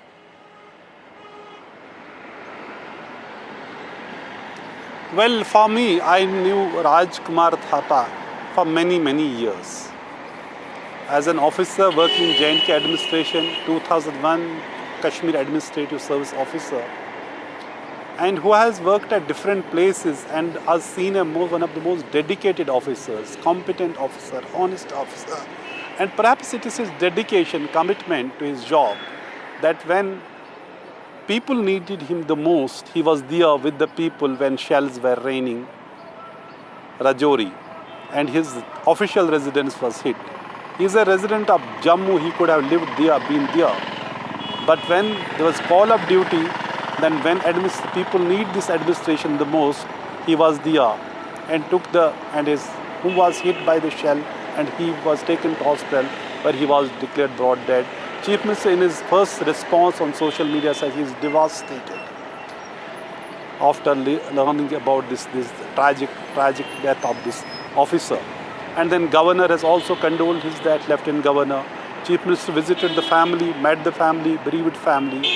And this is the story of people, because they are not officials, are not combatants, these civilian officials. They are civilians, they are administrated to help people. They are not combatant. So clearly it is part of those targeting civilians. When we see the 2-year-old baby also being killed in Pakistani shelling, they are also claiming so many civilians have been targeted in Indian shelling. But India has made it very clear we only target this military installation, or earlier we targeted terror sites only. That has been India's stated position. But as we have been talking about the larger problem, what is happening? India wanted to see the world to this problem, this escalation, as problem which has emanated from a terror attack. And Pakistan wanted this problem to see as Kashmir and their water issue, Indus Water Treaty, and both are trying to show the world like that. And that's what we have been dealing with when we say diplomatic pressure or diplomatic, intervention. India has always said there cannot be a third-party intervention, even on now bilateral issue, since the abrogation of Article 370 and J&K making as a union territory. Even that bilateral thing is also ended, and Kashmir, India has now since then made it clear that Kashmir is now a closed chapter. But Pakistan, after this situation, is trying to make Kashmir again as a flashpoint, and also water as their survival thing. And they say they cannot rest in peace till the time this problem with their water share through Indus Water Treaty, what they say, which has been suspended by India after Pahalgam terror attack. Yes, and Nazir, that is why maybe they say that when it comes to Pakistan, the more things change, the more they remain the same. That is the irony. I thank you just for the moment for getting us the latest. You also please take very good care of yourself. And we also extend our condolences, our thoughts right now with the families that are grieving. But clearly, there needs to be a larger message that needs to be sent out. Let's take the story ahead and tell you more about another sinister plot of Pakistan. That is their Pak propaganda. Putting out information that is completely false, targeting people, and creating a new narrative of yourself, which no one is wanting to believe. Now, do remember the Indian Army, for the longest time, has been trying to shoot down Pakistani lies. What they are doing is that they are countering all this Pak fiction, all these Pak lies with facts, only plain simple facts.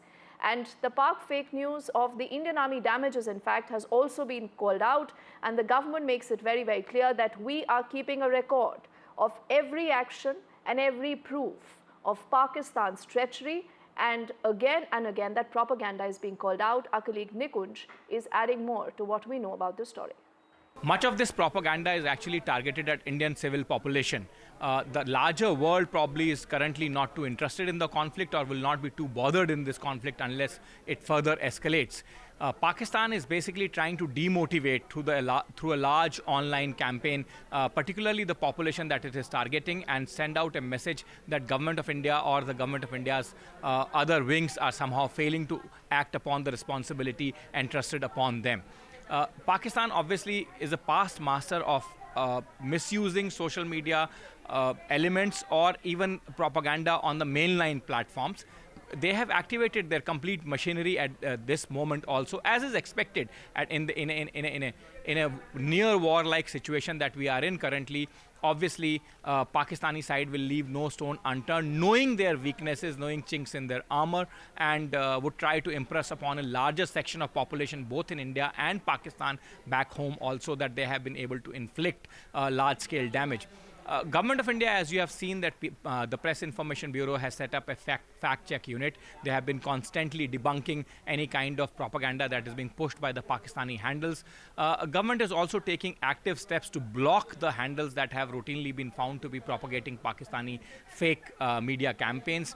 It has also put out advisories. Yesterday, Information and Broadcasting Minister took a special meeting of multiple public platforms. In fact, a series of meetings, and after that, they have set up a special control room for anyone to verify, anyone in the business of news, media, and information seeking, to verify the news that is being put out through a special platform or a special control room of the Press Information Bureau. So multiple steps are being taken, but the best step against any kind of fakery on social media is not to fall for any kind of propaganda material being pushed by unverified handles or handles that do not have any reliable followers. And that's a general advisory for general people in any time. And mostly in the times of wars and situation of any contingency, people should very closely follow it. In fact, Foreign Secretary himself today appealed to the people not to fall for the kind Pakistani propaganda that is being pushed. And that was after he said that Pakistan is actually trying to sow the seeds of discord between communities in India. So like you just heard Nikunj mentioning, there have been multiple news points of this briefing that we have seen being led by the Foreign Secretary Vikram Misri, where he's also taking down the Pak army and their false propaganda, and also putting out details of the kind of action that India has initiated vis-a-vis Pakistan. Sit back and watch the highlights. Pakistan military continued with its provocations, carrying out aggressive actions employing multiple threat vectors all along the western border. Pakistan employed UCAV, drones, long-range weapons, loitering munitions and fighter aircrafts to target civilian areas and military infrastructure. Pakistan military also resorted to air intrusions using drones and firing of heavy caliber weapons along the line of control. Along the international border and the line of controls, air intrusion and several harassment attacks were also attempted from Srinagar till Nalia at more than 26 locations. Indian Armed Forces successfully neutralized these threats and majority of the vectors. However, limited damage was sustained to equipment and personnel at Indian Air Force stations at Udhampur, Pathankot, Adampur and Bhuj. There were also several high-speed missile attacks noticed subsequently after 0140 hours in the night at several air bases in Punjab.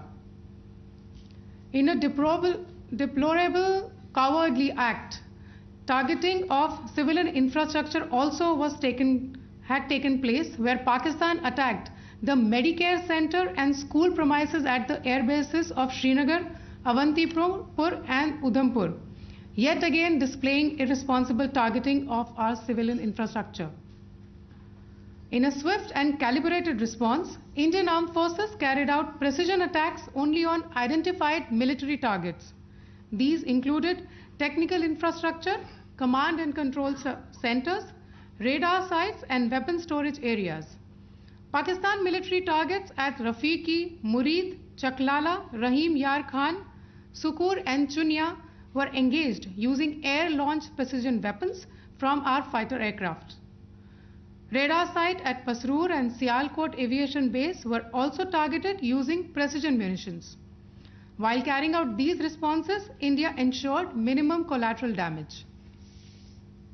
Pakistan has also attempted to execute a continued malicious misinformation campaign with claims of destruction of Indian S-400 system at Adampur, destruction of airfields at Suratgarh and Sirsa, BrahMos base at Nagrota, RT gun positions at Derang Yari and Chandigarh forward ammunition depot, with heavy damages to other military stations being propagated on social media.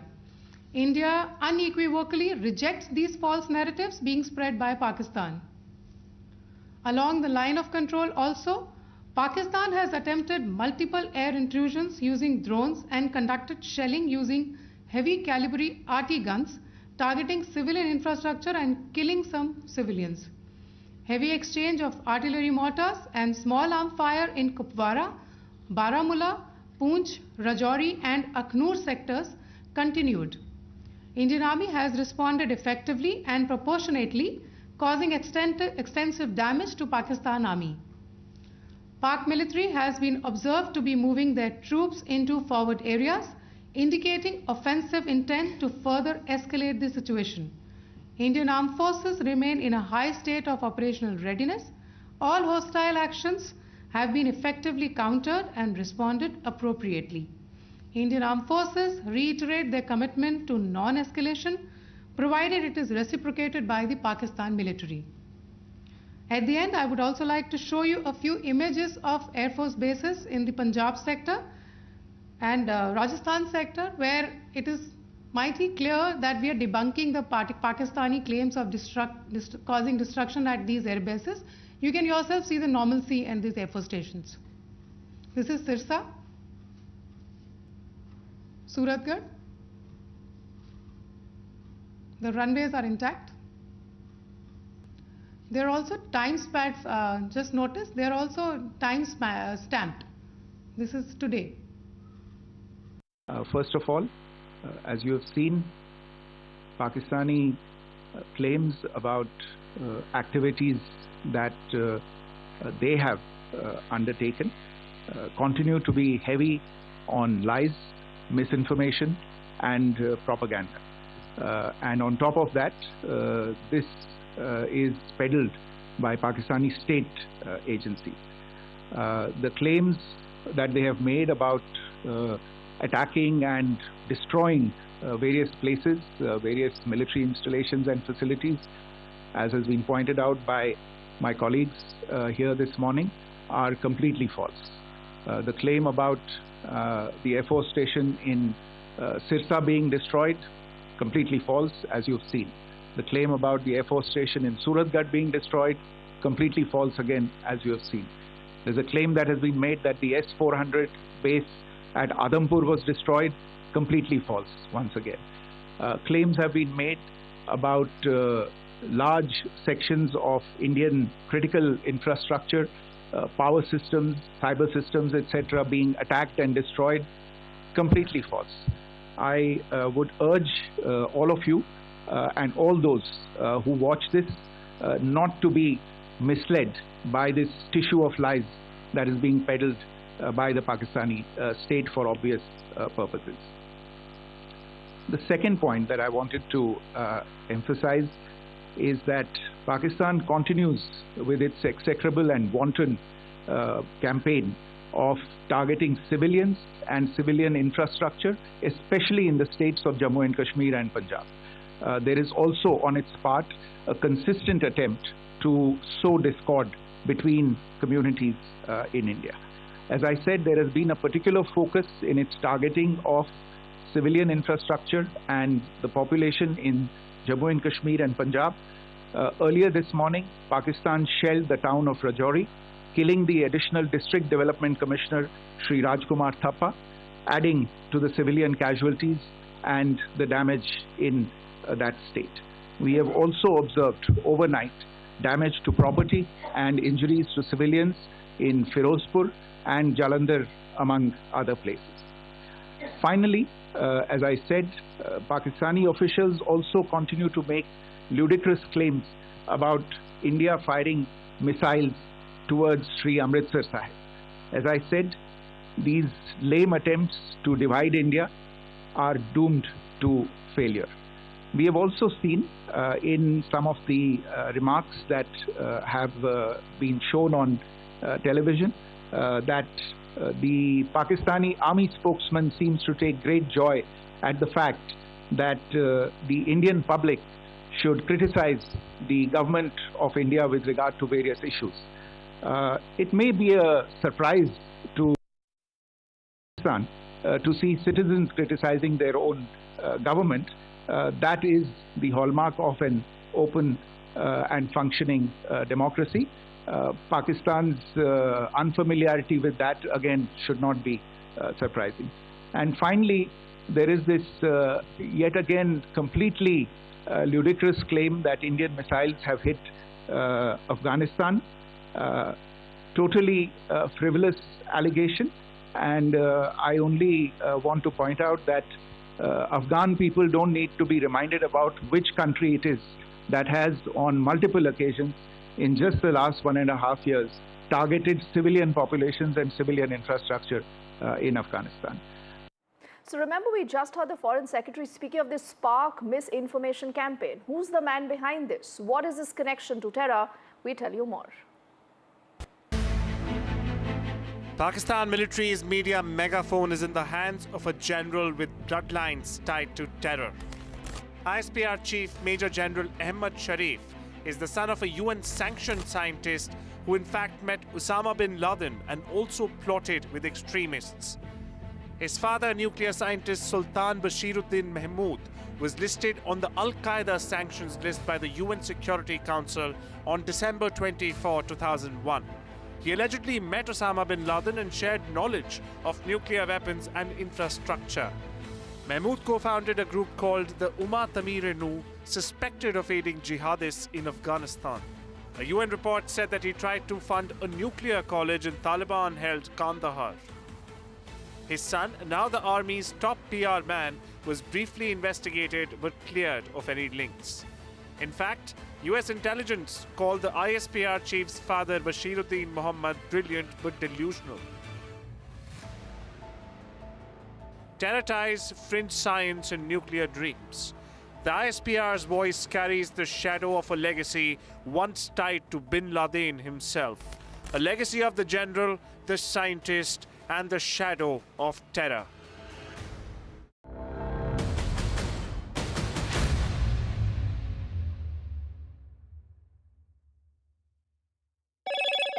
Hello, Moto. Motorola, India's leading AI smartphone brand.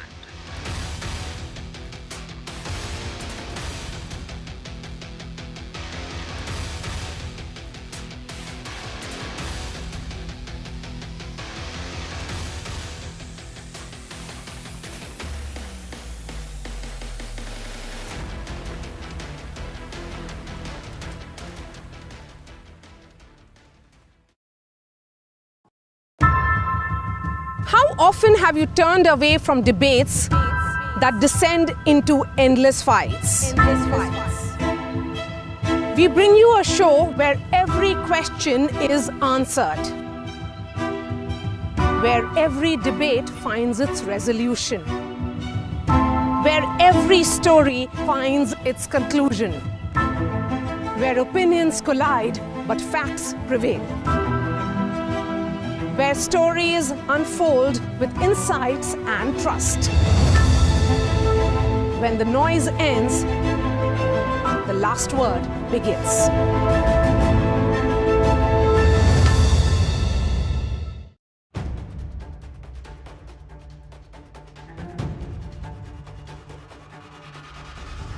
If it matters to you, if it matters to you, if it matters to you, if it matters to you.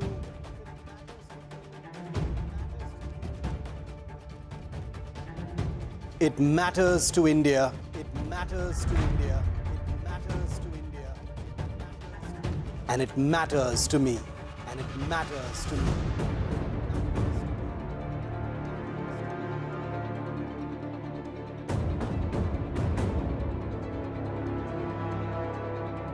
India Matters with Shivaru, only on NDTV 24/7.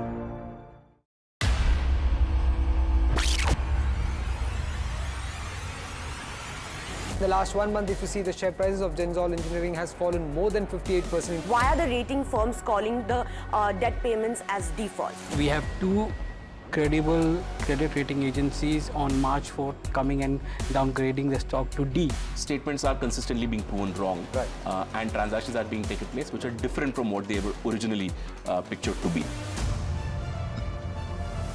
The company claimed it would roll out 6,400 electric vehicles. But what it has rolled out is a shocking scam. Funds meant for the project were funneled allegedly back to the promoters, the Junkie brothers. What did the money buy? Not EVs, of course, but a lavish flat in Gurgaon's luxurious DLF Carmelias.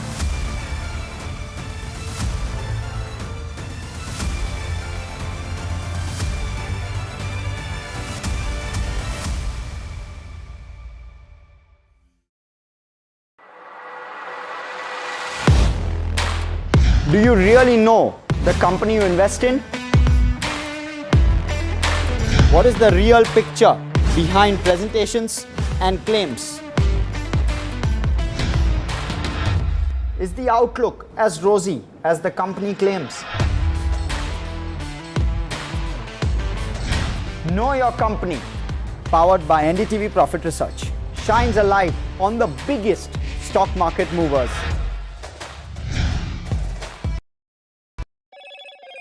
Hello, Moto. Motorola, India's leading AI smartphone brand.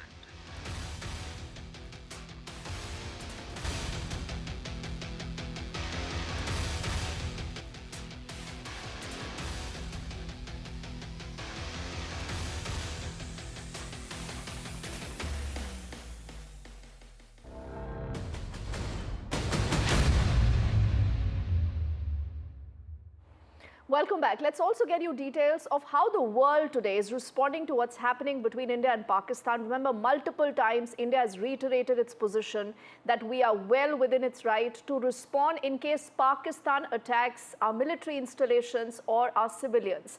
Now, in the course of this, you've seen the US making some fast, quick moves. To decode that, we have our colleague Vishal joining us, even as we'll stay with these pictures to read us through what has happened. Vishal, what has the conversation been like vis-a-vis New Delhi and Islamabad? Well, if you look at the press releases of both the conversations that Secretary of State of the US, Marco Rubio, had with his colleagues of both the nations, S. Jaishankar and Ishaqdar, it's the almost exact text that has been released. It sheds light on the fact that US wants both the countries to re-establish the communication path that had been severed in the last 48 hours. There has been no communication between India and Pakistan in the last 48 hours.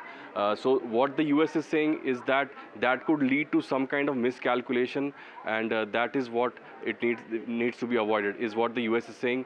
And it's also offering some assistance in the form of some diplomacy if it's needed.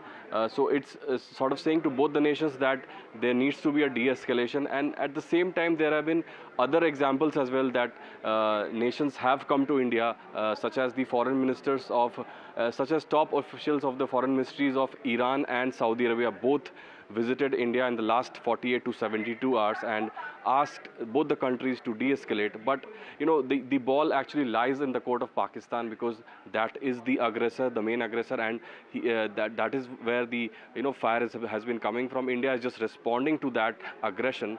So the ball lies in Pakistan's court, but all eyes are also on US President Donald Trump.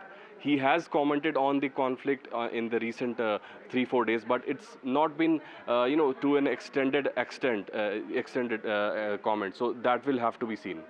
All right, so would that call make any difference, or will Pakistan continue to be what it is? Vishal, that is what the world today wants to see. For the moment, thank you for decoding that big story for us. With this, it's also time for us to quickly wrap things in this edition of the news. On the other side, Gauri joins you with more updates.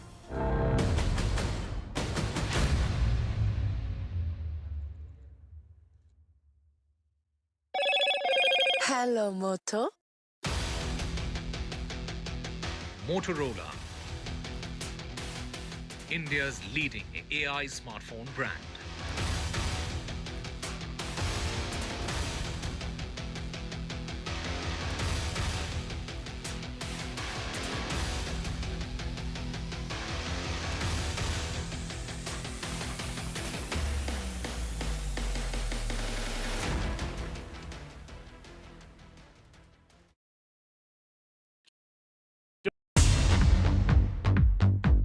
More news that matters. Big exclusive. Tulsi Gabbard gunned down by Pakistan-backed cowards. When you interact with people on ground, you're able to reflect their sentiments much better. More debates that shake the system. More exclusives you won't find anywhere else. Not just another prime time. It's a prime time that's unmissable.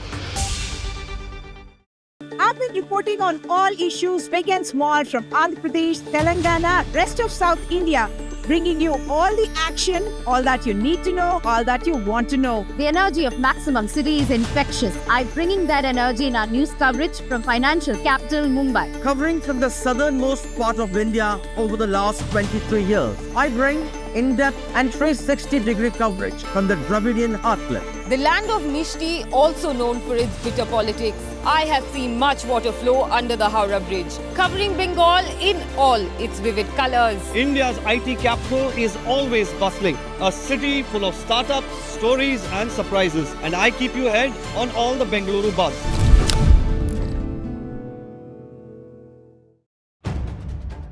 If it matters to you, if it matters to you, if it matters to you, it matters to India. It matters to India. And it matters to me. And it matters to me. India Matters with Shivaru. Only on NDTV 24/7. In today's interconnected world, India's voice is more crucial than ever. When India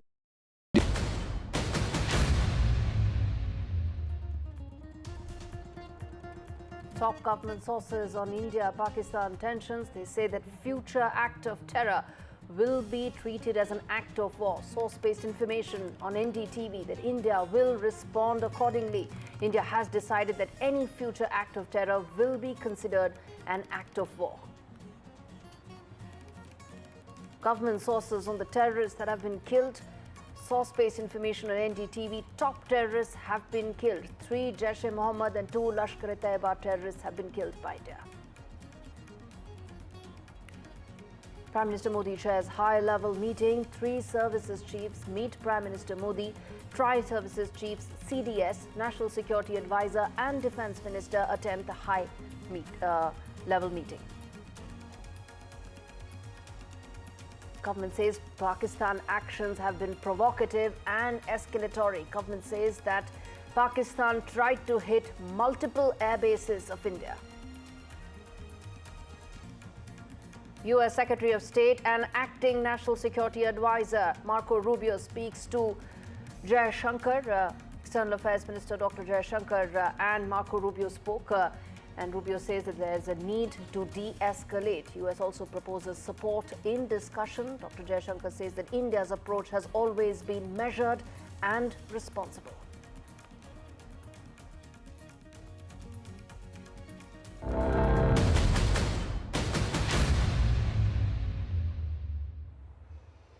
Good afternoon, viewers. We are starting this show with the breaking news that's coming in on the broadcast. Latest updates on Operation Sindoor. Top government sources tell NDTV that any act of terror in future will be treated as an act of war. That's the way now the government has set the red line going forward. And let me get in my colleague Aishwarya Jain to really fill us in with the details on this. Is a very important posturing and view that has been taken by the government, isn't it, Aishwarya, in terms of how future terror attacks, if any, the government will view them as an act of war?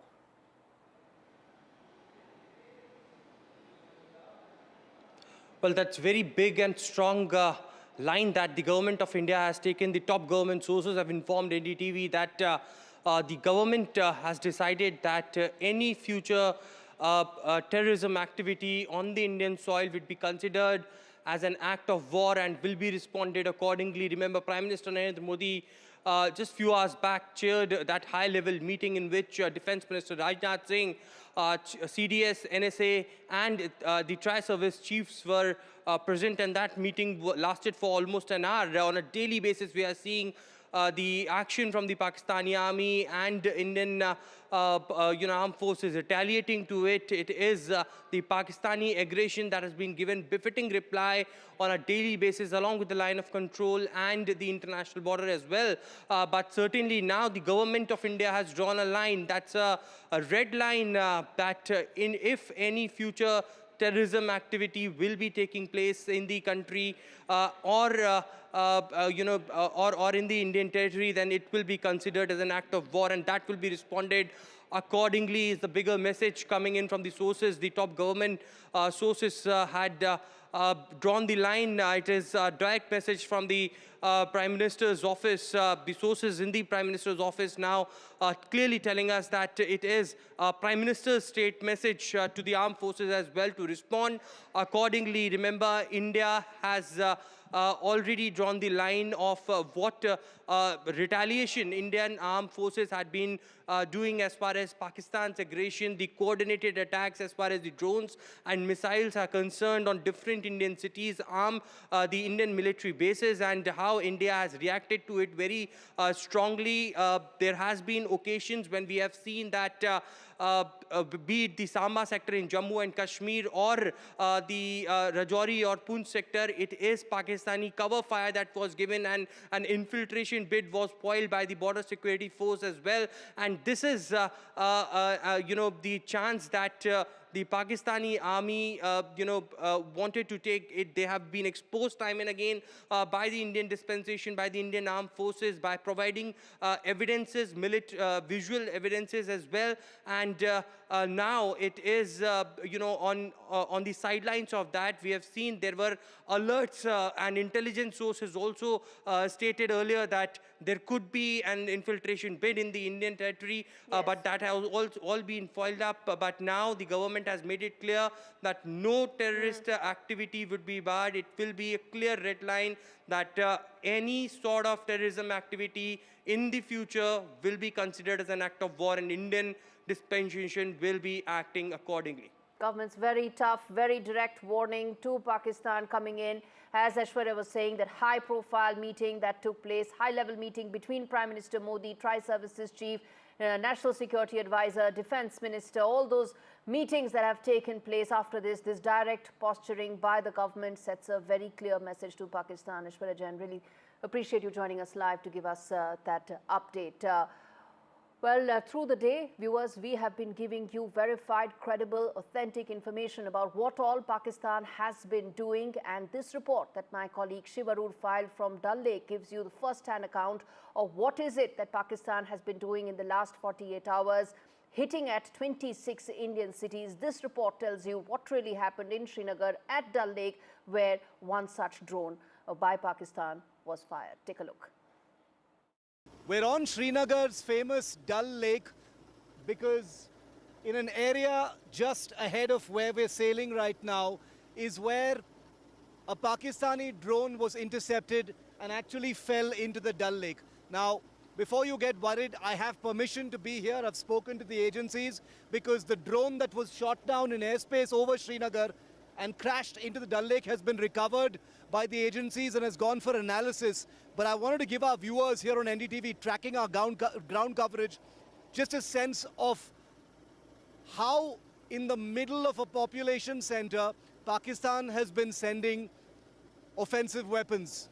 Now, we are told it was some kind of a long-range loitering munition or a drone.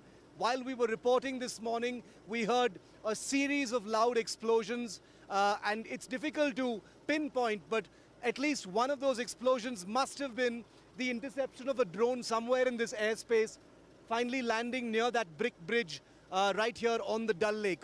There have been as many as 14 explosions, including 2 in the afternoon, most of them in the morning. We are told that air defense systems have activated in and around Srinagar near the airport and beyond, bringing down a variety of drones, confirming once again that last night's drone strike attempts in Srinagar and several other places, we are told about 26 different places, is continuing today as well. We heard it with our own ears and it was captured on NDTV's cameras.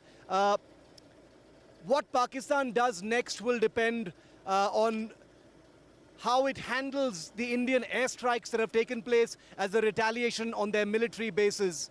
Remember that phrase, military bases, viewer, because here in Srinagar, a highly populated city with lakhs of people living around the Dal Lake, Pakistan sent a loitering munition capable of killing lots of people right into a population center.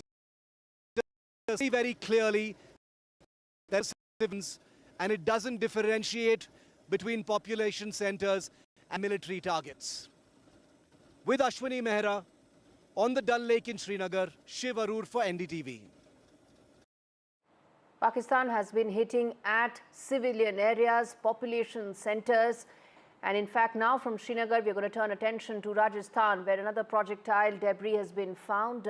And this has been found in a field, and that area has been cordoned off. And this is in Jaisalmer, in Barmer, where nearby towns have now been put on lockdown. And this ground report that's been filed by Harsha Kumari Singh, my colleague from Jaisalmer, tells you yet again what exactly NDTV has been saying all along. Pakistani drones that have been intercepted, this time in Pokhran, where people have been asked to stay indoors. Take a look. A lot of drone activity here on the border, on the western front. Now we are in Jaisalmer, in Badoda Gaon, which is about 30-40 kilometers from Jaisalmer, and about 4:10 in the morning, this is what happened here. So you can see that this kind of a crater that has come up here. Now at about 4:10 in the morning, the village people here, they saw a missile-like object landing here, and then it went ahead. And if you can see, it created a crater, and then it went through that tree in front of me, throwing sort of debris all along. It went there and then it landed another 500 meters to the other side. So it's got a huge range from here till about another 500 meters. Now I have some people here with me who were of course witness to all this. भैया आपका नाम बताइए. उदय सिंह. हाँ, उदय सिंह, आप लोग यहाँ पर रात को सो रहे थे. घर में क्या देखा आपने? खेत है हमारा, वहाँ पर सो रहे थे. क्या देखा आपने? हमने तो 4:40 पर धमाका हुआ, 3 धमाका, जोरदार धमाका हुआ. उसमें अपने आग पूरा प्रकाश हो गया 3 किलोमीटर में, प्रकाश से प्रकाश. और फिर क्या देखा? यहाँ पे क्या हुआ? यहाँ पर गड्ढा, ये मिसाइल फूट को अलग गई, 2 किलोमीटर में अलग गई. यहाँ ठीक है. आपने क्या देखा? आप यहीं पे थे? हमने वही देखा, ब्लास्ट हुआ है और चिंगारियाँ निकली है 4-4:30 के आसपास, और फिर धमाके, अलग अलग जगह धमाके भी हुए हैं. और ये जो यहाँ पे आया था, ये लगता है चीरता हुआ यहाँ से गया है. बिल्कुल बिल्कुल. यहाँ से गिरने से सीधा, ये झाड़ है, इसके अंदर से गिरने से सीधा यहाँ से 1.5 किलोमीटर आगे इसका जो टुकड़ा है वो आगे गिरा है. और जो हमारे घर थे उसके ऊपर भी गिरे हैं और घर के अंदर भी आए हैं, फिर नुकसान कुछ नहीं हुआ. इसीलिए क्या है कि गिरने से थोड़ा अफसोस भी हुआ है घर वालों को, इसीलिए वो सीधा आगे निकल गया. जो इसका टुकड़ा है ना, वो आगे गिर गया है. बाकी छोटे छोटे पार्ट्स हैं वो हमारे घर में गिरे हैं, उधर खेत में भी गए हैं.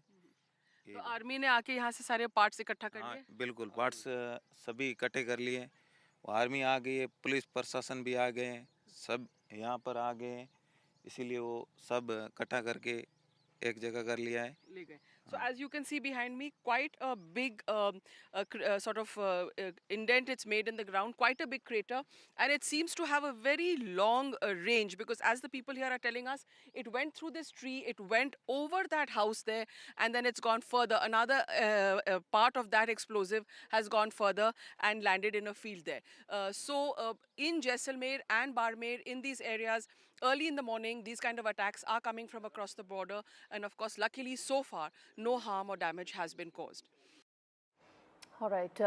Government has been putting out details of the terrorists that have been killed in the Indian operation. Source-based information coming to NDTV, but again, credible, as we've been saying all along, that top terrorists have been killed in these operations. Details of Pakistani army's engagement with these terrorists have also been proven beyond doubt, with their names, their affiliations all shared. These include 3 Jaish-e-Mohammed terrorists, 2 Lashkar-e-Taiba terrorists, all killed by Indian operations. Government sources are indicating that these are top terrorists that the government has targeted in these operations. Remember, for India, Operation Sindoor is about and has been about only focused on the terror infrastructure that has been perpetrated by Pakistan on its soil. That is what Operation Sindoor has been all about, and my colleague Maria Shakil gives us details of these 5 terrorists that have been killed and the source-based information that we have with you.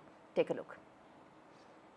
We have been saying that, and that's what the Indian establishment here also has been emphasizing on, that the terrorists who have been killed are linked to Jaish-e-Mohammed and Lashkar-e-Taiba. These terror outfits have been carrying out attacks on Indian soil not once but multiple occasions in the past. Remember, IC-814 hijack which happened. In fact, someone who carried out that hijack was wanted in that case, has also been killed, Muhammad Yusuf Azhar. He is brother-in-law of Maulana Masood Azhar. He handled, in fact, weapons training for Jaish-e-Mohammed and was responsible for multiple terrorist attacks which took place in Jammu and Kashmir. Besides that, other names, which includes Mudassar Khadian Khas, who was in charge of the Mazkar Taiba in Muridke. His funeral, as was pointed out by Foreign Secretary, was attended by the serving Lieutenant General of Pakistani Army and also the IG of Punjab Punjab Police in Pakistan. So the emphasis being made here by the government sources, Vishnu, is that they have worked closely with the Pakistani military and the entire Pakistani establishment in carrying out those terror attacks on Indian soil from across the border. It was cross-border terrorism and the planning and was carried out, it was done on the Pakistani soil. More names that have been released by way of government sources, of course, is of Muhammad Hassan Khan, who is associated with Jaish-e-Mohammed. He played a key role in carrying out multiple terrorist attacks in Jammu and Kashmir. Another important name again would be Khalid Abu Akhasa, who was associated with Lashkar-e-Taiba, and his funeral was held in Faisalabad. Again, that funeral was attended by senior Pakistani army officials and the deputy commissioner of Faisalabad. So this is the list of some of the terrorists, the names of which have now come out by way of government sources. Operation Sindoor started, viewers. The one thing that Pakistan has been doing again and again is coming out with a misinformation campaign, a propaganda that India has been busting again and again. Indian army shooting down Pakistan lies, and we've been telling all those details right here because it's important to counter the fiction that Pakistan has been coming out with exact facts. The fake news that Pakistan has been coming out in terms of whether it's the Indian army, supposed perpetrated damages, all coming out by the Pakistan misinformation factory is being busted right here. And my colleague Nikunj Garg gives you all those details. Much of this propaganda is actually targeted at Indian civil population. The larger world probably is currently not too interested in the conflict or will not be too bothered in this conflict unless it further escalates. Pakistan is basically trying to demotivate through a large online campaign, particularly the population that it is targeting, and send out a message that Government of India or the Government of India's other wings are somehow failing to act upon the responsibility entrusted upon them. Pakistan obviously is a past master of misusing social media elements or even propaganda on the mainline platforms. They have activated their complete machinery at this moment also, as is expected in a near war-like situation that we are in currently. Obviously, Pakistani side will leave no stone unturned, knowing their weaknesses, knowing chinks in their armor, and would try to impress upon a larger section of population, both in India and Pakistan back home also, that they have been able to inflict large-scale damage. Government of India, as you have seen, that the Press Information Bureau has set up a fact check unit. They have been constantly debunking any kind of propaganda that is being pushed by the Pakistani handles. Government is also taking active steps to block the handles that have routinely been found to be propagating Pakistani fake media campaigns. It has also put out advisories. Yesterday, Information and Broadcasting Minister took a special meeting of multiple public platforms. In fact, a series of meetings, and after that, they have set up a special control room for anyone to verify, anyone in the business of news, media, and information seeking, to verify the news that is being put out through a special platform or a special control room of the Press Information Bureau. So multiple steps are being taken, but the best step against any kind of fakery on social media is not to fall for any kind of propaganda material being pushed by unverified handles or handles that do not have any reliable followers. And that's a general advisory for general people in any time. And mostly in the times of wars and situation of any contingency, people should very closely follow it. In fact, Foreign Secretary himself today appealed to the people not to fall for the kind Pakistani propaganda that is being pushed. And that was after he said that Pakistan is actually trying to sow the seeds of discord between communities in India. Viewers, I'm going to now play out sound bites of the two women who are essentially now the face of India in Operation Sindoor, both in India and around the world. That is Wing Commander Voimika Singh and Colonel Sophia Qureshi. Take a look. Pakistan military continued with its provocations, carrying out aggressive actions employing multiple threat vectors all along the western border. Pakistan employed UCAV, drones, long-range weapons, loitering munitions and fighter aircrafts to target civilian areas and military infrastructure. Pakistan military also resorted to air intrusions using drones and firing of heavy caliber weapons along the line of control. Along the international border and the line of controls, air intrusion and several harassment attacks were also attempted from Srinagar till Nalia at more than 26 locations. Indian Armed Forces successfully neutralized these threats and majority of the vectors. However, limited damage was sustained to equipment and personnel at Indian Air Force stations at Udhampur, Pathankot, Adampur and Bhuj.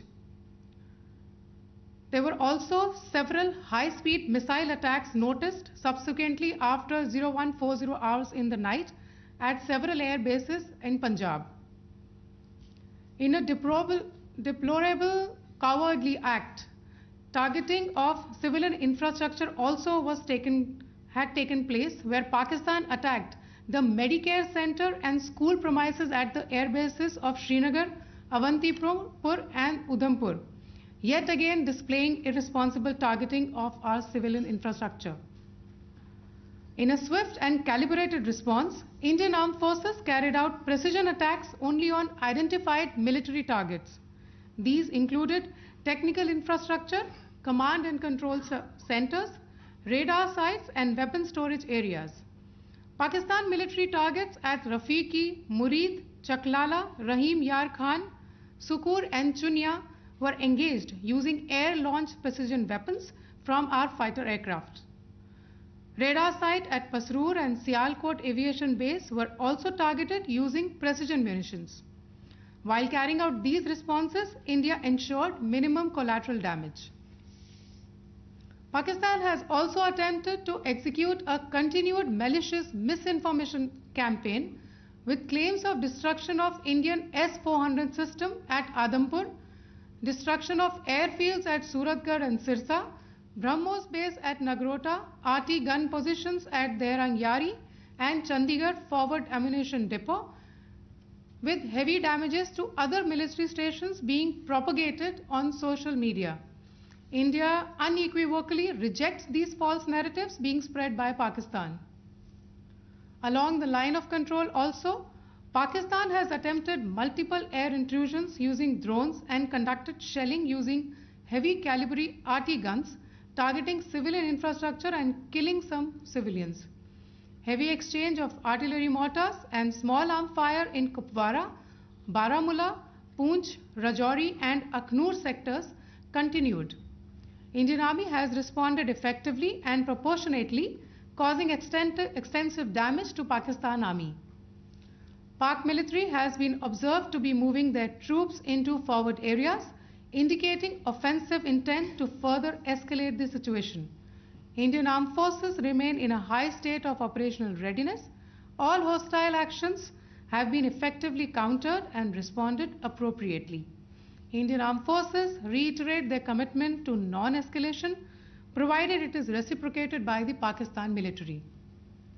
At the end, I would also like to show you a few images of Air Force bases in the Punjab sector and Rajasthan sector, where it is mighty clear that we are debunking the Pakistani claims of causing destruction at these air bases. You can yourself see the normalcy in these Air Force stations. This is Sirsa, Suratgarh. The runways are intact. There are also time stamped, just notice, they are also time stamped. This is today. First of all, as you have seen, Pakistani claims about activities that they have undertaken continue to be heavy on lies, misinformation and propaganda. And on top of that, this is peddled by Pakistani state agencies. The claims that they have made about attacking and destroying various places, various military installations and facilities, as has been pointed out by my colleagues here this morning, are completely false.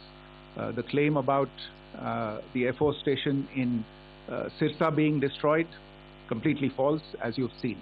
The claim about the Air Force station in Suratgarh being destroyed, completely false again, as you have seen. There's a claim that has been made that the S-400 base at Adampur was destroyed, completely false once again. Claims have been made about large sections of Indian critical infrastructure, power systems, cyber systems, etc. being attacked and destroyed, completely false. I would urge all of you and all those who watch this not to be misled by this tissue of lies that is being peddled by the Pakistani state for obvious purposes. The second point that I wanted to emphasize is that Pakistan continues with its execrable and wanton campaign of targeting civilians and civilian infrastructure, especially in the states of Jammu and Kashmir and Punjab. There is also on its part a consistent attempt to sow discord between communities in India.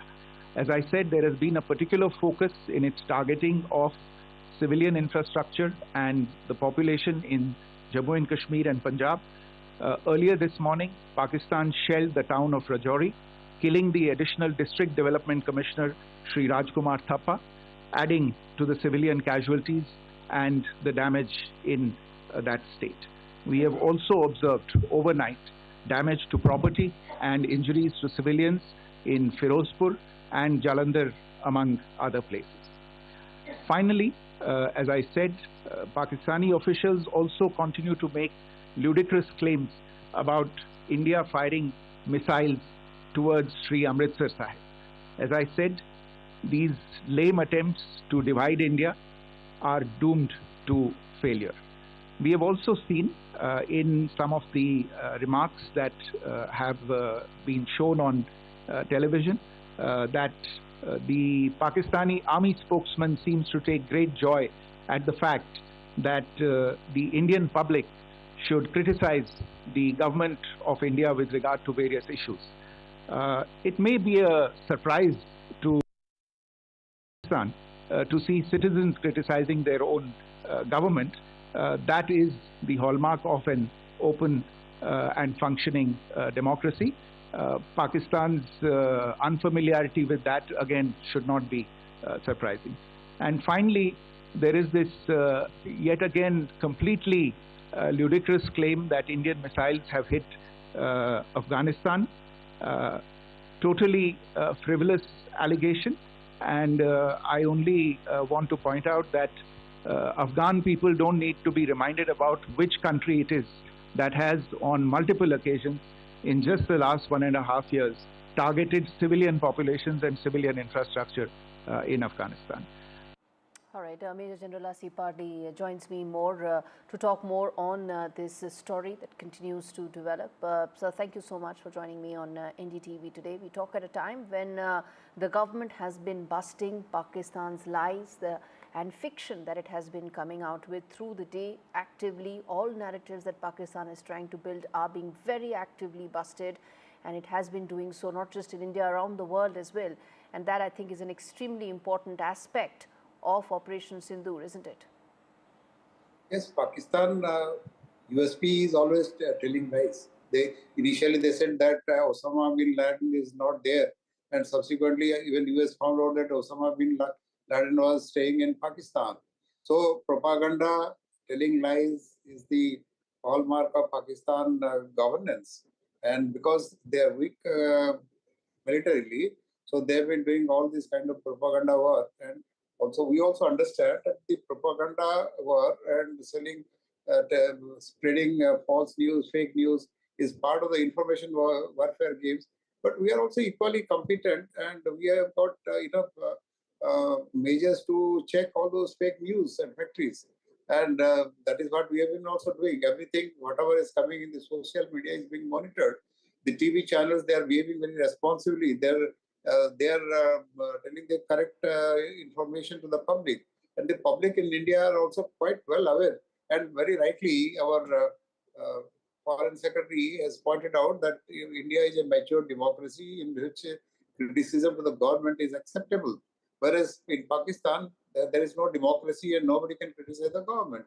So basically, whatever comes, it is from the government sources. But in India, everything is very transparent. So that is why once the transparency is there, so there is no way we can be misled by the misinformation. If something comes, some misinformation comes, we always cross-check with others, and then we always find out the truth, which is not there in the Pakistan. So we need not be worried about these type of things, and particularly in a war-like situation, it is expected. But the most important thing is that the Pakistan is now responsible in for the responses which they are doing and the escalation of the conflict. So now they have attacked some of our military installations. They're attacking our religious structures like temples, your churches, gurudwaras, which is not acceptable. Casualties. Absolutely. Absolutely. And in fact, the response that has come in from the Indian side also very measured, but at the same time, very clear in terms of the fact that if Pakistan moves up the escalation matrix, if it moves up the escalation ladder, India will respond proportionately. And at this beginning, when the conflict is at the initial stage, they're talking about utilizing their nuclear resources. So immature is the Pakistan governance. That means they have got no will to fight. They just want to terrorize the whole world. They want to threat the whole world that, okay, you use the nuclear weapon system, and that is why you come and ensure that the India government buckles out and they don't escalate. But escalation is from the Pakistan side. And we have been very clear in our mind that we have to destroy the terrorist infrastructure which is there in the Pakistan. And the Pakistan army and the terrorists, they train together. That is the main source. The terrorism comes from the Pakistan army. So terrorists and terrorism, these three things are the integral part of the Pakistan military. So we have only, so far, we could destroy some of the terrorist infrastructure, but in the long run, definitely, we are going to dismantle the entire whole thing, and that the terrorism concept in Pakistan, that also has to be erased. And terrorism is not only against India. They have terrorized the Talibanis, they have terrorized the Baluchistanis. So within the country also, they have terrorized their own people. And so terrorism is a scourge, it's a global scourge. That is what it is. That is something that is very clear, and that's one of the reasons, core reasons why the world is backing India all along. Ever since The Pahalgam terror attack, the dastardly Pahalgam terror attack took place. The Committee of Nations have stood very strongly and firmly behind India. I want to quickly now get in Commodore G.J. Singh also to talk more about Operation Sindoor in its present state right now, where we are, the information that has been coming in.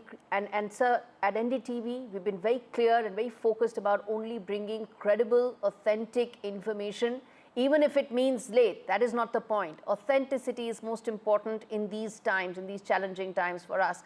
And here we've been putting out all those verified information which tells you what all Pakistan has done in terms of climbing up the escalation ladder and proportionate retaliatory action that has come in from India's side. Where do you see this now, sir, the next 12 to 24 hours, given all that has happened and what all the government has informed India today about? Thank you for having me on your show, and I must congratulate you that you are only giving what is, I call it verified news, because you make sure that there is all authentic news. Coming back to the subject is that at the moment we are in the mode where the escalatory ladder is going up. It is going in a upward spiral because the kind of weapons which Pakistan has used this morning, like the high-speed hypersonic missile, that Fateh 2, is a very dangerous point where we should be worried about, because they were probably targeting our capital, and we have to be careful about it, because this was not expected. It is not a proportionate, calibrated, is or targeting civilian population. In fact, whether it is in Dal Lake, whether it is in Jaisalmer, we've been putting out those ground reports. Our colleagues have been covering every aspect of this, and everywhere Pakistan is trying to, of course, hit civilian population. Yeah, that's what I was coming to, that they have been hitting or sort of striking on a civilian population all along the IB border as well as on the LOC. So they have just no ethics or the principles of fighting. They are now in a provocatory move. They want to provocate us, whereas we are very restrained, we are balanced, we are proportionate. Whatever they are doing, we are only hitting those targets with the very precise strikes without any collateral damage or any hitting any populated areas. But the kind of answer that we are getting from Pakistan is not the same. It is not expected of a professional army or a professional air force.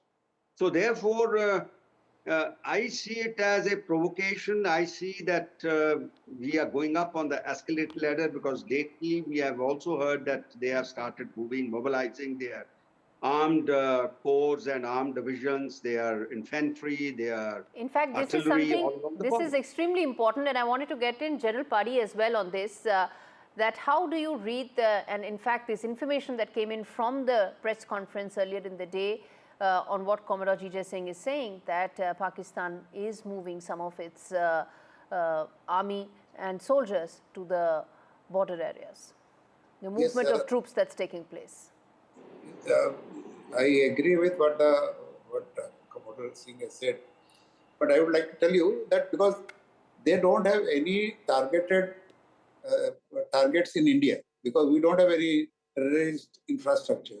So, and the initial stages, when we demonstrated that we have got a much better integrated air defense system, and we could do anything inside that territory, and we could hit our target very accurately, precisely.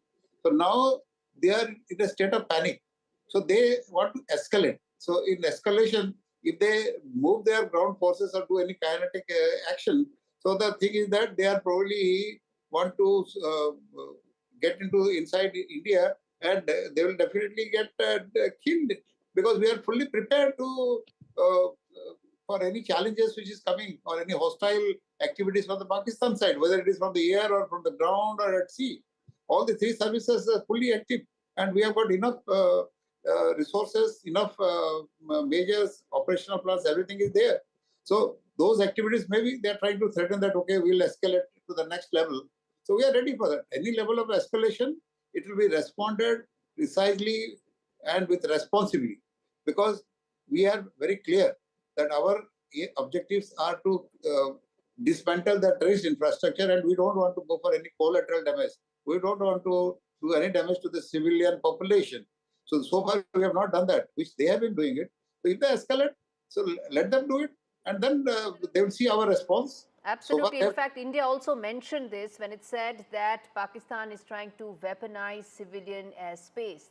The government of India has said that because that's exactly what Pakistan is trying to do when it comes to the civilian airspace. Thank you so much, Commodore G.J. Singh and General Padi, for joining me on the NDTV right now. And in fact, speaking about high-level preparedness, Prime Minister Modi chaired a meeting with three service chiefs to discuss the next course of action. I'm assuming preparedness, and that review also included the Chief of Defence Services and Chief of Defence Staff, as well as the National Security Advisor and the Defence Minister, in terms of the next level of preparedness as Operation Sindoor is still underway. My colleague Aishwarya Jain, who's been tracking these high-level meetings all along, gives us an update on what transpired, what could be the possible next course of action for the government from a preparedness point of view. Take a look. Yesterday, late night, Prime Minister chaired a high-level security meeting with the top officials of the defense forces, including Defense Minister Rajnath Singh. And within 13 to 14 hours, another round of meeting took place today at 7 Lok Kalyan Marg, where Prime Minister was briefed about the ongoing operations of the Indian Armed Forces. The Indian government and the top dispensation of Indian establishment is in view that India is only retaliating to what Pakistani troops are doing as far as hitting our civilians and also engaging in the infiltration bid. There has been cover fires being given by the Pakistani troops from their bunkers, and it is, of course, the border security force, clearly stopping this kind of infiltration bid. All of them had come into, the visual evidences that Indian armed forces are collecting, but certainly it is the Prime Minister who had a view that Indian armed forces should be given a free hand, and the entire country is united together in support with the Indian armed forces. Prime Minister had stated that he believes in full professional capabilities of our armed forces, and therefore the ongoing escalation by the Pakistani side is something that that has been seen very, very closely. Prime Minister, Defense Minister and Home Minister monitoring such situations very closely. We've been told that since morning there are multiple meetings that happened. If I quickly recap those, early in the morning we saw Chief of Defence Staff going to Defence Minister Rajnath Singh's residence. That meeting lasted for almost an hour. Post that, we saw that press conference by the Government of India in which details were given about how the Indian armed forces stopped the Pakistani drones and missiles that were coming and hit and was aiming towards the Indian air bases. Post that, we saw NSA Ajit Doval going towards 7 LKM, and that meeting lasted for almost an hour, and then this very important meeting that Prime Minister chaired with Defence Minister Rajnath Singh, CDS, NSA and tri-service chiefs present. That meeting lasted for an hour, and a separate one-on-one meeting after that with NSA Ajit Doval and Prime Minister. So Prime Minister very, very closely monitoring each and every situation. Of course, the nod is being given by Prime Minister for the armed forces, but the armed forces have been given clear free hand for their operations.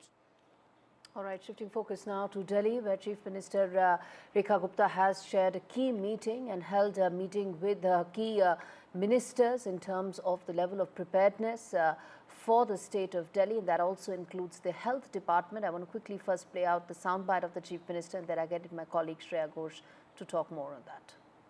Panic नहीं है, बिल्कुल निश्चिंत होकर के जनता relax हो सकती है। सरकार मुस्तैद है, प्रशासन दुरुस्त है और सेनाएं अपना काम कर रही हैं। हम सबको बस अवेयर रहना है और किसी भी स्थिति से निपटने के लिए तैयार रहना है, इतनी सी बात है। और किसी भी प्रकार की इससे आगे की चिंता नहीं करनी है। पर इस परिस्थिति में पूरा देश एकजुट है, ये जरूर संदेश पूरे शहर का है, पूरी राष्ट्रीय राजधानी का है। All right, Shreya Ghosh joins us live to talk more about this. Shreya, it's of course a meeting aimed to ensure that there is a complete level of preparedness. But talk to us about what all were the highlights of this meeting.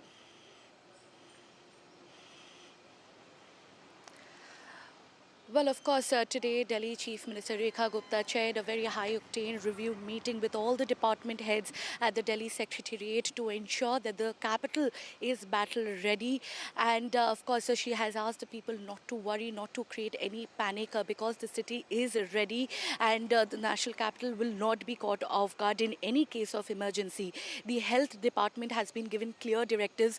Medicines should be stocked up. All hospitals are on standby. Ambulances are fueled up. There shouldn't be any, a case of lack of power backup for ICUs. So there should be proper backup supply of power, and all the leaves of medical staff have been cancelled. The revenue department has been asked to activate the disaster management authorities to scour all the shelter sites and also to rally the civil defense volunteers. Remember that the revenue department and the civil defense volunteers, they are in sync with the armed forces, the railways, airports, so that the city is well connected.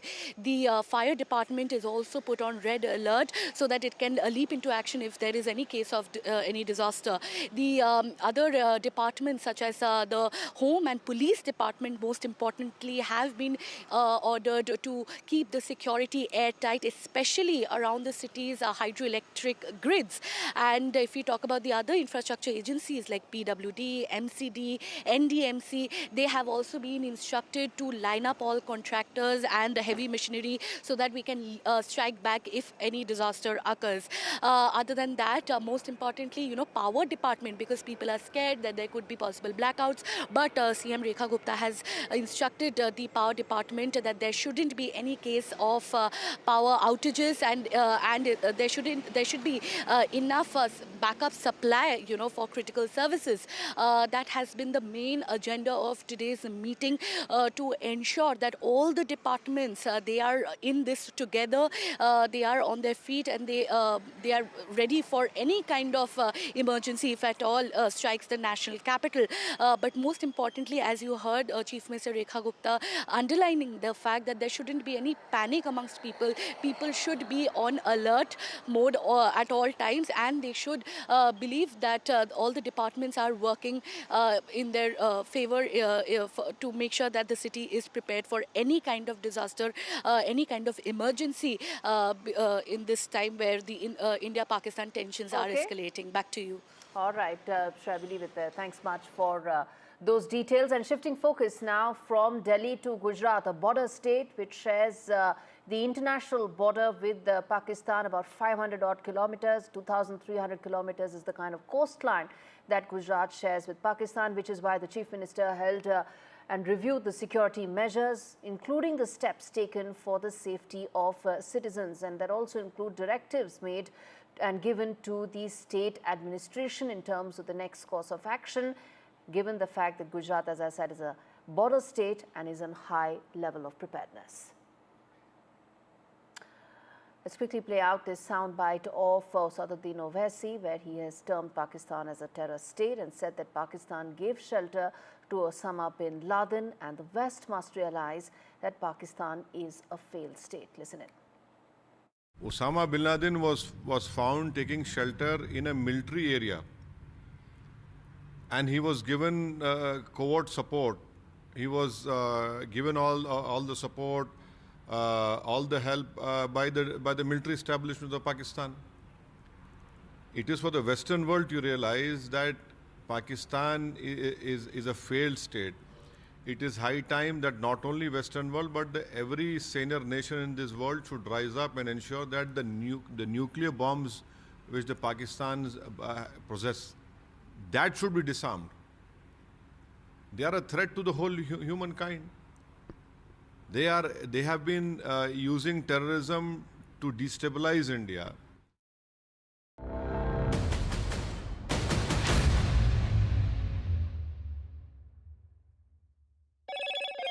Hello, Moto.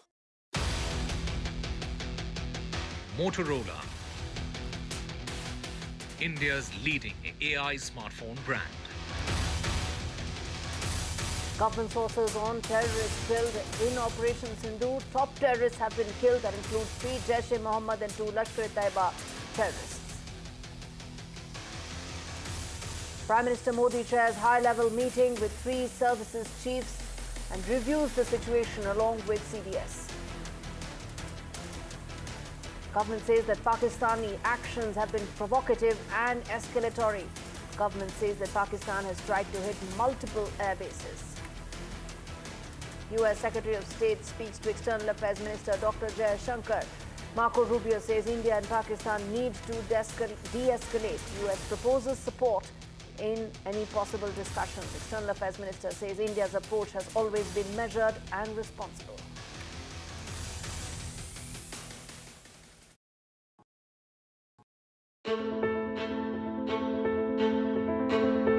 News is not just headlines, it is what impacts you. And news should never be mistaken for noise. What matters is the reality.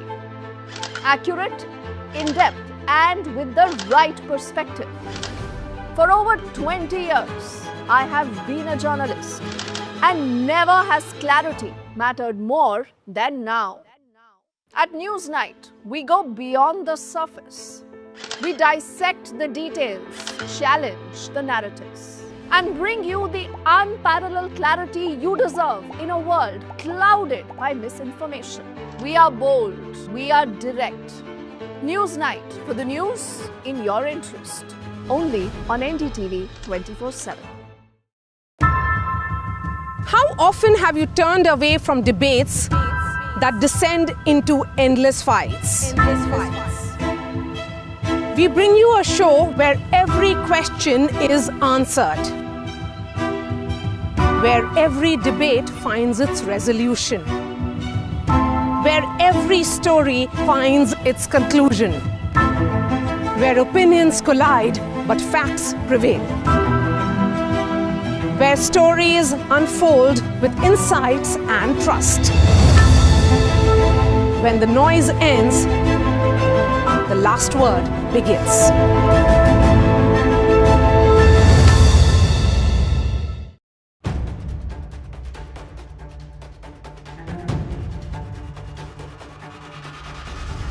If it matters to you, if it matters to you, if it matters to you,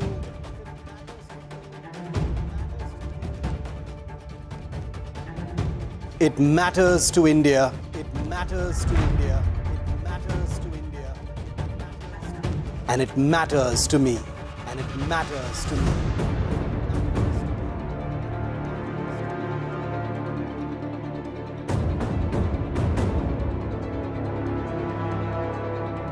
India Matters with Shivaru, only on NDTV 24/7.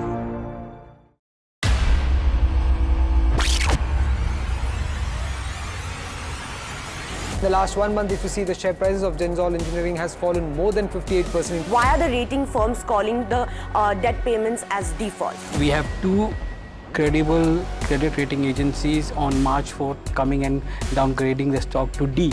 Statements are consistent. Hello, Moto.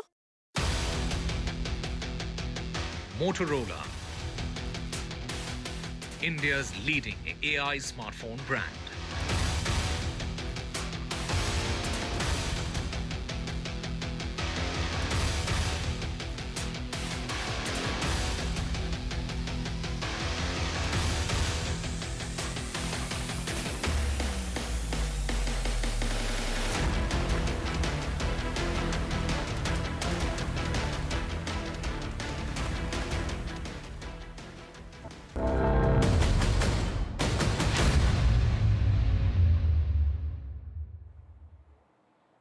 Viewers, it's now time to turn attention to Punjab, another border state, and we've got you this ground report from Firozpur village, which is on high alert. And NDTV has been reporting from Punjab border, where it has spoken to locals after those drone attacks that have come in from Pakistan. Take a look at this report that tells you how Firozpur residents are feeling and remain on the edge after those escalatory moves made by Pakistan.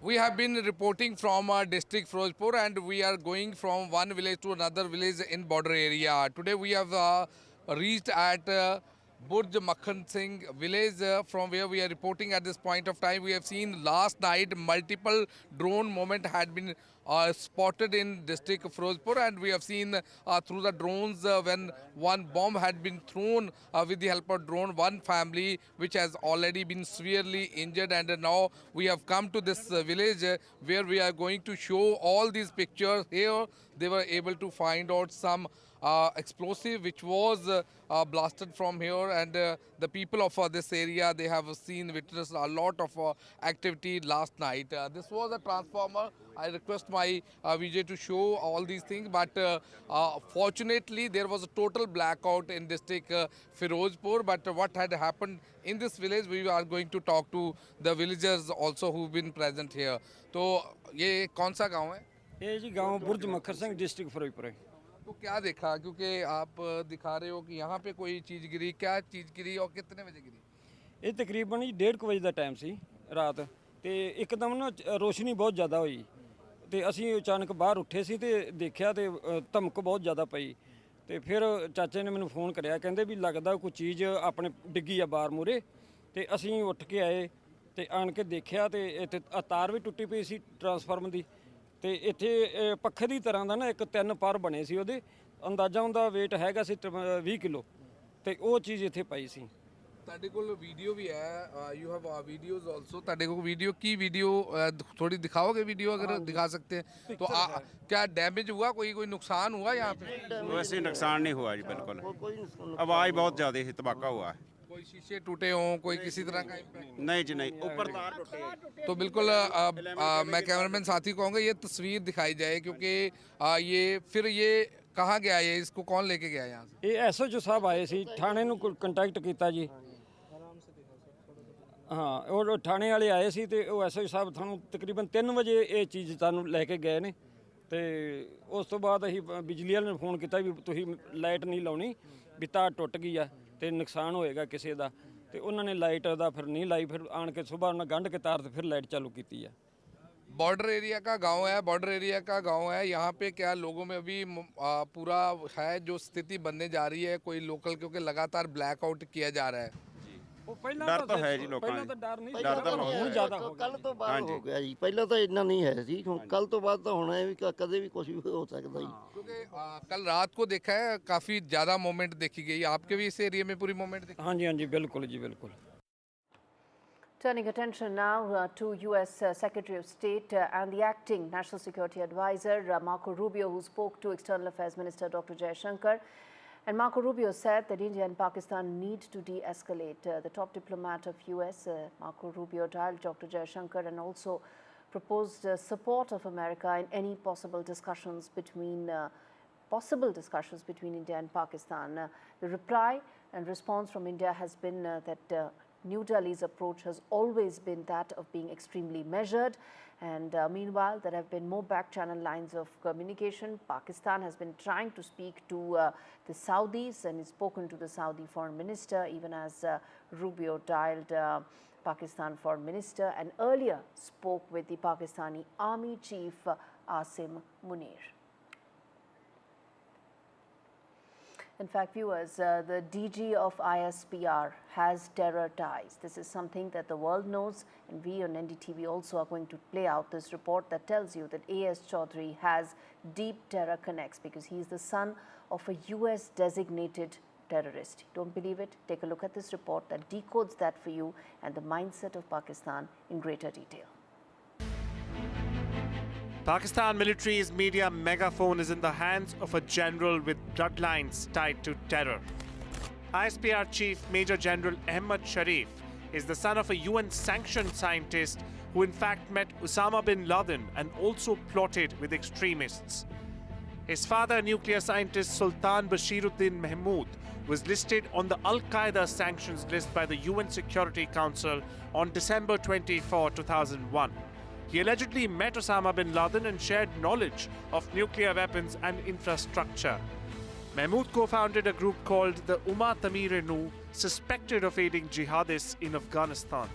A UN report said that he tried to fund a nuclear college in Taliban-held Kandahar. His son, now the army's top PR man, was briefly investigated but cleared of any links. In fact, US intelligence called the ISPR chief's father Bashiruddin Muhammad brilliant but delusional. Terror ties, fringe science and nuclear dreams. The ISPR's voice carries the shadow of a legacy once tied to bin Laden himself. A legacy of the general, the scientist, and the shadow of terror.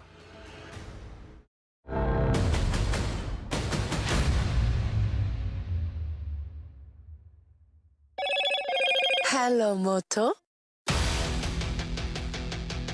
Motorola, India's leading AI smartphone brand.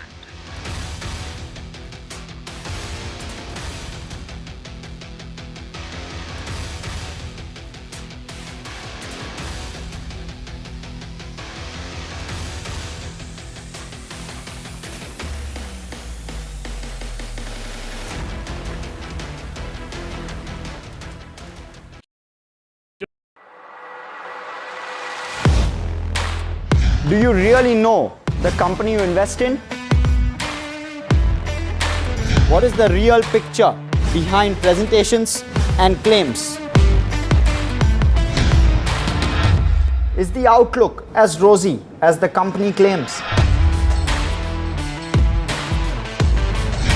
Know Your Company, powered by NDTV Profit Research, shines a light on the biggest stock market movers.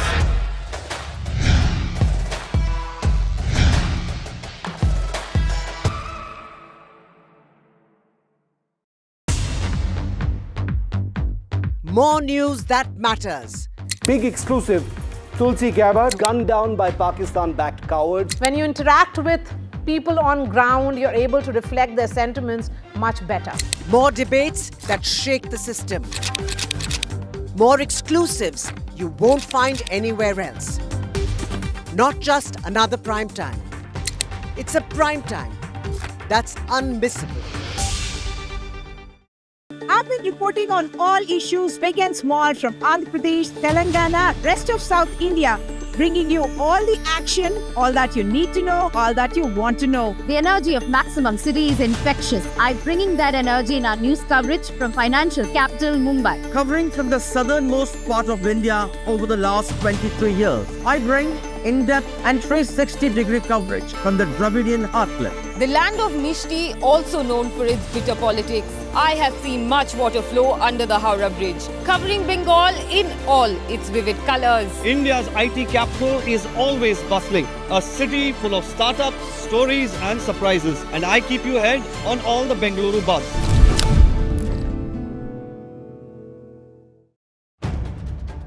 If it matters to you, if it matters to you, if it matters to you, it matters.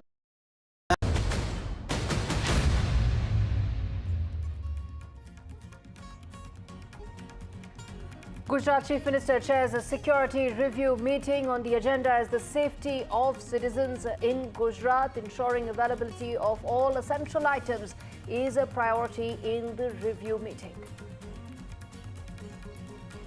Government sources tell NDTV that top terrorists have been killed by India's actions. That includes 3 Jaish-e-Mohammed and 2 Lashkar terrorists who've been killed in Operation Sindoor. Prime Minister Modi chairs a high-level meeting with 3 services chiefs, along with CDS, National Security Advisor, and Defence Minister. Government says that Pakistani actions have been both provocative and escalatory. Government says that Pakistan tried to hit multiple Indian air bases. U.S. Secretary of State Marco Rubio speaks to External Affairs Minister Dr. Jaishankar. Rubio says that India and Pakistan need to de-escalate and proposes support in any possible discussions. External Affairs Minister says that India's approach has always been that of being measured and responsible.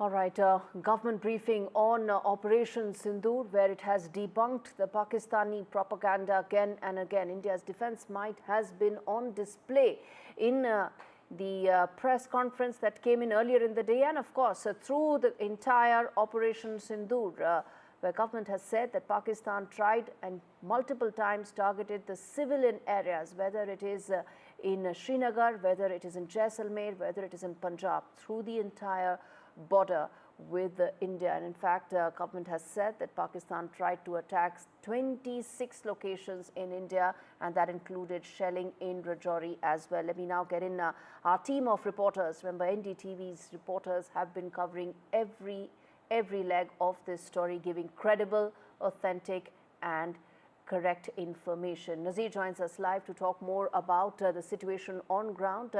Nazir, you've been bringing us all details, all updates, minute by minute. Talk to us about what's happening right now on ground. Tell us where you are exactly, what's happening behind you in the wake of those latest Pakistani provocations that took place late last night and early today morning. Well, there was provocation which was responded to by India early in the morning and last night. But sources tell us that India is unlikely to escalate things further, like carrying out any major attacks, whether it is drone attacks or missile attacks on Pakistan's, military establishments or these air bases, the way India did hit at them since last 24 hours in retaliation to Pakistani attacks. But at the LOC, it's unlikely that things may settle anytime soon, because the way we have seen civilians being targeted at the line of control, and and innocent people being targeted, houses being targeted. But this whole India not escalating things, not targeting, would all depend on Pakistan's behavior. If they try to target, use drones or missiles, clearly there would be a response, and what sources say, it would be very harsh response the way it was over the last 24 hours. So that is one important information I'm getting, that India doesn't want to escalate things further. They have done what they did after targeting terror sites few days back, and then over the last 24 hours when Pakistan tried to hit our military establishments, civilian areas, so there was a response, and a befitting response. And what government has said in their briefing, that there was a huge damage to Pakistani military establishment, particularly the air bases, including Nur Khan Base and other sites which Pakistan is trying to downplay. Here also, India also suffered the damage at the air bases, for example, Srinagar Air Base, Udhampur or Awantipora, and also here we saw medical facility at Srinagar Air Base, and also Awantipora Air Base, and also schools there have been targeted, have been hit. So this is essentially a civilian infrastructure for the people there who are working there. The children of the forces, armed force personnel, they go there. So that health facility and the schools have been hit. There has not been any casualty, particularly when we talk about the Udhampur Air Base. What sources say, there was no casualty, though there was some damage. So Pakistan has been trying to escalate things, and there was a proper response. But sources are telling us there would not be further escalation when it comes to targeting each other's mainland in concern, until Pakistan tries to target India. But at the line of control, which we have seen, they have been repeatedly targeting, and today we saw this morning in Rajouri, senior officer of J&K government, Rajkumar Thabas, he was killed, and Pakistani shells hit his official residence. He was not a combatant, like 4 other innocent civilians who were killed in today's shelling. So among them is 2-year-old, Arsha Noor, she was also killed, baby. she was also killed. Yes. There's other people who have also been killed. So clearly, there have been civilian casualties. Thousands of people have been displaced. They have to flee from their homes, and large number of houses have been damaged in Pakistani shelling. Indeed, and stay with us, Nazir, because I'm going to come back to that very important aspect that you just mentioned about the government's next course of action. It will climb up the, and in fact, it's because Pakistan climbed up the escalation matrix that India responded both in a measured and responsible manner. Let me now get in Harsha Kumari Singh, my colleague, joining us from Jaisalmer. We played out your ground reports, Harsha, a while back, which talked about the kind of shelling that took place from the Pakistani side in Jaisalmer, in Barmer. Talk to us about what it's like right now. You've been speaking to local population there through the course of the day. Talk to us about what it's like right now at this moment, how things are unfolding. Well, yes, in Jaisalmer, Barmer, and in this area, Pokhran, where we are actually in Jaisalmer city. But on the western border, there is a sense of tension, definitely, because, you know, so far the attacks were happening only at night, but then they started off this morning also. So we showed you that ground report from the village close to Jaisalmer, where that explosive had fallen. Then similar instance reported, one from Balotra in Barmer early in the morning, and then later today, it's been reported from near Pokhran. So there is a sense of uneasy calm. In fact, you know, everything has shut down now in Jaisalmer. There are hardly any cars on the road. Everybody's been asked to go home and stay indoors. So even outside there is very little movement except for government vehicles. People are prepared. People are quite resilient. People are quite sturdy, because remember, the border from here is just about 100 and some kilometers, you know, as the crow flies. They've faced a lot of sort of incursions in the past also. There have been 2 wars with Pakistan, 65, 71. They've been at the front lines. They've been at the receiving end in many ways. So in that sense, they are quite sturdy, calm. But and there's a lot of cooperation, actually, because as soon as at about 11 o'clock, they said they need to shut down the city because they were anticipating this kind of activity from across the border. They immediately, people moved out, and it's absolutely quiet in Jaisalmer now. Also, the state of Rajasthan on a high alertness. Of course, the cities of Barmer and Jaisalmer are what comes under red alert, but other cities also on a state of heightened alertness. Bikaner and Ganganagar are under green alert, and this means that medical and emergency services will continue, but everything else is closed down. They've moved extra doctors into the border districts. They've also moved extra RAC platoons here, and generally there's an overall sense of preparedness here on the border.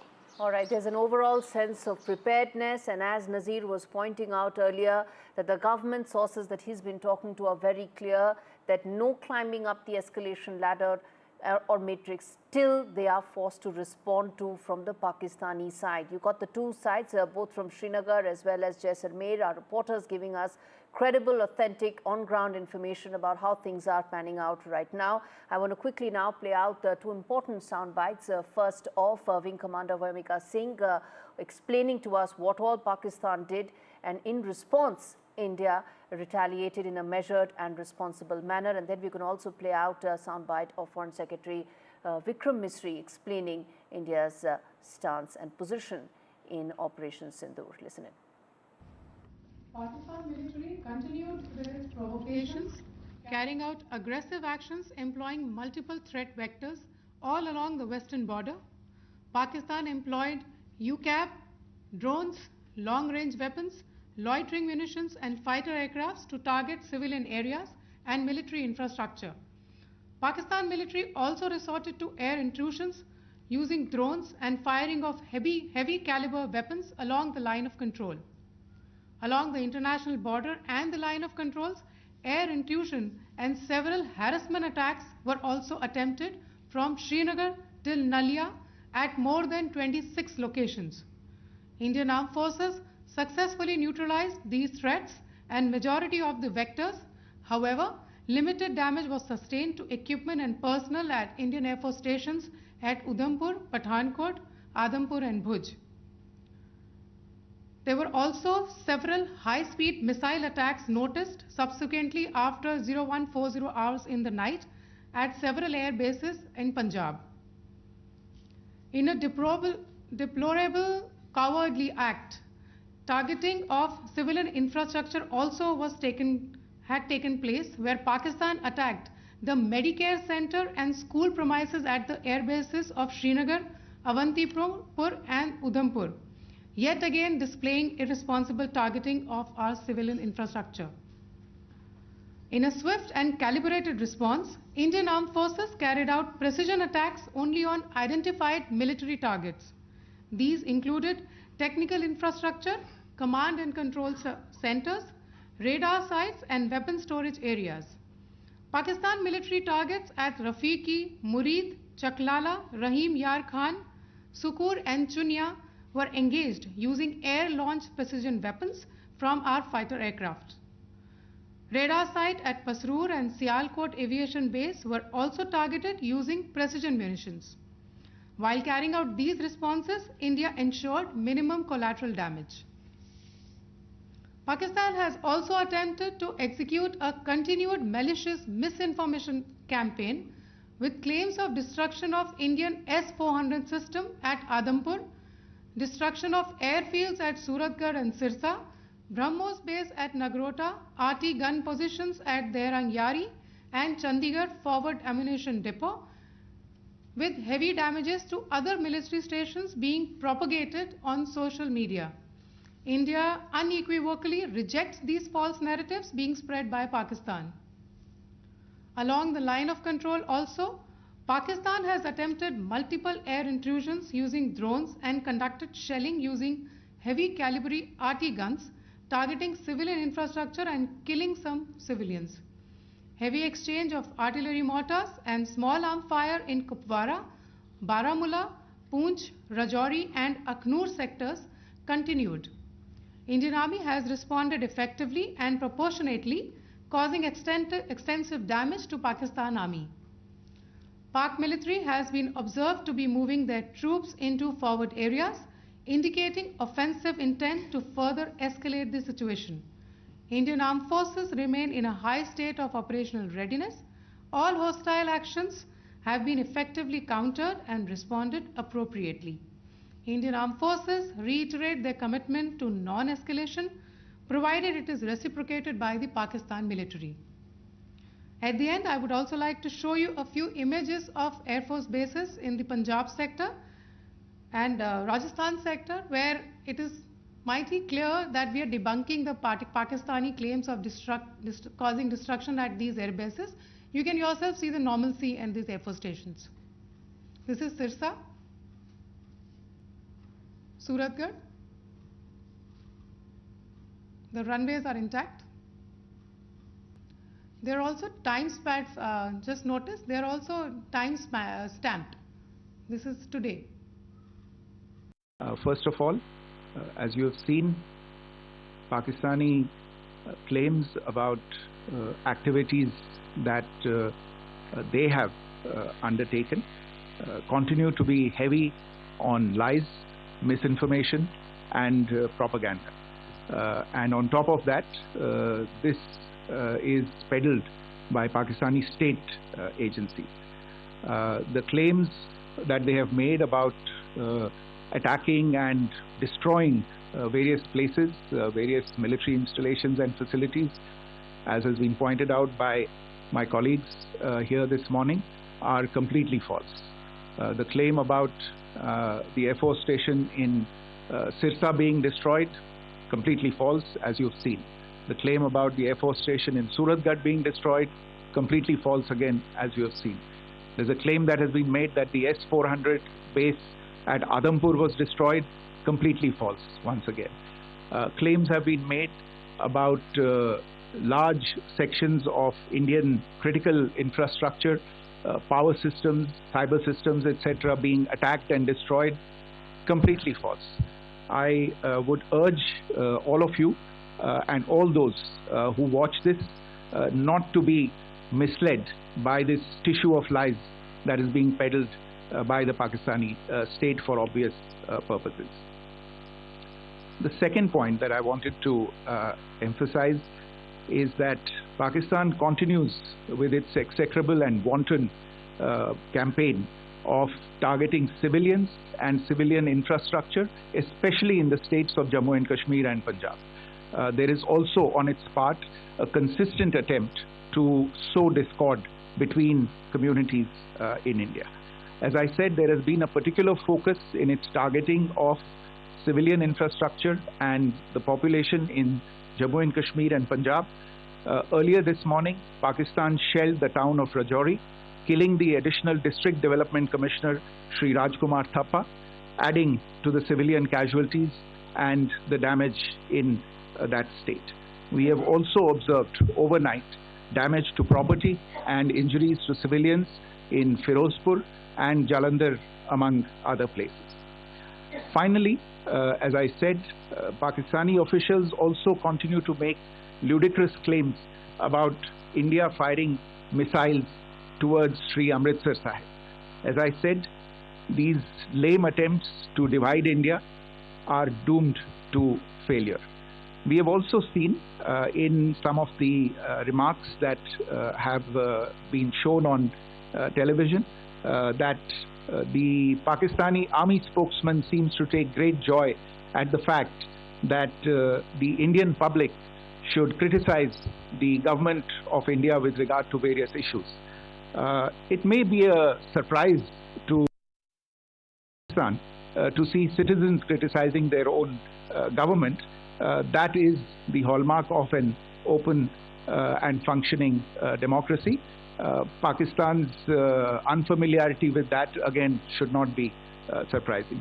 And finally, there is this yet again completely ludicrous claim that Indian missiles have hit Afghanistan. Totally frivolous allegation, and I only want to point out that Afghan people don't need to be reminded about which country it is that has on multiple occasions in just the last 1.5 years targeted civilian populations and civilian infrastructure in Afghanistan. All right, turning attention now to Tamil Nadu, where Chief Minister Stalin is holding a rally in solidarity with the Indian Army. Remember, the northern and western borders of India that border Pakistan is where tensions have escalated, and on your screens are down south, where a solidarity rally is being held along Marina Beach. Let me quickly now get in Sam Daniel, my colleague, to tell us more about this rally, who all have come in, what's the kind of messaging. Of course, the messaging is that south of India, Tamil Nadu stands strongly and firmly with India, with the northern and western borders. But tell us more, Sam, about this rally. The visuals are playing on our screens right now. Well, as we speak now, Chief Minister M.K. Stalin is leading a march from the DGP office, where I am right now, till the war memorial, around 4 kilometers on my right, along the Marina Beach. The idea is to send a strong message that Tamil Nadu stands together with the armed forces, even as they risk their lives on the front line as part of Operation Sindoor. And it's a 4-kilometer long march in which Chief Minister M.K. Stalin, his cabinet colleagues, MPs, MLAs, several defense personnel, ex-servicemen, large contingent of police, home guards, students and general public holding the national flag and placards in support of the army or undertaking this march, giving a strong message.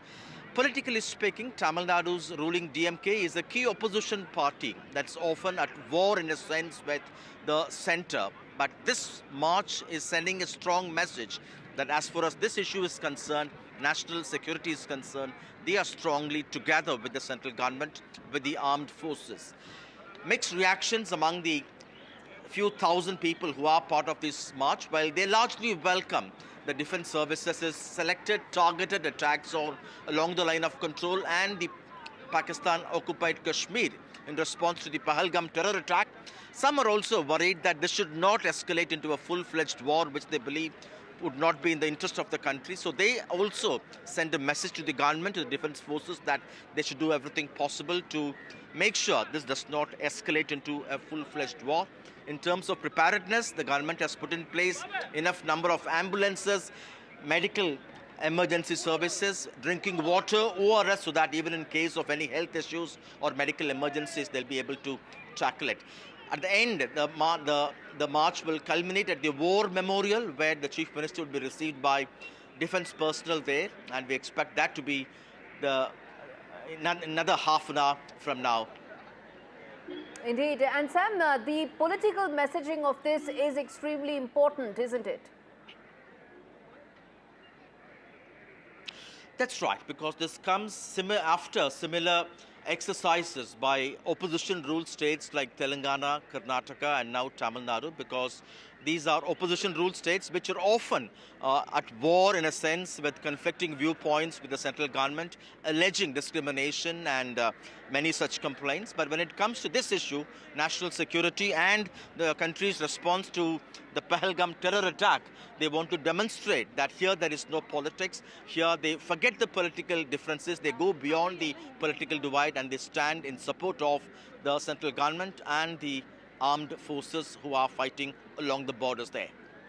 The optics are just that this is much above any political line. This is about the country. This is about coming together. This is about being united behind Indian forces. And in fact, this is in line with the message and solidarity call that came in after the all-party meeting as well, isn't it, Sam, where all political parties and stakeholders said that they firmly stand behind the action that has been taken when it comes to Operation Sindoor by the government, isn't it? That's right. They may have some questions to be asked to the central government, but when it comes to the Indian government's response, particularly the military response in terms of the ongoing Operation Sindoor, they are forgetting all differences and they want to send a strong message that India is one, speaking one language in one voice. Particularly, they may have political differences, but Tamil Nadu, in that sense, they are sending a strong message that they stand united together with the central government. Although earlier there were comments, there were also suggestions that it's also an occasion to make sure we fix the shortcomings which had led to that terror attack. If there are any failures, be it intelligence failure, be it any of the loopholes, it's also equally important that the authorities in charge and the government in charge ought to look at this and fix it. But when it comes to the country's security and the Indian government's response to this terror attack, they are united, and this ongoing march in Chennai is yet another example, demonstration that they are together with that. Indeed. Sam Daniel, thank you so much for giving us all those details. The solidarity rally that's taking place in Tamil Nadu on Marina Beach. Visuals right here on your screens. The political message loud and clear. India stands united when it comes to fight against terror. And Operation Sindoor still underway, viewers. There is no petty politics here. There is just one call of unity, of solidarity. All right, let's now get in Air Marshal Vinod Bhatia joining me live on the show, along with Brahmachalani, strategic affairs expert, to talk more about how things are unfolding. Operation Sindoor, gentlemen, is still underway. A government press conference is expected in about 40 minutes from now, and a fresh update that will come in from the government to talk more about how things are unfolding. There have been important developments through the day, including the conversation between Marco Rubio as well as Dr. Jaishankar. He also, of course, dialed the Pakistani Army Chief. Brahmachalani, let me start with you. How do you see the developments in the last couple of hours, and how do you see what is likely to unfold going forward? Pakistan appears to be desperate. It's desperate in terms of the kind of actions it's undertaking. It has climbed up 3 steps on the escalation ladder. It doesn't know how to climb down without losing face. The Pakistani military generals, their sole objective is to save face. After all, they are the de facto rulers of Pakistan, and they can ill afford to lose face in the confrontation with India. The problem for them is this, that after nearly 4 decades of Pakistani cross-border terrorism, India has finally woken up, or at least India's patience has worn out, and now India wants to take its Operation Sindoor to its logical conclusion. It's also interesting to note that, for example, even last night's strikes and this morning's strikes, that while Pakistan is undertaking large numbers of strikes, sending many drones, number of missiles, but failing largely to hit Indian targets, India in response is actually sending only a limited number of missiles or drones, but hitting its targets well. The way India has hit since last night 3 key military bases in Pakistan shows that Pakistan's air defenses are weaker compared to India's. That gives India an advantage. And I think India should press home that advantage, because Operation Sindoor needs to be taken to its logical conclusion in order to end the Pakistani military general's strategy of proxy warfare. Marshal Bhatia, comment there on what Pramod Chelani is saying there in terms of Pakistan running out of options at this stage. You see, basically what Mr. Chelani was saying is that the Pakistani military dispensation has reached a stage where they are becoming desperate. And as we all know, they have lost, shall we say, their own standing in their own country. And I think all this is because they want to actually do a sort of a diversion. So it's a desperate kind of action from their side. I don't see any logic in all this and what they're trying to do. It doesn't make sense. But then you cannot expect any sense from them. As far as we are concerned, as we have done so far, and I feel that we should continue to do so, and that is act with restraint, but also give a befitting reply to everything that Pakistan is throwing at us. And so far it is being done. As you know, I'm reminded of 1971, more than 50 years ago, when we had attacked the newly discovered Shokot Road at that time, now called Rafiki Air Force Base, during the Indo-Pak War in 1971. And when I heard about the attacks being done, I was reminded of that particular event where we had done. We had done 3 attacks at that time, and we had actually taken a substantial haul of the Pakistani aircraft on the ground. But I must say that as far as we are concerned, our response must be absolutely, shall we say, measured and calibrated to make sure that we do not actually come into the way of their thing of escalating them. Why they are escalating? Very measured and responsible there. You're right about the fact that we've been measured, responsible, and we've only responded after Pakistan climbed up the escalation ladder. Finish your point, Marshal Bhatia, that you were making, sir. What I'm trying to say is basically that we have to be very, very clear-headed about this whole thing, and we have to take no nonsense from them, and our response must be measured. But at the end of the day, Pakistani dispensation must realize that they are actually on a path of self-destruction. And if they want to pursue that, no matter what happens, and the way they are taking their country, as we all know, then perhaps we can help them, maybe in a clandestine way. Okay. Pramod Chelani, the fact that in about half an hour's time, 30 minutes, there will be an important press conference that will take place where MEA will once again brief in terms of the developments of the day. The developments also include some important back-channel lines of communication, apart from also putting forth proofs about how Pakistan has been climbing up the escalation matrix so far. How do you see the kind of responses that have come in from the government, where they've been busting the Pakistani disinformation campaign also very effectively, very proactively? I think this time the government's public diplomacy and its efforts to counter disinformation are much better than in the past. In the past, when India has mounted military campaigns, the government was rather slow. Now, for example, we are holding maybe even 2 briefings in a day, and we are prompt in countering disinformation, which is very good. Also, we have to factor in two other things that are weighing in our favor. One is the geopolitical environment in the world. It's very much in India's favor. If you look at the US, it criticized India for the 2016 surgical strikes. It criticized India for the 2019 Balakut strike. But this time, the Trump administration is effectively greenlighting India's military campaign. Look at what J.D. Vance said openly. He said, we don't want to interfere in this conflict. He has left the field open for India. And no major power, other than China, which is a close ally of Pakistan, no major power has criticized India's military strikes. And then on top of that, we have, fortunately, national unity and national consensus in India that Pakistan needs to be taught a lesson.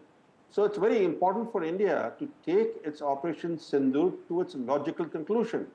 If at this stage we allow Pakistan to de-escalate, I'm afraid that would leave Operation Sindoor inconclusive. If we don't press advantage now, we will not get such an opportunity later. It's time for India. After all, we have finally taken action after nearly 4 decades. So it's very important for us to be clear about what our end objective is.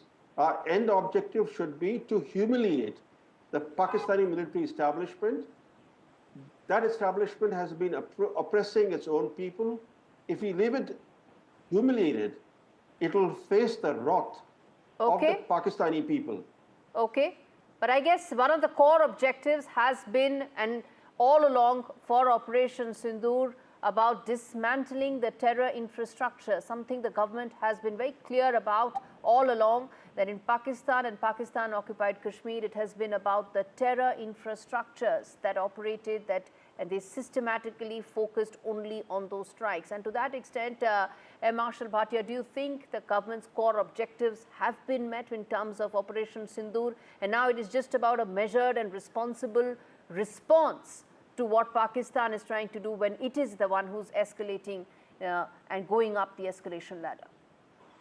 Exactly. You see, it is for Pakistan to realize that they are on a path of self-destruction, as I said earlier. They have to think about it and take necessary action. It is madness for them to carry on like this.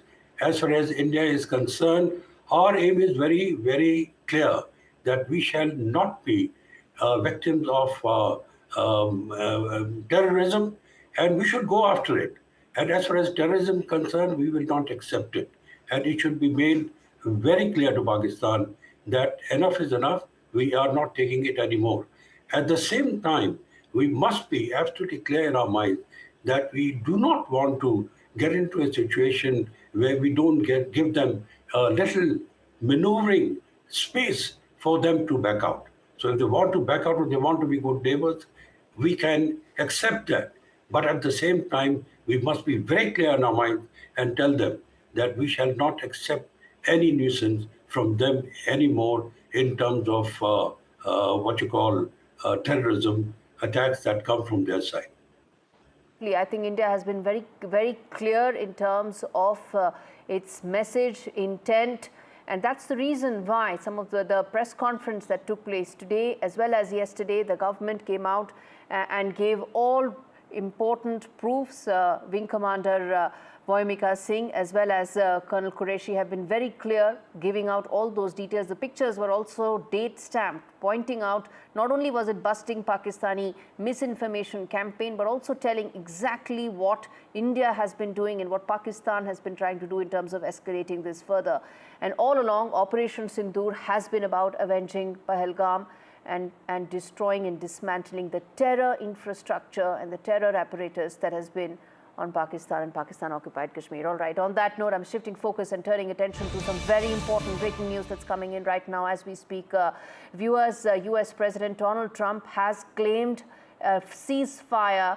The India-Pakistan ceasefire that has been agreed upon is what US President Donald Trump has claimed. He's put that out on his social media account. We're putting that on your screens right now on Truth Social. That is his social media platform where he has said that after a long night of talks mediated by the United States, I am pleased to announce that India and Pakistan have agreed to a full and immediate ceasefire. That is what US President Donald Trump has said, a full, immediate ceasefire between India and Pakistan. Goes on to say that congratulations to both countries on using common sense and great intelligence. Thank you for your attention to this matter. So that is the first big announcement of a ceasefire has been claimed by US President Donald Trump, who's put this out right now on his platform, Truth Social, where he has said that India and Pakistan have agreed to an immediate ceasefire. That's the most important part, mediated by the US, that there is now going to be a full and immediate ceasefire between India and Pakistan. Remember, Pakistan climbed up the escalation matrix in the last 48 hours. India responded in a both measured and responsible manner. It busted the Pakistani misinformation campaign and at the same time said that it is going to respond proportionately. It will respond to Pakistan after it goes up the escalation matrix. But all along, India has been clear that Operation Sindoor was and is about dismantling the terror infrastructure on Pakistan and Pakistan-occupied Kashmir. But now, as it climbed up the escalation matrix, India responded in a measured and responsible manner. But right now, the big breaking news that's coming in on your screens right now, viewers, if you're just tuning in, US President Donald Trump has claimed on his social media account that there is an immediate and full ceasefire between India and Pakistan. Remember, a couple of hours earlier, there was Marco Rubio, US Secretary of State, and acting National Security Advisor, who dialed up External Affairs Minister Dr. Jaishankar. Let me quickly now get in my colleague Vishal Vivek, who's joining us live for this big news coming in as we speak. Vishal, extremely important, significant. Donald Trump announcing and claiming on his account immediate and full ceasefire. Well, this is huge considering the fact that there had been several meetings in the last 48 to 72 hours between So I'm going to come back to you. Vishal, stay with us. I'm going to come back to you. Let me quickly first go across to my colleague Nikunj Garg, who's giving us all the details of this big breaking news that's coming in right now. Nikunj, extremely significant, full and immediate ceasefire being announced by US President Donald Trump for India and Pakistan. Well, Gauri, it's extremely significant, no doubt about it. But we will have to wait and cautiously wait for the Indian government to react. And the story will be completed only and only when the Indian government announces from its side what is the contour of this deal that Mr. Trump is supposedly announcing. Currently, what we can inform to our viewers is only this, that American President Donald Trump has posted on his social media account. He has a particular social media account which is not on X, but he uses Truth Social, another platform, another social media platform. On that, Mr. Trump has posted that after very intense negotiations of yesterday, whole of night, India and Pakistan have agreed to a full and immediate ceasefire. This is a claim that the American president is making. As I said, we can only confirm it to our viewers once we have an official version of Mr. Trump's claim in the form of a Government of India announcement, which is likely to happen during the press conference that is slated by the Government of India in some minutes from now. So in some minutes from now, probably around 20 odd minutes, if it all goes on time, we can have an announcement from the Government of India to this nature. However, for the want of that, we will continue to caution our viewers that Mr. Trump, the American president, has maintained on a social media account that he routinely uses that India and Pakistan have both agreed to a full and immediate ceasefire. And this is what we are currently reporting, only reflecting for our viewers, as I reiterate, Mr. Trump's version without any word from the Government of India on this matter. And NDTV obviously will go per the Government of India's version when it comes fully, completely and totally. Therefore, as of now, the only piece of information that we can put out for our viewers under the given set of circumstances is that American President Mr. Donald Trump, in a sudden in a sudden move, has announced on his social media handle that India and Pakistan, due to intense negotiations, we are also not saying due to American negotiations, but due to intense negotiations overnight, have decided that there will be a full and immediate ceasefire. And therefore, what we can say and what we can do at this point in time is to reflect the news as it comes in, and as that is what we are doing at NDTV. Gauri? Absolutely, Nikunj. This is what we've been saying and reflecting as well, that this is a claim that has been made by US President Donald Trump about an immediate and full ceasefire. Details of this, contours of that are awaited and will be given by Government of India, that NDTV will continue to give to our viewers. And at this stage, that's all that we have right now, a claim by US President Donald Trump. He put out on his social media account, Truth Social.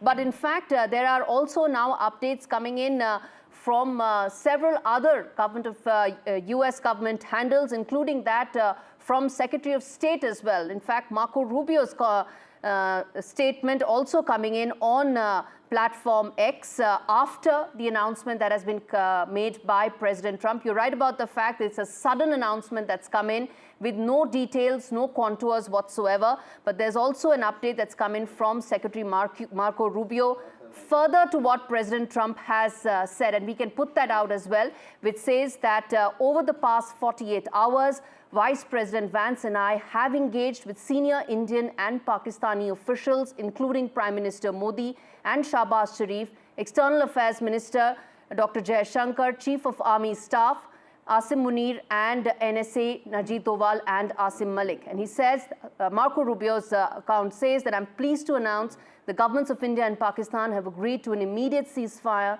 and to start talks on a broad set of issues at a neutral site. This is what is being said by Secretary of State, US Secretary of State Marco Rubio, and then he goes on to say, we commend Prime Minister Modi and Sharif on their wisdom, prudence and statesmanship in choosing the path of peace. Again, this is an announcement made by the US, first the US President Donald Trump, and now, of course, further to that, the Secretary of State Marco Rubio. My colleague Vishnu Som also joins me on this. Gauri, and just like that, it appears that this might just be the beginning of the end. It's almost unbelievable the manner in which it escalated, and it is almost as unbelievable if it de-escalates in quite the manner that it has. For the benefit of our viewers who are just joining us, an entirely unexpected message on Truth Social, which is Donald Trump's social media site, where he said that, look, they have negotiated throughout the night, and on the basis of those negotiations, there will be an immediate ceasefire which takes place. I'm going to read out very briefly, and Gauri's already done that, but just for the benefit of our viewers joining us, the message of Trump: after a long night of talks mediated by the United States, I'm pleased to announce that India and Pakistan have agreed to a full and immediate ceasefire. Congratulations to both countries on using common sense and great intelligence. Thank you for your attention to this matter. Now, in 16 minutes, sorry. 16 minutes from now, there'll be a press conference being addressed by the External Affairs Ministry. We do expect the Foreign Secretary of India to be there.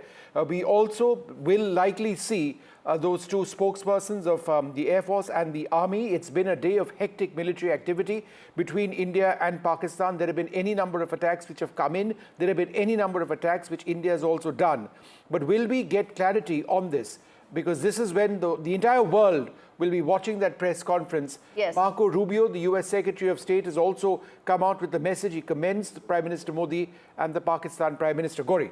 Indeed, and Vishnu, contours of that, what will be the details of this ceasefire, what all were the back-channel lines of communication that have led to this, all those are, of course, gaps that we are going to try and fill for our viewers in a credible, informed manner. But first, of course, has to be how this ceasefire will actually begin, what will be that broad contours.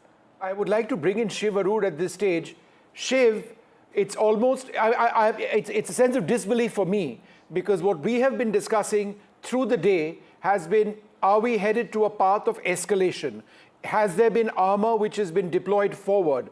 What do we mean by the statement of the colonel in the army who said that their soldiers have been pushed forward? Where are we heading? How much longer will Shiv stay in Srinagar? These were important issues that we were discussing, and now Donald Trump has evidently changed the course of history. And I can't think, it's wonderful that there will be no war. No one wants war, no one wants deaths. And if this happens in this manner, it would be remarkable. I'm still in a sense of disbelief. So I'm processing this, Shiv. I don't know if to believe it or not, but what do you think?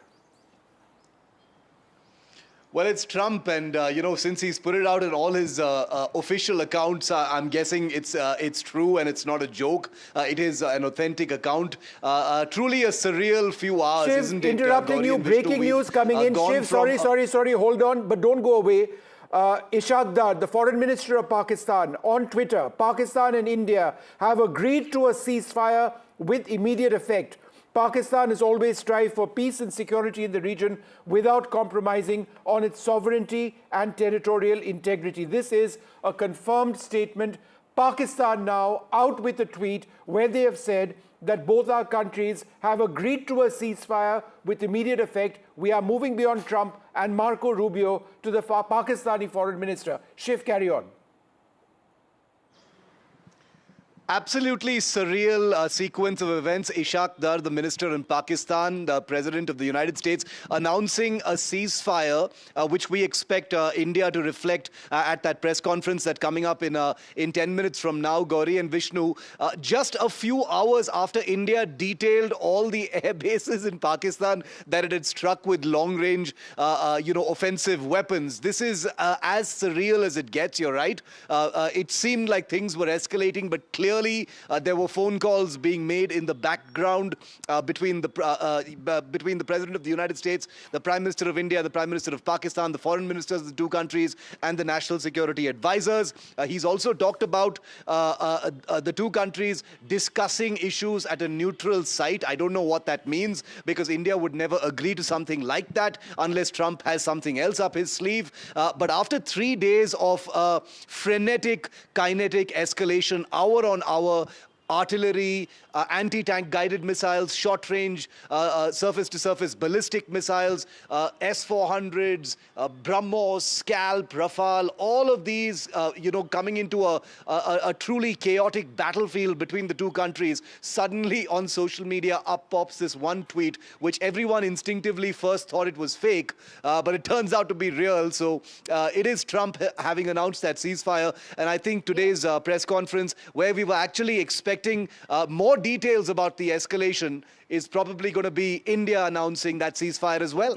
Indeed. India is yet to announce that ceasefire, and we've got to wait for that final 12-odd minutes. But it's very important to announce that this announcement is coming in first, of course, the US President Donald Trump saying it, Marco Rubio, of course, following it up, and then, of course, the Pakistani side saying, Indian side will say that in just a bit as well. But I think, Vishnu...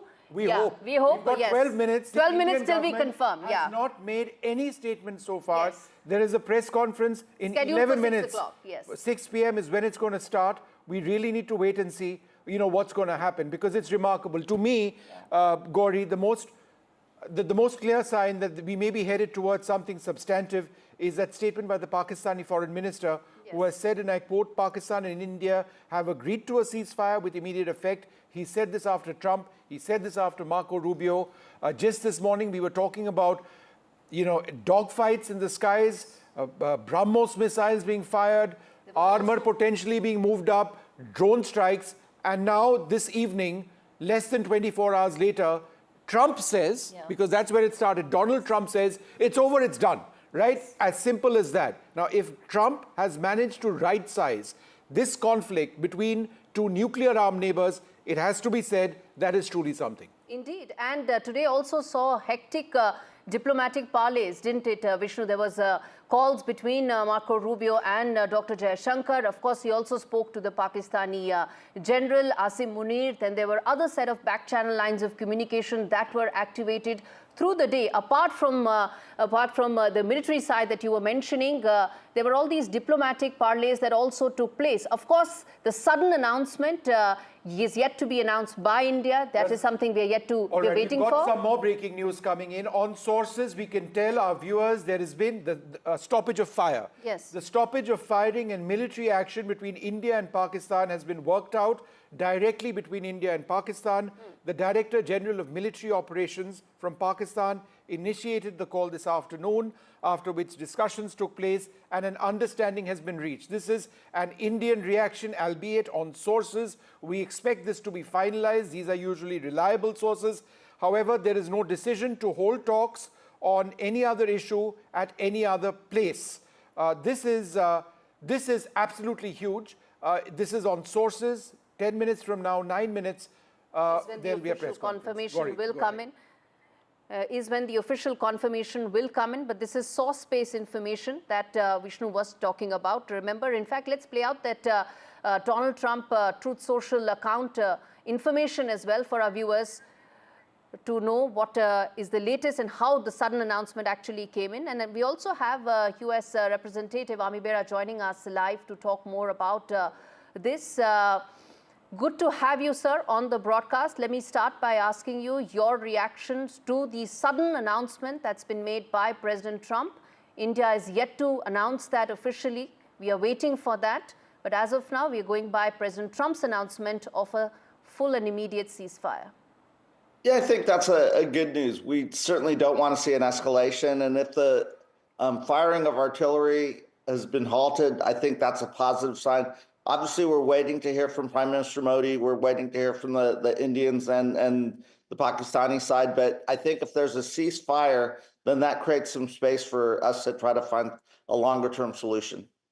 It's wonderful to have you actually on this program. The fact that the United States could get India and Pakistan to work through their differences in fairly record time. And it does appear that we are headed towards peace, because we've now got an on-sources statement as well from those close to the government of India, I believe, saying that, look, there has been a ceasefire which has been worked out. You see the Pakistan Foreign Minister react as well, Marco Rubio react as well, Donald Trump as well. The speed with which America worked this out, can you reflect on that? You know, I think it's great that America has stayed in the game. Many of the questions I was taking yesterday was, what is America's role here? America's role is to be a mediator, to work with the Indians and Pakistanis. But I'm also happy that the Saudi foreign minister was in Pakistan yesterday. And, again, let's take this as an opportunity. Maybe we can find a longer-term solution for the line of control. Okay. Oh, that's interesting. Yes. That is an interesting point. Can we find a long-term solution for the line of control? Well, we'll get there. I hope so. You hope, all right? But okay, perhaps that would be later. Carry on. But we'll come to that in a bit. I want to first reflect the fact that, this was such a sudden announcement that has been made. Diplomatic parleys did take place in the last 12 hours or so. But what do you think could have been the kind of breakthroughs that led to this sudden announcement? Of course, we are still awaiting a formal reaction and announcement from India. Till then, we are going by, of course, what President Trump has just announced. What do you think were the kind of breakthroughs that led to this ceasefire being announced? There's been a lot of back-channel conversations. As the senior Indian-American member in the United States Congress, we've been talking to the Indian government. We've been talking to others. And I know Secretary Rubio's been working nonstop. So, hopefully those back-channel conversations have led to this ceasefire. And again, can we do something longer term? It's also, wars are very expensive. This is not in Pakistan's interest to see an escalation. And with India, we're in the middle of a trade conversation. There's other things going on. So can we again find a longer term ceasefire, protect the civilians that live in Kashmir, but also then address some of the terror threats that come out of Pakistan? All right. So on your screens right now, Mr. Bera, just be with us for a moment. We've seen the video of the press conference where it's going to take place right now. The big announcement, we hope. Let's wait and see. You mentioned an interesting point very briefly, Mr. Bera. How do you see this as a prelude to America working out a lasting peace between India and Pakistan? That would be my hope as an Indian American, that you take this ceasefire, but I think it will be America working with other countries. And in this case, I do think the Arab nations, Saudi Arabia, the Emirates, have different lines of communication with Pakistan. All right, we're going to listen into what the Foreign Secretary is saying. Mr. Bera, sorry to interrupt you. There will be a briefing by my colleagues from the military. The Director General of Military Operations of Pakistan called the Director General of Military Operations of India at 15:35 hours earlier this afternoon. It was agreed between them that both sides would stop all firing and military action on land and in the air and sea with effect from 1700 hours Indian Standard Time today. Instructions have been given on both sides to give effect to this understanding. The Directors General of Military Operations will talk again on the 12th of May at 1200 hours. Thank you.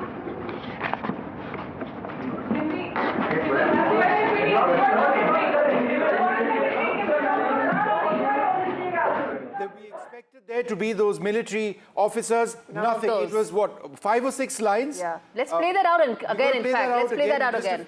We are recueing that bite. In the meanwhile, what he has said is that 5 p.m., it's 5:56, 56 minutes back, is when this came into place. Pakistan initiated the conversation. It was directed to the Indian Director General of Military Operations. They have agreed to a ceasefire, and that ceasefire implies no action by land, air, or by sea. That is a huge step after a direct involvement of the US President Donald Trump's team, who negotiated through the night, got India and Pakistan to reach a peace agreement. It is utterly unexpected in terms of the timing, but there we are. Donald Trump tweeting a little while back, after a long night of talks mediated by the United States, I'm pleased to announce that India and Pakistan have agreed to a full and immediate ceasefire. We're going to play out that bite. Let's bring it back up. Gauri, you had a point. Yes, indeed. As brief as it gets, the fact that direct talks took place between India and Pakistan, in a brief conversation, it was just announced. I want to play out that soundbite once again. We come back and talk more on that.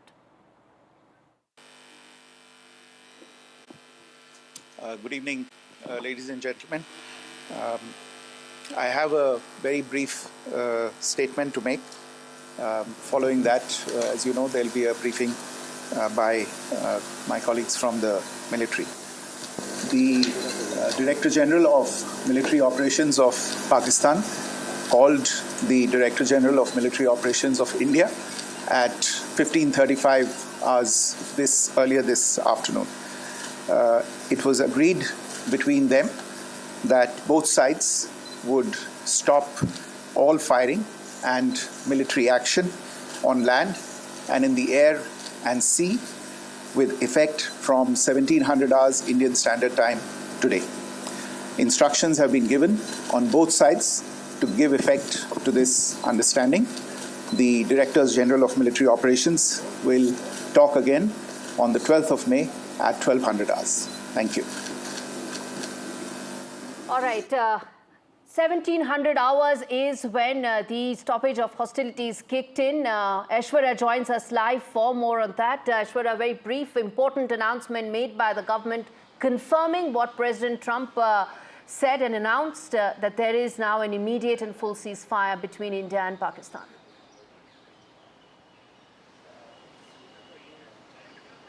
Well, from 1700 hours today, there will be ceasefire. That's the big announcement made. It was at 15:35 hours when, both from India and Pakistan, the DGMO level talks were conducted, and it was decided that there will be complete ceasefire on land, sea and air. Of course, there were several talks between the United States and India.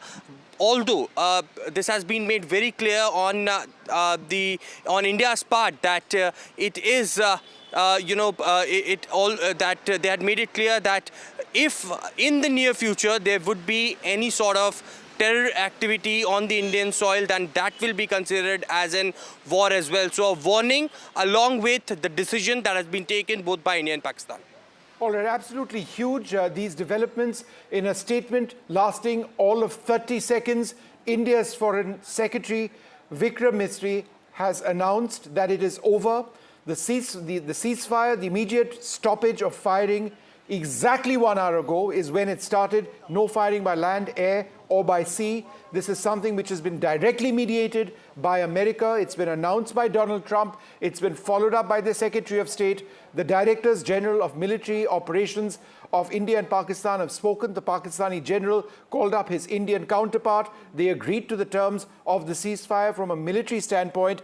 And I think shortly after that, Pakistan's foreign minister then tweeted, and now we've got our foreign secretary, all really fast. It's all happened, what, in the last half an hour? Half an hour. It took half an hour for Actually, this. less than that, for everything to sort of come into place. Everything came into place. Yes. The full announcement. I'm sorry, I'm interrupting you. I'm terribly excited at the prospect of peace. I do hope peace is what we want. I do hope it lasts. Peace is what we want. Because at one level, as journalists, we are deeply pessimistic when it comes to India and Pakistan. We've seen Pakistan break promises so many times in the past. We've spent our lives under the scourge of terrorism. But the last thing anybody needed was a war. If this actually brings peace, then it is deeply welcome. But ultimately, can Pakistan be trusted? Perhaps we could have that conversation later. But for now, there is a peace in a situation when this was spiraling potentially out of control. Do we have Shiv Arur with us? Shiv, your thoughts at this huge development. In 30 minutes, series of declarations, and it seems it's over, the war. The near war. So the indications coming in from what the Foreign Secretary has said, Vishnu, appear to suggest that about 12 to 13 hours after India struck all those air bases in Pakistan, I'm just giving a timeline, this is not a reasoning, but 12 hours after India struck those, a phone call was made from the Pakistani side. The DGMO called India's DGMO. An understanding was reached that the two sides would stop firing with immediate effect from about 5 p.m. today.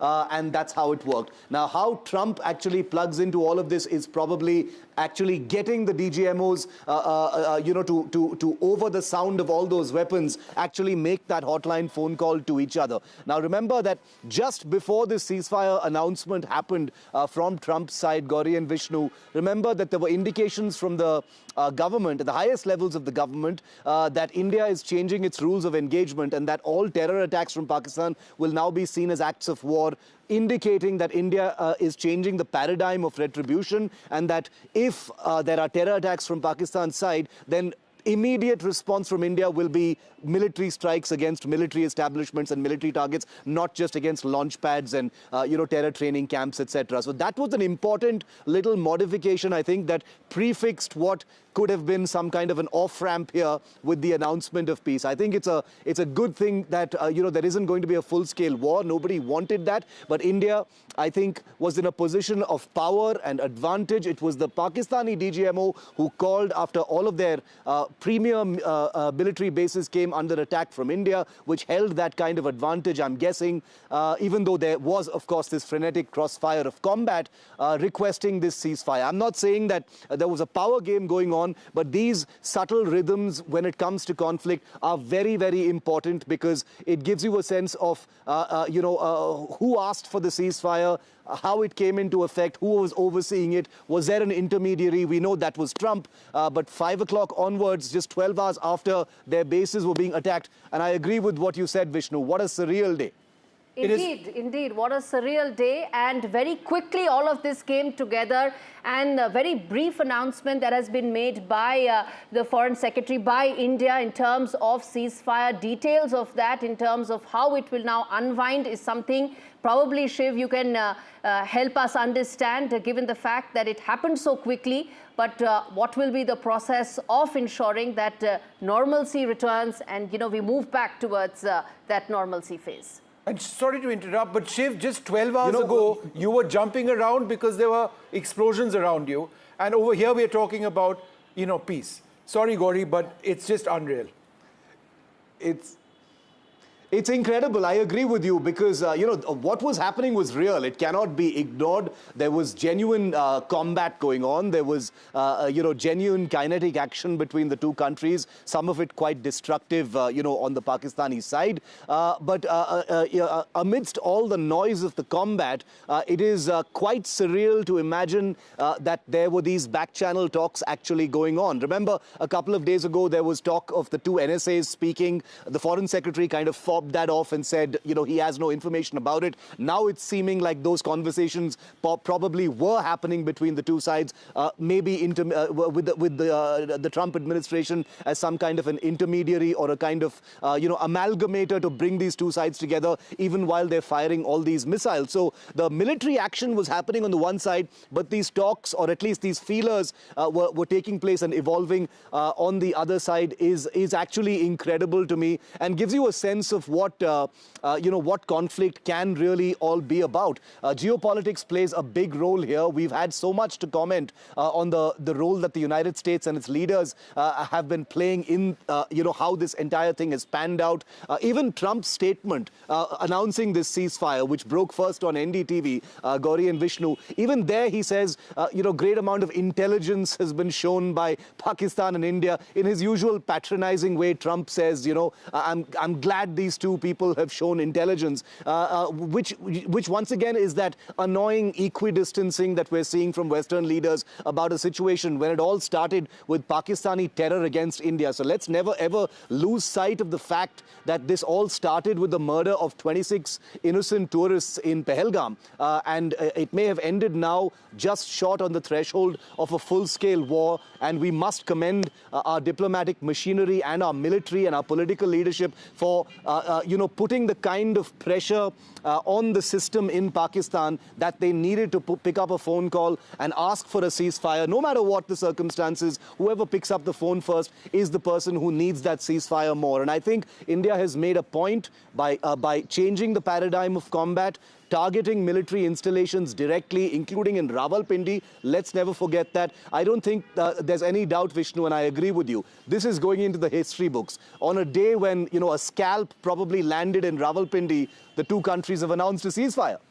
I'm going to continue with that train of thought because it's fairly remarkable. And I think we also need to reflect perhaps on what India has achieved at the end of all of this. The horrific Pahalgam terror attack took place. India launched military strikes into Pakistan. We hit Bahawalpur, we hit Muridke, we knocked out the headquarters of the Jaish-e-Mohammed, an important training center of the Lashkar-e-Toiba.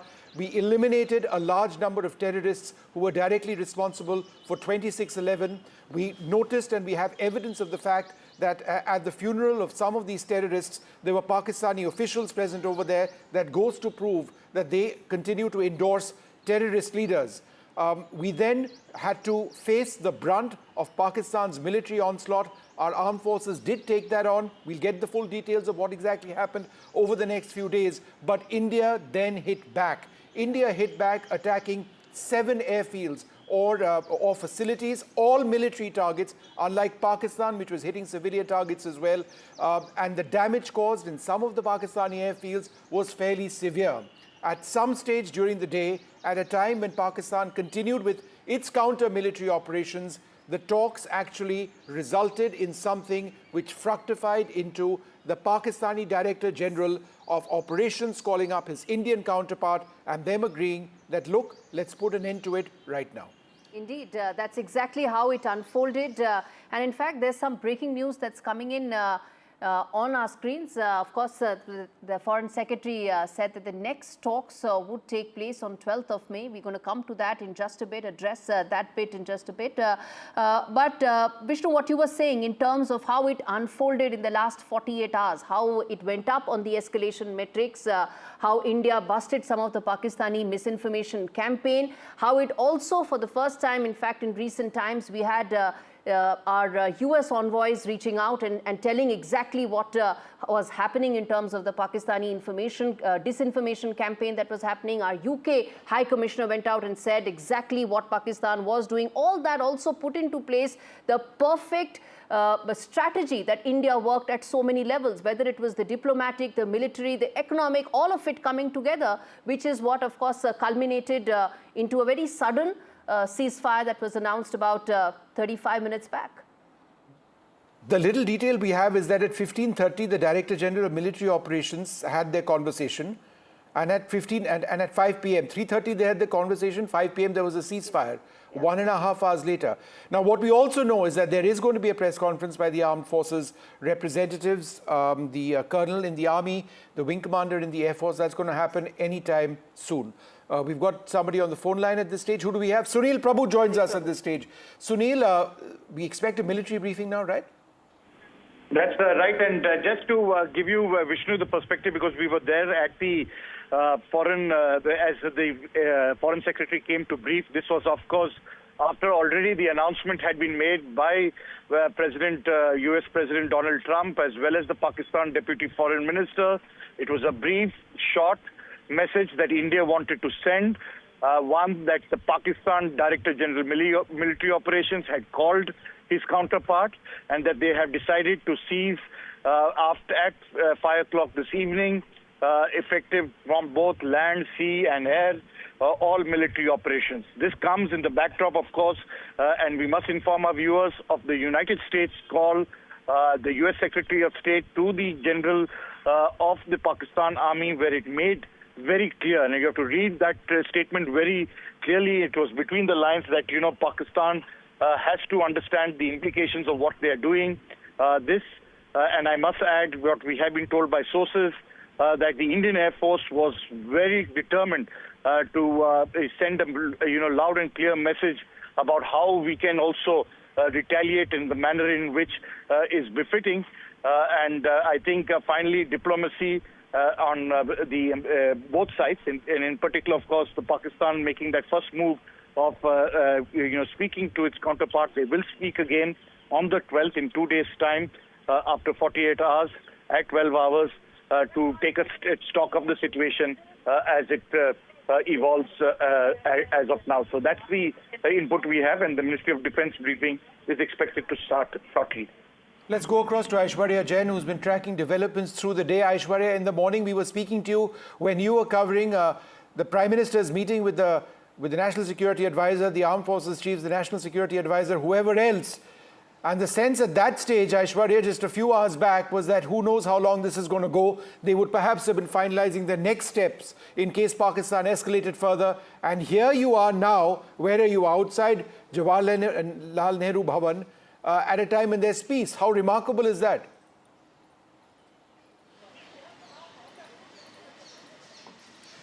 Well, that's the biggest breaking news of the hour as far as India and Pakistan's decision is concerned. But we have to read between the lines as well. The MEA sources have stated that it was the Pakistani DGMO who initiated the call at 15:35 hours. And it was decided by both the sides that the ceasefire will be from 1700 hours. The government of India sources have indicated earlier to us that if there would be any terror attack on the Indian soil, then that will be considered as an act of war. A warning that was straightly given to the Pakistani side that there will be no tolerance. There is a straight line drawn between between India and Pakistan. Lastly, there is no decision to hold talks on any other issue at any other place is something that has also been clarified by the government as far as their briefing is concerned. But it has all unfolded. Within 48 hours, the United States intervened. They made a phone call, and finally, the Pakistan had come out. Of course, the details of how the operation went on. We were, speaking in the morning. There were explosions that were heard in Srinagar and in the Rajouri, Jammu, Poonch region as well.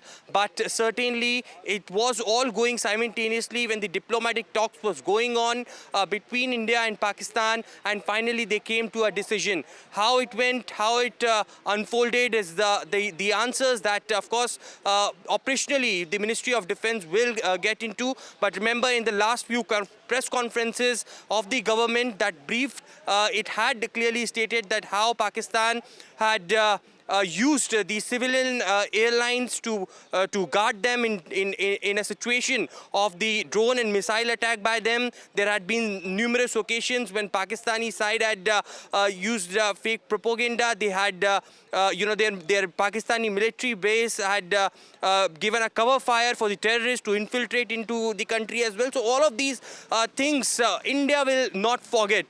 But how much we can trust the Pakistani side is the bigger question. How long this will go.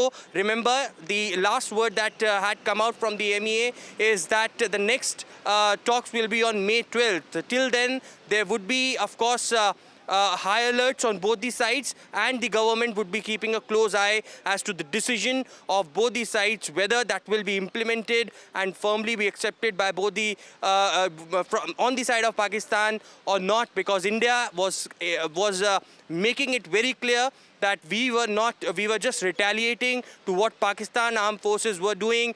We were not in attacking position, and it was just a response that was given to the Pakistani armed forces who tried to attack Hold on, we've got Indian a statement civilians. from the Foreign Minister, Dr. S. Jaishankar. India and Pakistan, we've got it on. We've got on. We're putting that out right now. We're putting that out. Yes, India and Pakistan have today worked out an understanding on the stoppage of firing and military action.